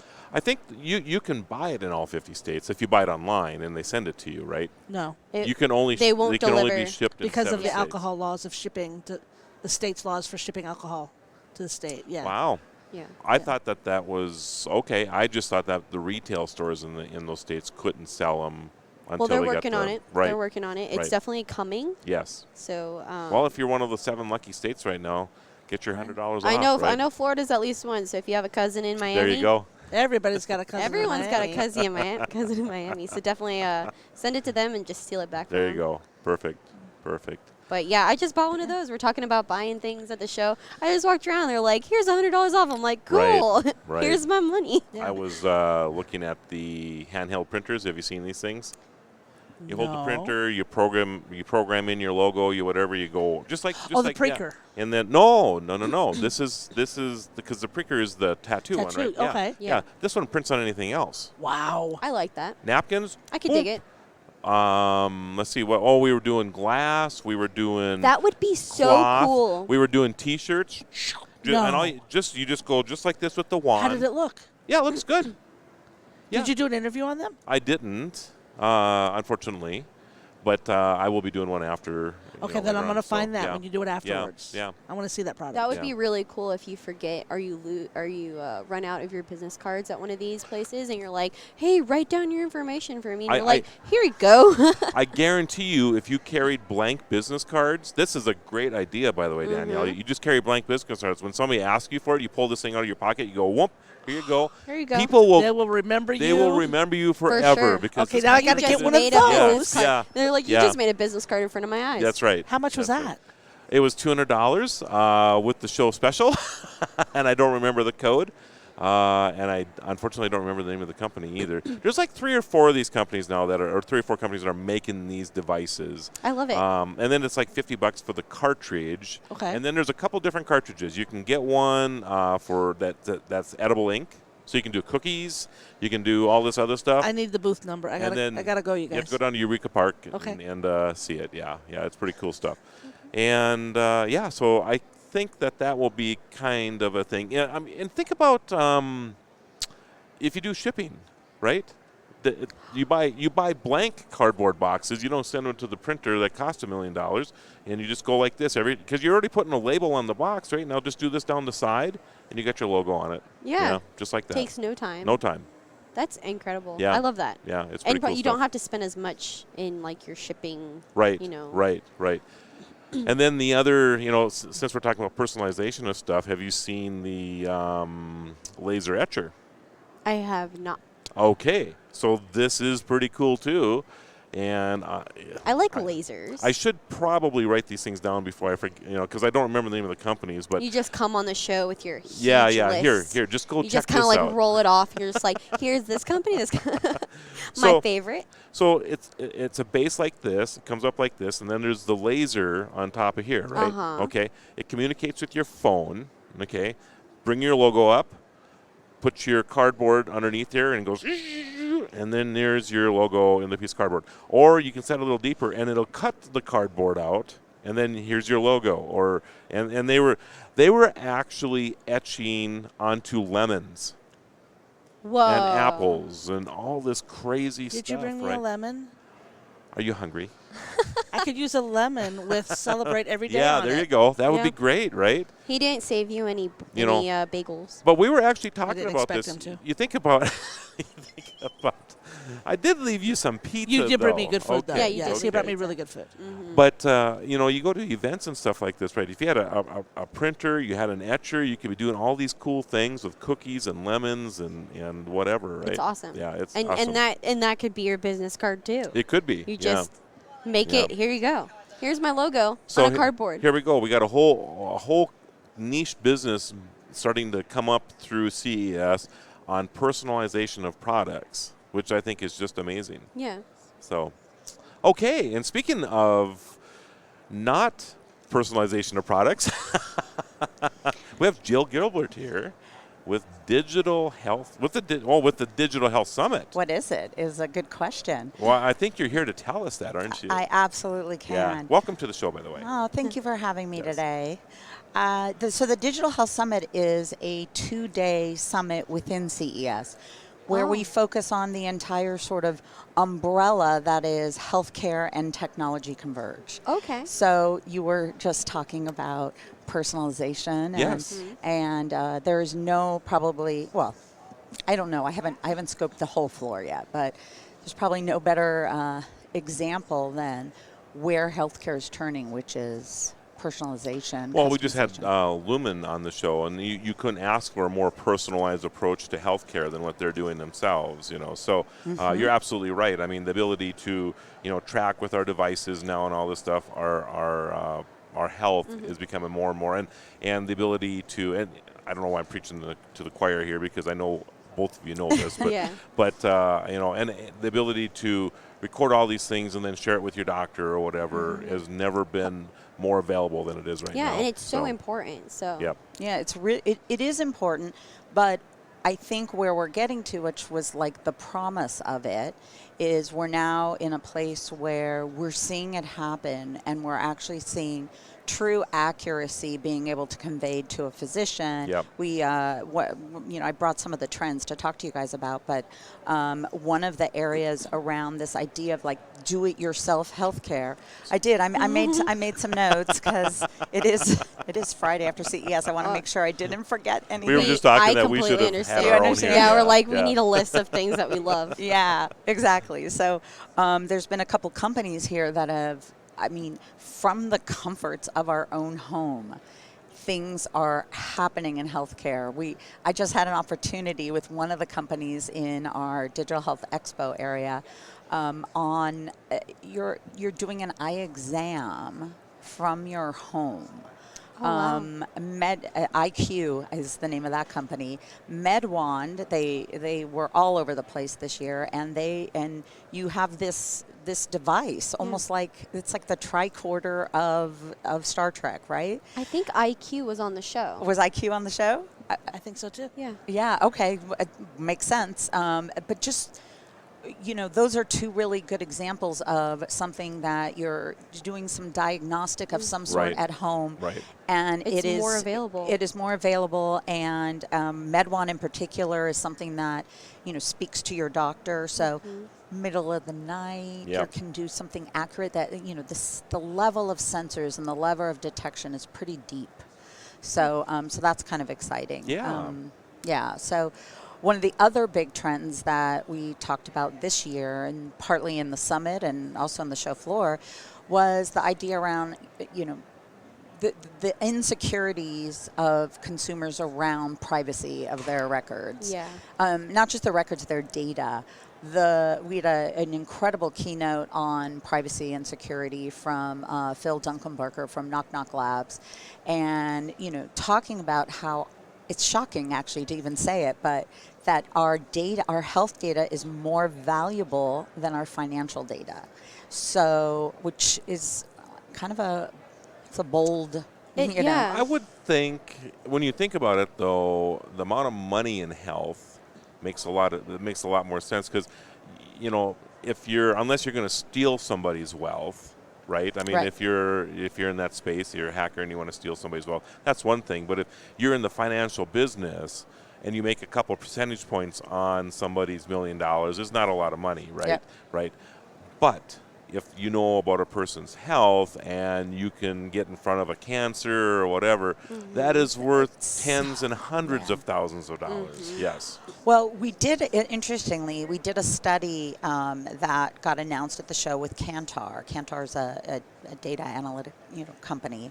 And they went out to consumers, and consumers are extremely hopeful about digital health technologies providing them value, but they're very skittish about their protection and their privacy and the ethical use of their data. So where do you see that going? I mean, do you see something in the horizon about protecting our privacy? 100%. Okay. 100%. I mean, it's going to happen. Is it blockchain? Is it it's going to happen. I am not the expert, but for these technologies to truly, proliferate, be pervasive, and be impactful, this has to happen. Like this has to happen. So well, and there's always this process of shaking things out a little bit, right? And I think that's where we're at with some of this stuff right now. We were talking a couple days ago on the show about 3D printers and how they've kind of grown up over the last 5 or 8 years here. Right now, I mean, now we're starting to print joints, and I interviewed a company who did their first knee here not so too long cool. ago. I wish so I cool. could have seen that one. Yep. They scan you and get an exact scan of what you need for a replacement, and then they print it and put it in you, right? So instead of choosing from 3 or 5 or 7 different sizes, and then they try to force this in, right, or whatever, or your hip or whatever, it's perfect. Yeah, that is. I mean, 3D printing is very exciting. Yep. That we were joking years ago, the 3D printing our liver, and it was like little parts we change out, the new Lego piece that comes in. And now here we are. Yeah. Here no, we it's are. It's happening, amazing. and it's happening. It's highly beneficial for with third world countries where people have don't have access, right? Aside from our country, well, it will be readily available. Yeah. My prediction is that in 10 years, the organ transplant donor list will be 10% of what it is right now. So that's what I'm saying. So that would be amazing. So 120,000 people waiting for life-saving organs right now, and I expect that to be around 10,000 in 10 years. So well, the interest in healthcare is it's explosive. It's explosive. We had I want just to share with you guys the types of people that are speaking, that want to speak on our stage about healthcare. It's moving into Celebrityville, right?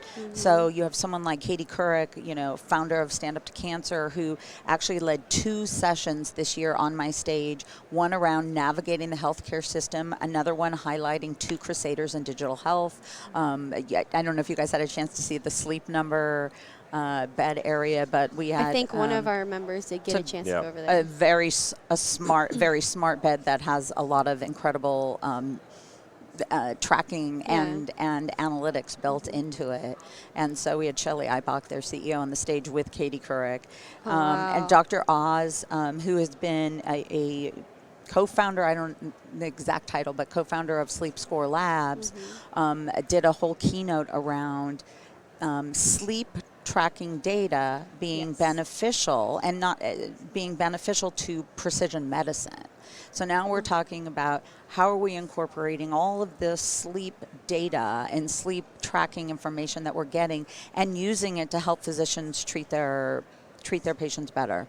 So it's the interest is there. And for the first year, we had Mayo Clinic actually come and talk about how they're using voice tech. So I just saw Google Voice everywhere Yep. and Alexa Yep. and the whole thing. And they're like, this is very promising for healthcare delivery. So it's, it's like gurgling under the surface Yep. and we're ready and it's like oozing out. I mean, it's being used already. We know this, but I think some of the most exciting developments are going to be happening from this next decade, 2020 plus. Yeah, definitely. So, and what is your role, like, I overseeing all of this? So I get to produce the summit, which is, a ton of curation and listening and developing topics that are highly relevant. A lot of these companies come here and they have amazing technology, but the stories are very important. So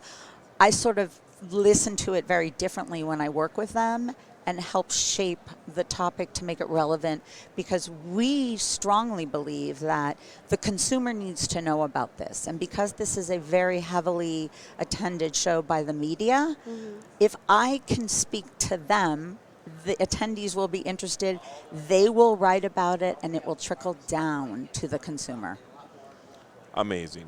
So my role is helping shape it, and then I get to MC the program. So that's I love that. hence my scratchy voice for you today. But I get to We're do all there. that Yeah. and Yeah. really partner with these companies on, why are we at CES versus any other show? Why is this show important? And so we've spent I've been doing this for 10 years now. So this is my 10-year anniversary. So Amazing. it was great. Yeah. But thank you for asking. Well, thanks for what you do.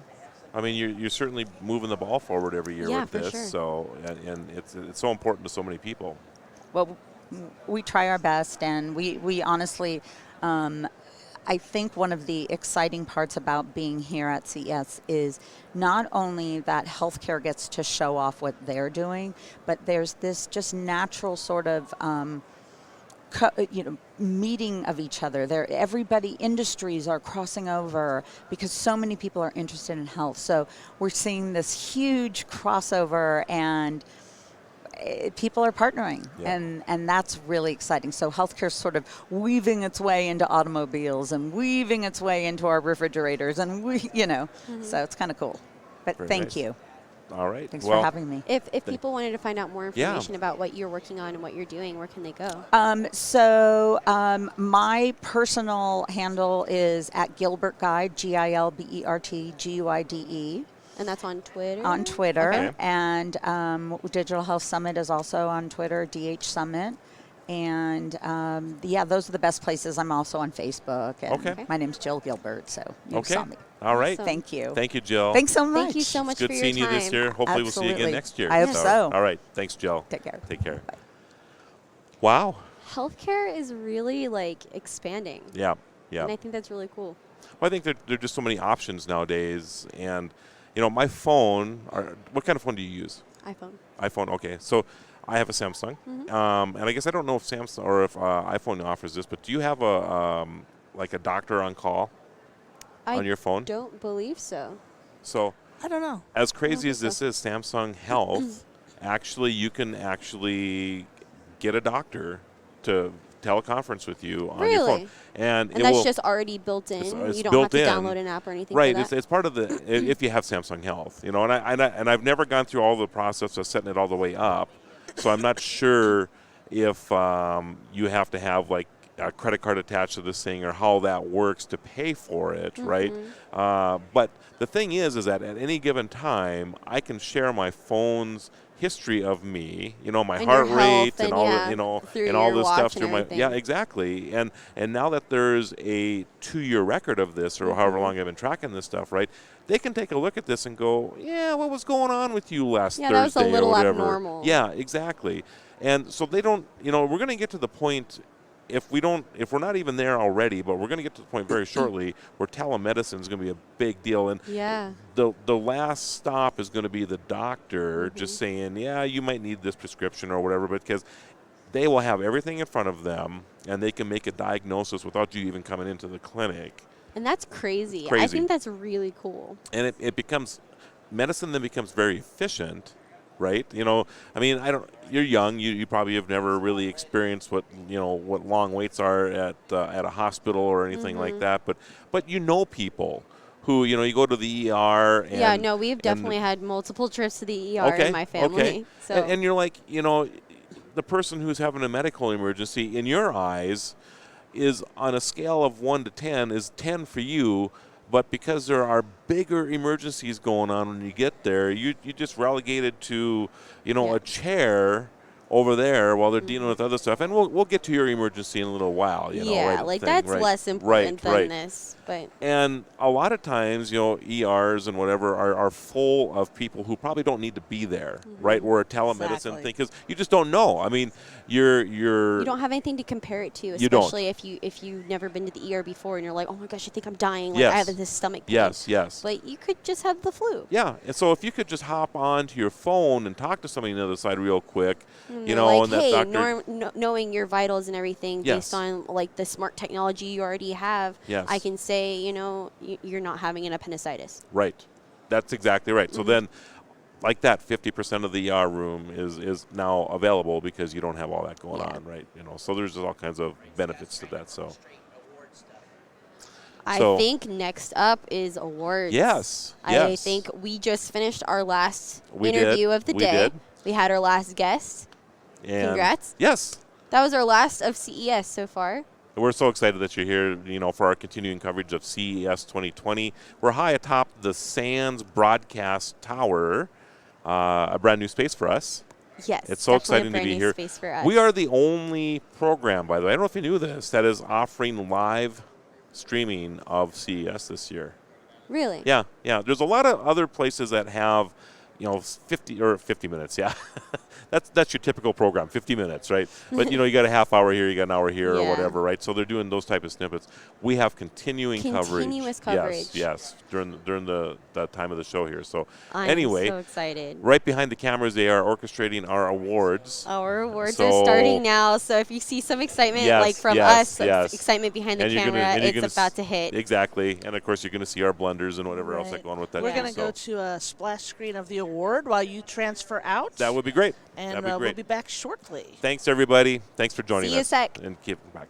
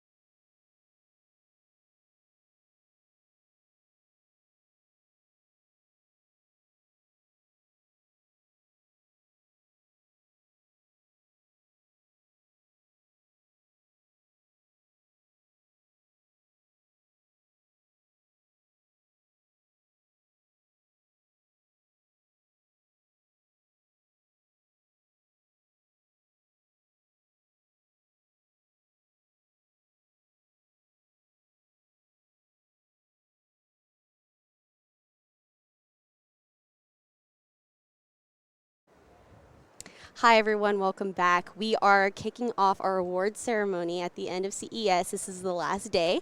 But I, on behalf of Plug Hits Live, am going to award our first award of the night to Lumen. So if you guys were looking a little bit ago, he was on at 110. And just give us a little rundown about Lumen for me for a second. Lumen is a device that measures metabolism in your breath. It Mhm. tells you if you're burning carbs or fats for fuel in real time. And based on that, gives you a nutrition plan, Mhm. fasting plan, and how to work out in a way. So And I've been obsessed with this product since the moment I saw you guys on day one. Thank so you. I came by, I was immediately intrigued because I've been doing intermittent fasting. And you know, like, it's a new year, it's a new decade. Everyone's really going to get into, you know, taking care of our health. And I think this hits home. This Thank you is so the much. base of nutrition. And you know, it's not a fad diet. You're not really going through anything. You're not just doing things that, like, this is the core. This is the point. yeah, this is mostly a journey to kind of learn yourself and how your body, your own body, your personal body really reacts to the habits you have the good ones, the bad ones, and it changes, right? Yeah. No one will be perfect for long term or every day, right? Yeah. We trail in and we trail out. This is kind of helps you to kind of decide what's your lifestyle and what's your own hacks to becoming healthier. Definitely. So, on behalf of Plug Hits Live, I would like to award you our first award. Thank you so much. This is such an honor. Of course. Thank you, And guys. for It was a pleasure. anyone who wants to know more information about Lumen, where can everyone go and like the price points, and tell us a little bit about how we can get this? Sure. So you can buy it online on lumen.me. It's $300, and there is no subscription. It's just the device. There are Just the more device. surprises in the future, but basically, it's a new way to start a journey. Well, thank you so much, and Thank you. congratulations. Thank you so much. And then we're moving on.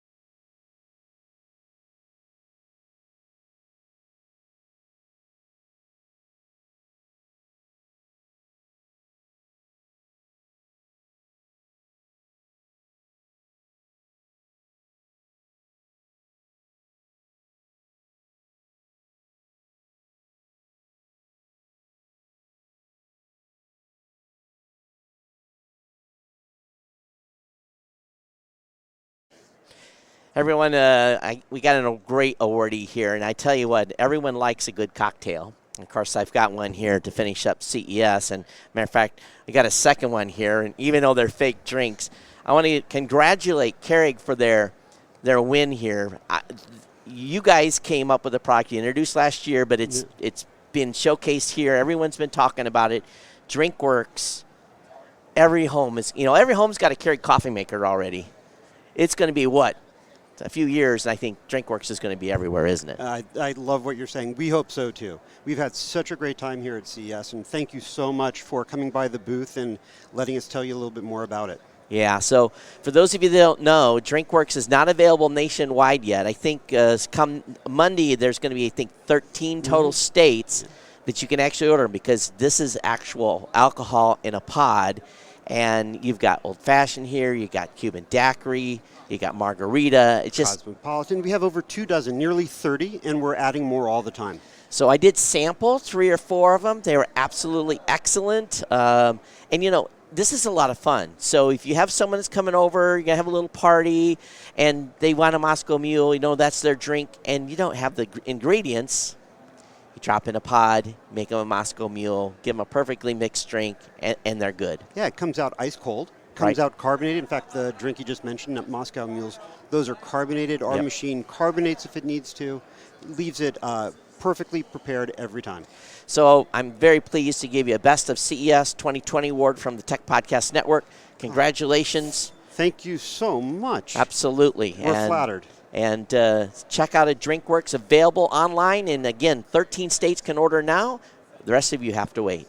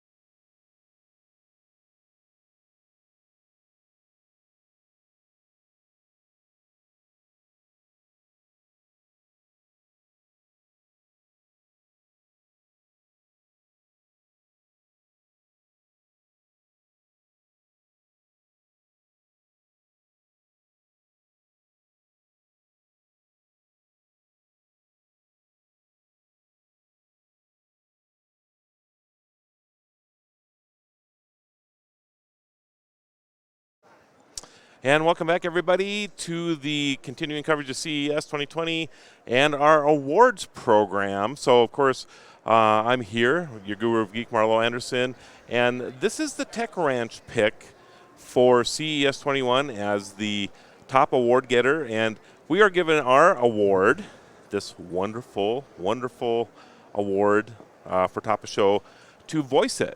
VoiceIt, and Danny Weisberg is here, and congratulations, Danny. Thank you so much. You're very welcome. Really, really appreciate this award. So why don't you, I know we have a very short period of time, but tell us real quick what VoiceIt is. VoiceIt is a unique speech recognition technology that will help people with speech disabilities to communicate. And it can help people that were born with cerebral palsy or Down syndrome, adults who had stroke, Parkinson's, ALS, traumatic brain injury, and many other situations that prevent them from speaking in an intelligible way. So like a translator, think of Google Translate, right? So if I was going to speak French to you, for example, I could use Google Translate and speak French to you, and then and you would be able to understand that. The same scenario kind of happens here with people who have any type of speech disorder, correct? Exactly. So the way we started the company is actually from personal experience. For example, in my family, my grandmother had a stroke more than 10 years ago. And it was very painful to see that she lost her ability to communicate clearly. But one thing that I saw is that the nurse that took care of her on a daily basis could understand what she says. And that was the eureka moment. If we can learn to understand a person with a speech disability, then with machine learning and with enough training, then the software can learn and create a personalized model, speech model, for this person to communicate. So this is basically the idea. The person with a speech disability trains the software, and the software builds a personalized model, and then you can communicate with anyone, and not only with the close caregiver that kind of learn already how he speaks. But it's more than that. The person also, with an integration with smart home and smart speakers, can gain much more independence in his life. He can turn on the light, he can turn on the TV, he can play music, and can do so many things that otherwise he would be completely dependent on a caregiver to do it for him. It's absolutely amazing. So where do we find more information? Well, our booth is over there, and our website, and and your website domain is? VoiceIt, VoiceIT.com. Okay. And we are starting very soon an open beta where we're going to have people, or an open beta where people will be able to join the beta testing and experience VoiceIt. That's fantastic. Well, Danny, congratulations. Thank you so much. It's our honor to have this to you. So, all right. Thank you. Thanks, everybody. Scott Ertz will be up with his award, so stay tuned for that.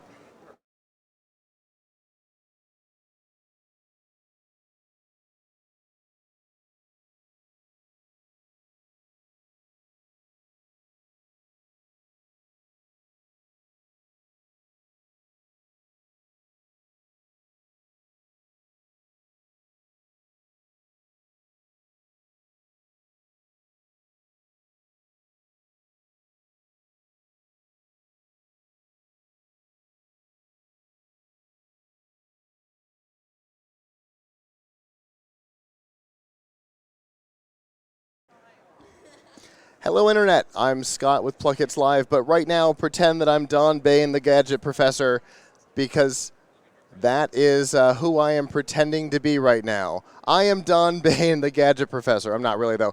But with me for the Gadget Professor's Best of CES Award, we have Microvision. Hello. Hello. Go ahead and tell those who may have missed the interview earlier in the week just a little bit about what we have here. Okay, so we make a short-row laser interactive projector. And what's unique about this thing is that we can turn any surface into a virtual touchscreen.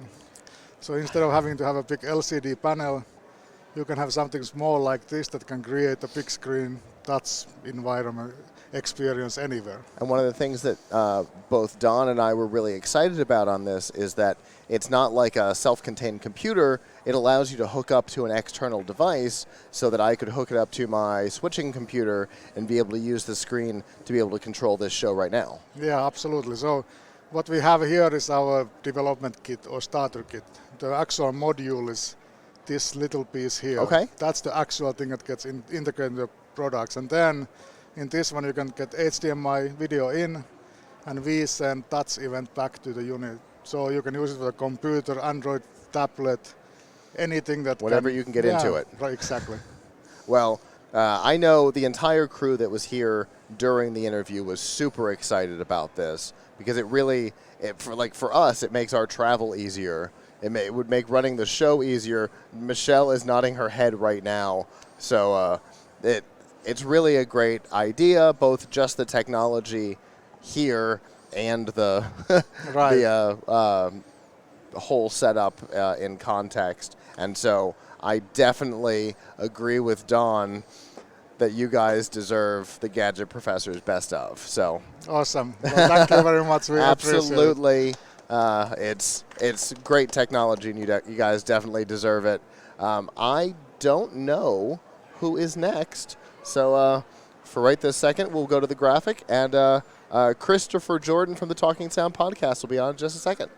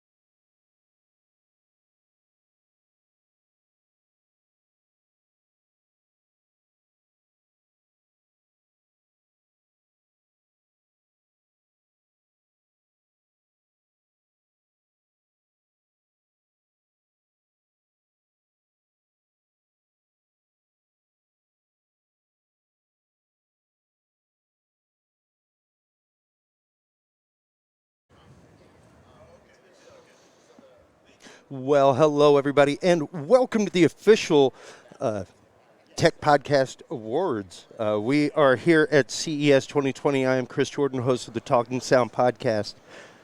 There has been such an overwhelming amount of tech. I'm telling you, folks, my brain is literally mush. I don't know how I'm going to make it through a week of work here because the tech was just so absolutely overwhelming. And when I was told that I had an award to give out to my favorite piece of technology that I saw at the event, there was one that really just rang a bell in my head and really resonated with me personally whenever I saw it, and that was Ergonite. Gurik is here from Ergonite.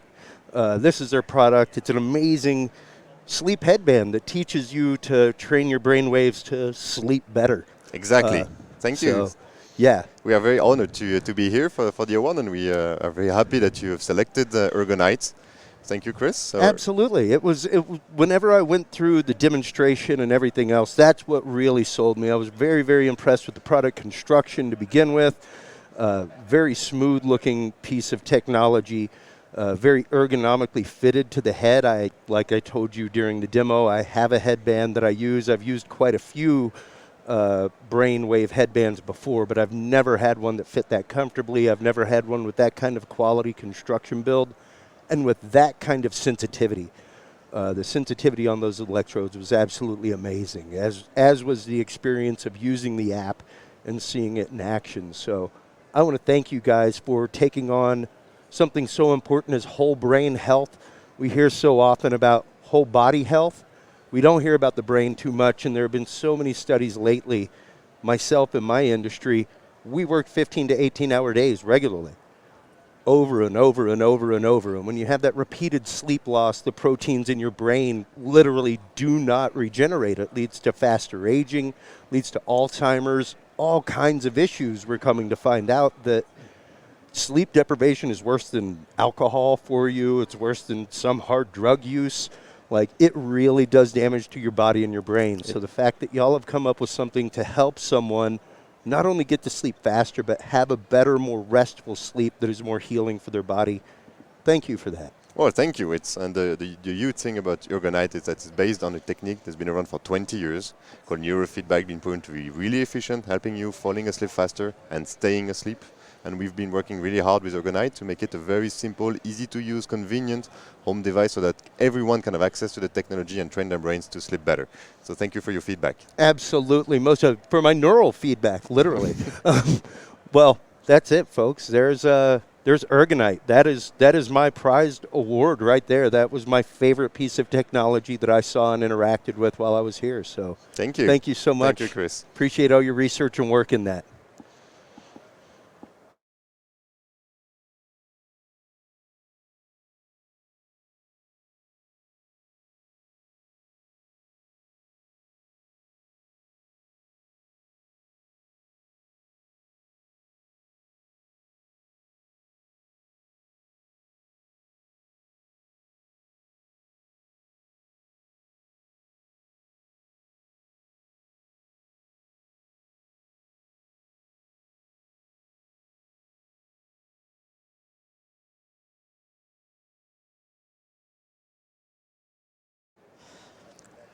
Hello, Internet. I'm Scott with Plug Hits Live. I'm Todd Cochran with Geek News Central. Of course, we're all part of the Tech Podcast Network team. Yes, indeed. And you've seen each of the 5 represented brands for CES 2020 individually give away their awards. But as a group, we got together and looked at the company that was most mentioned by our team in contention for an award. For them, we have the Best of CES 2020 TPN Top Pick. And we have, go ahead and introduce yourself for me. I'm Xiang Cao. I'm from Wonder Painter.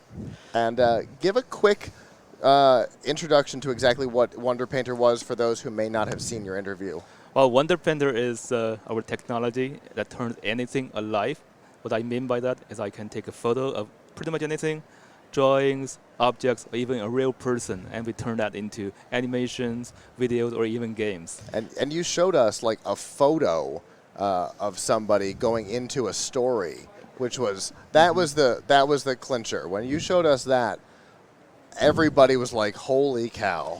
You know, and when I was there, and I normally don't go after app stuff, but there were so many people around the booth, and I walked in. He says, "Can I take your picture?" And I kind of stood like this, and they took my picture. And the next thing I know, I'm in a scene where I'm dancing. You know, and I'll be honest with you. You make me laugh on an app and have fun. I was like, oh, winner. And, you know, not only is it, here's the thing I think that's going to be amazing for Wonder Painter. Not only are kids just absolutely going to go crazy with this, is that parents can also have fun with it with their kids too. And since it's a technology, it can be applied to anything. Yes. It doesn't just have to be the couple of demo apps that you guys are using. Exactly. It can be applied to anything. Yes. In fact, we're already working with partners like LG, like Baidu. They're using it for smart TV apps, for games, for online marketing, etc., etc. Yeah. So, you know, I'll be honest with you. You know, we see a lot of stuff at the show. We walk the halls. And for all of us to come to an easy consensus that your product stood out, I don't know. Anyway, I want to say congratulations. You guys have done a great job. For sure. You guys absolutely deserve this. Thank you so much. So and it's again, you are our top pick for CES 2020. Absolutely. So, congratulations. Thank you so much. And everybody wants to see it, go to Painter. WonderPainter.net. WonderPainter.net. Yes, for sure. Yeah, and check it. Definitely check it out. And you said that the couple of test apps here are available in the App Store, right? Yes, yes. If you're an user, you can just go to the App Store and download the test app. You can also just go to wonderpainter.net/play. There's a web browser version there. And a web browser version too? Yeah. Yes. And I think you said it would work on Linux and just about anywhere, right? It's cross-platform. And, and as I said, we are really providing this technology to all kind of industry partners, especially if you want to make your content in a much more interactive experience for your audience. Yeah. And if it doesn't bring a smile onto your face, there's something wrong with you. That's all I'm saying. Yes, indeed, for sure. Sir, WonderPainter.net, congratulations. Thank you much Thank from you. the TPN team here. Yep, absolutely. And Danielle's going to take your headset off. If you'll hold off with us for just a minute. Yeah, we're going to do our wrap. So. Yes. So thank you and to make sure he takes that and his box. Yeah. Thank you, everybody, for watching our coverage this week. Absolutely. We've had a really great team. Come on, team. And shout down to the people who are downstairs. And so you'll definitely want to go to the 3-shot, Michelle. You'll definitely want to go to the 3-shot. So thank you for everybody who's been watching our coverage this week. We really appreciate it. We've had great engagement on Mixer and Twitch this week, which is the first time we've really had engagement on those two platforms. Yep. So that was exciting. We've had, like you saw, we've had some really great companies exhibited, and we really do appreciate them for coming on and you guys for all watching. And I do want to say thanks to Kirk, even though he took a face plant in Sony yesterday. He's on the mend. He's okay. He does have a nasty shin injury, though. But, this is probably one of the worst. But, we've been lucky through the years, but I feel sorry for Kirk. But, Kirk, I know you're watching, and thanks for all your support as well. And, of course, the rest of the team, too. And then Nancy got sick, and we lost her for half of CES. Yeah, so it's been it's been a weird week. But we've had a great show, and I want to thank Scott, of course, for taking charge this year and running the whole show and letting me show up and be talent. It's been fantastic. So next year we'll be right back here at CES 2020. Any final words from you, Scott? No, I don't think so. I think just on behalf of the entire staff, thank you for participating. All right, everybody. We'll Thank see you. We'll see you next year here at CES 2021. Ciao. Bye-bye.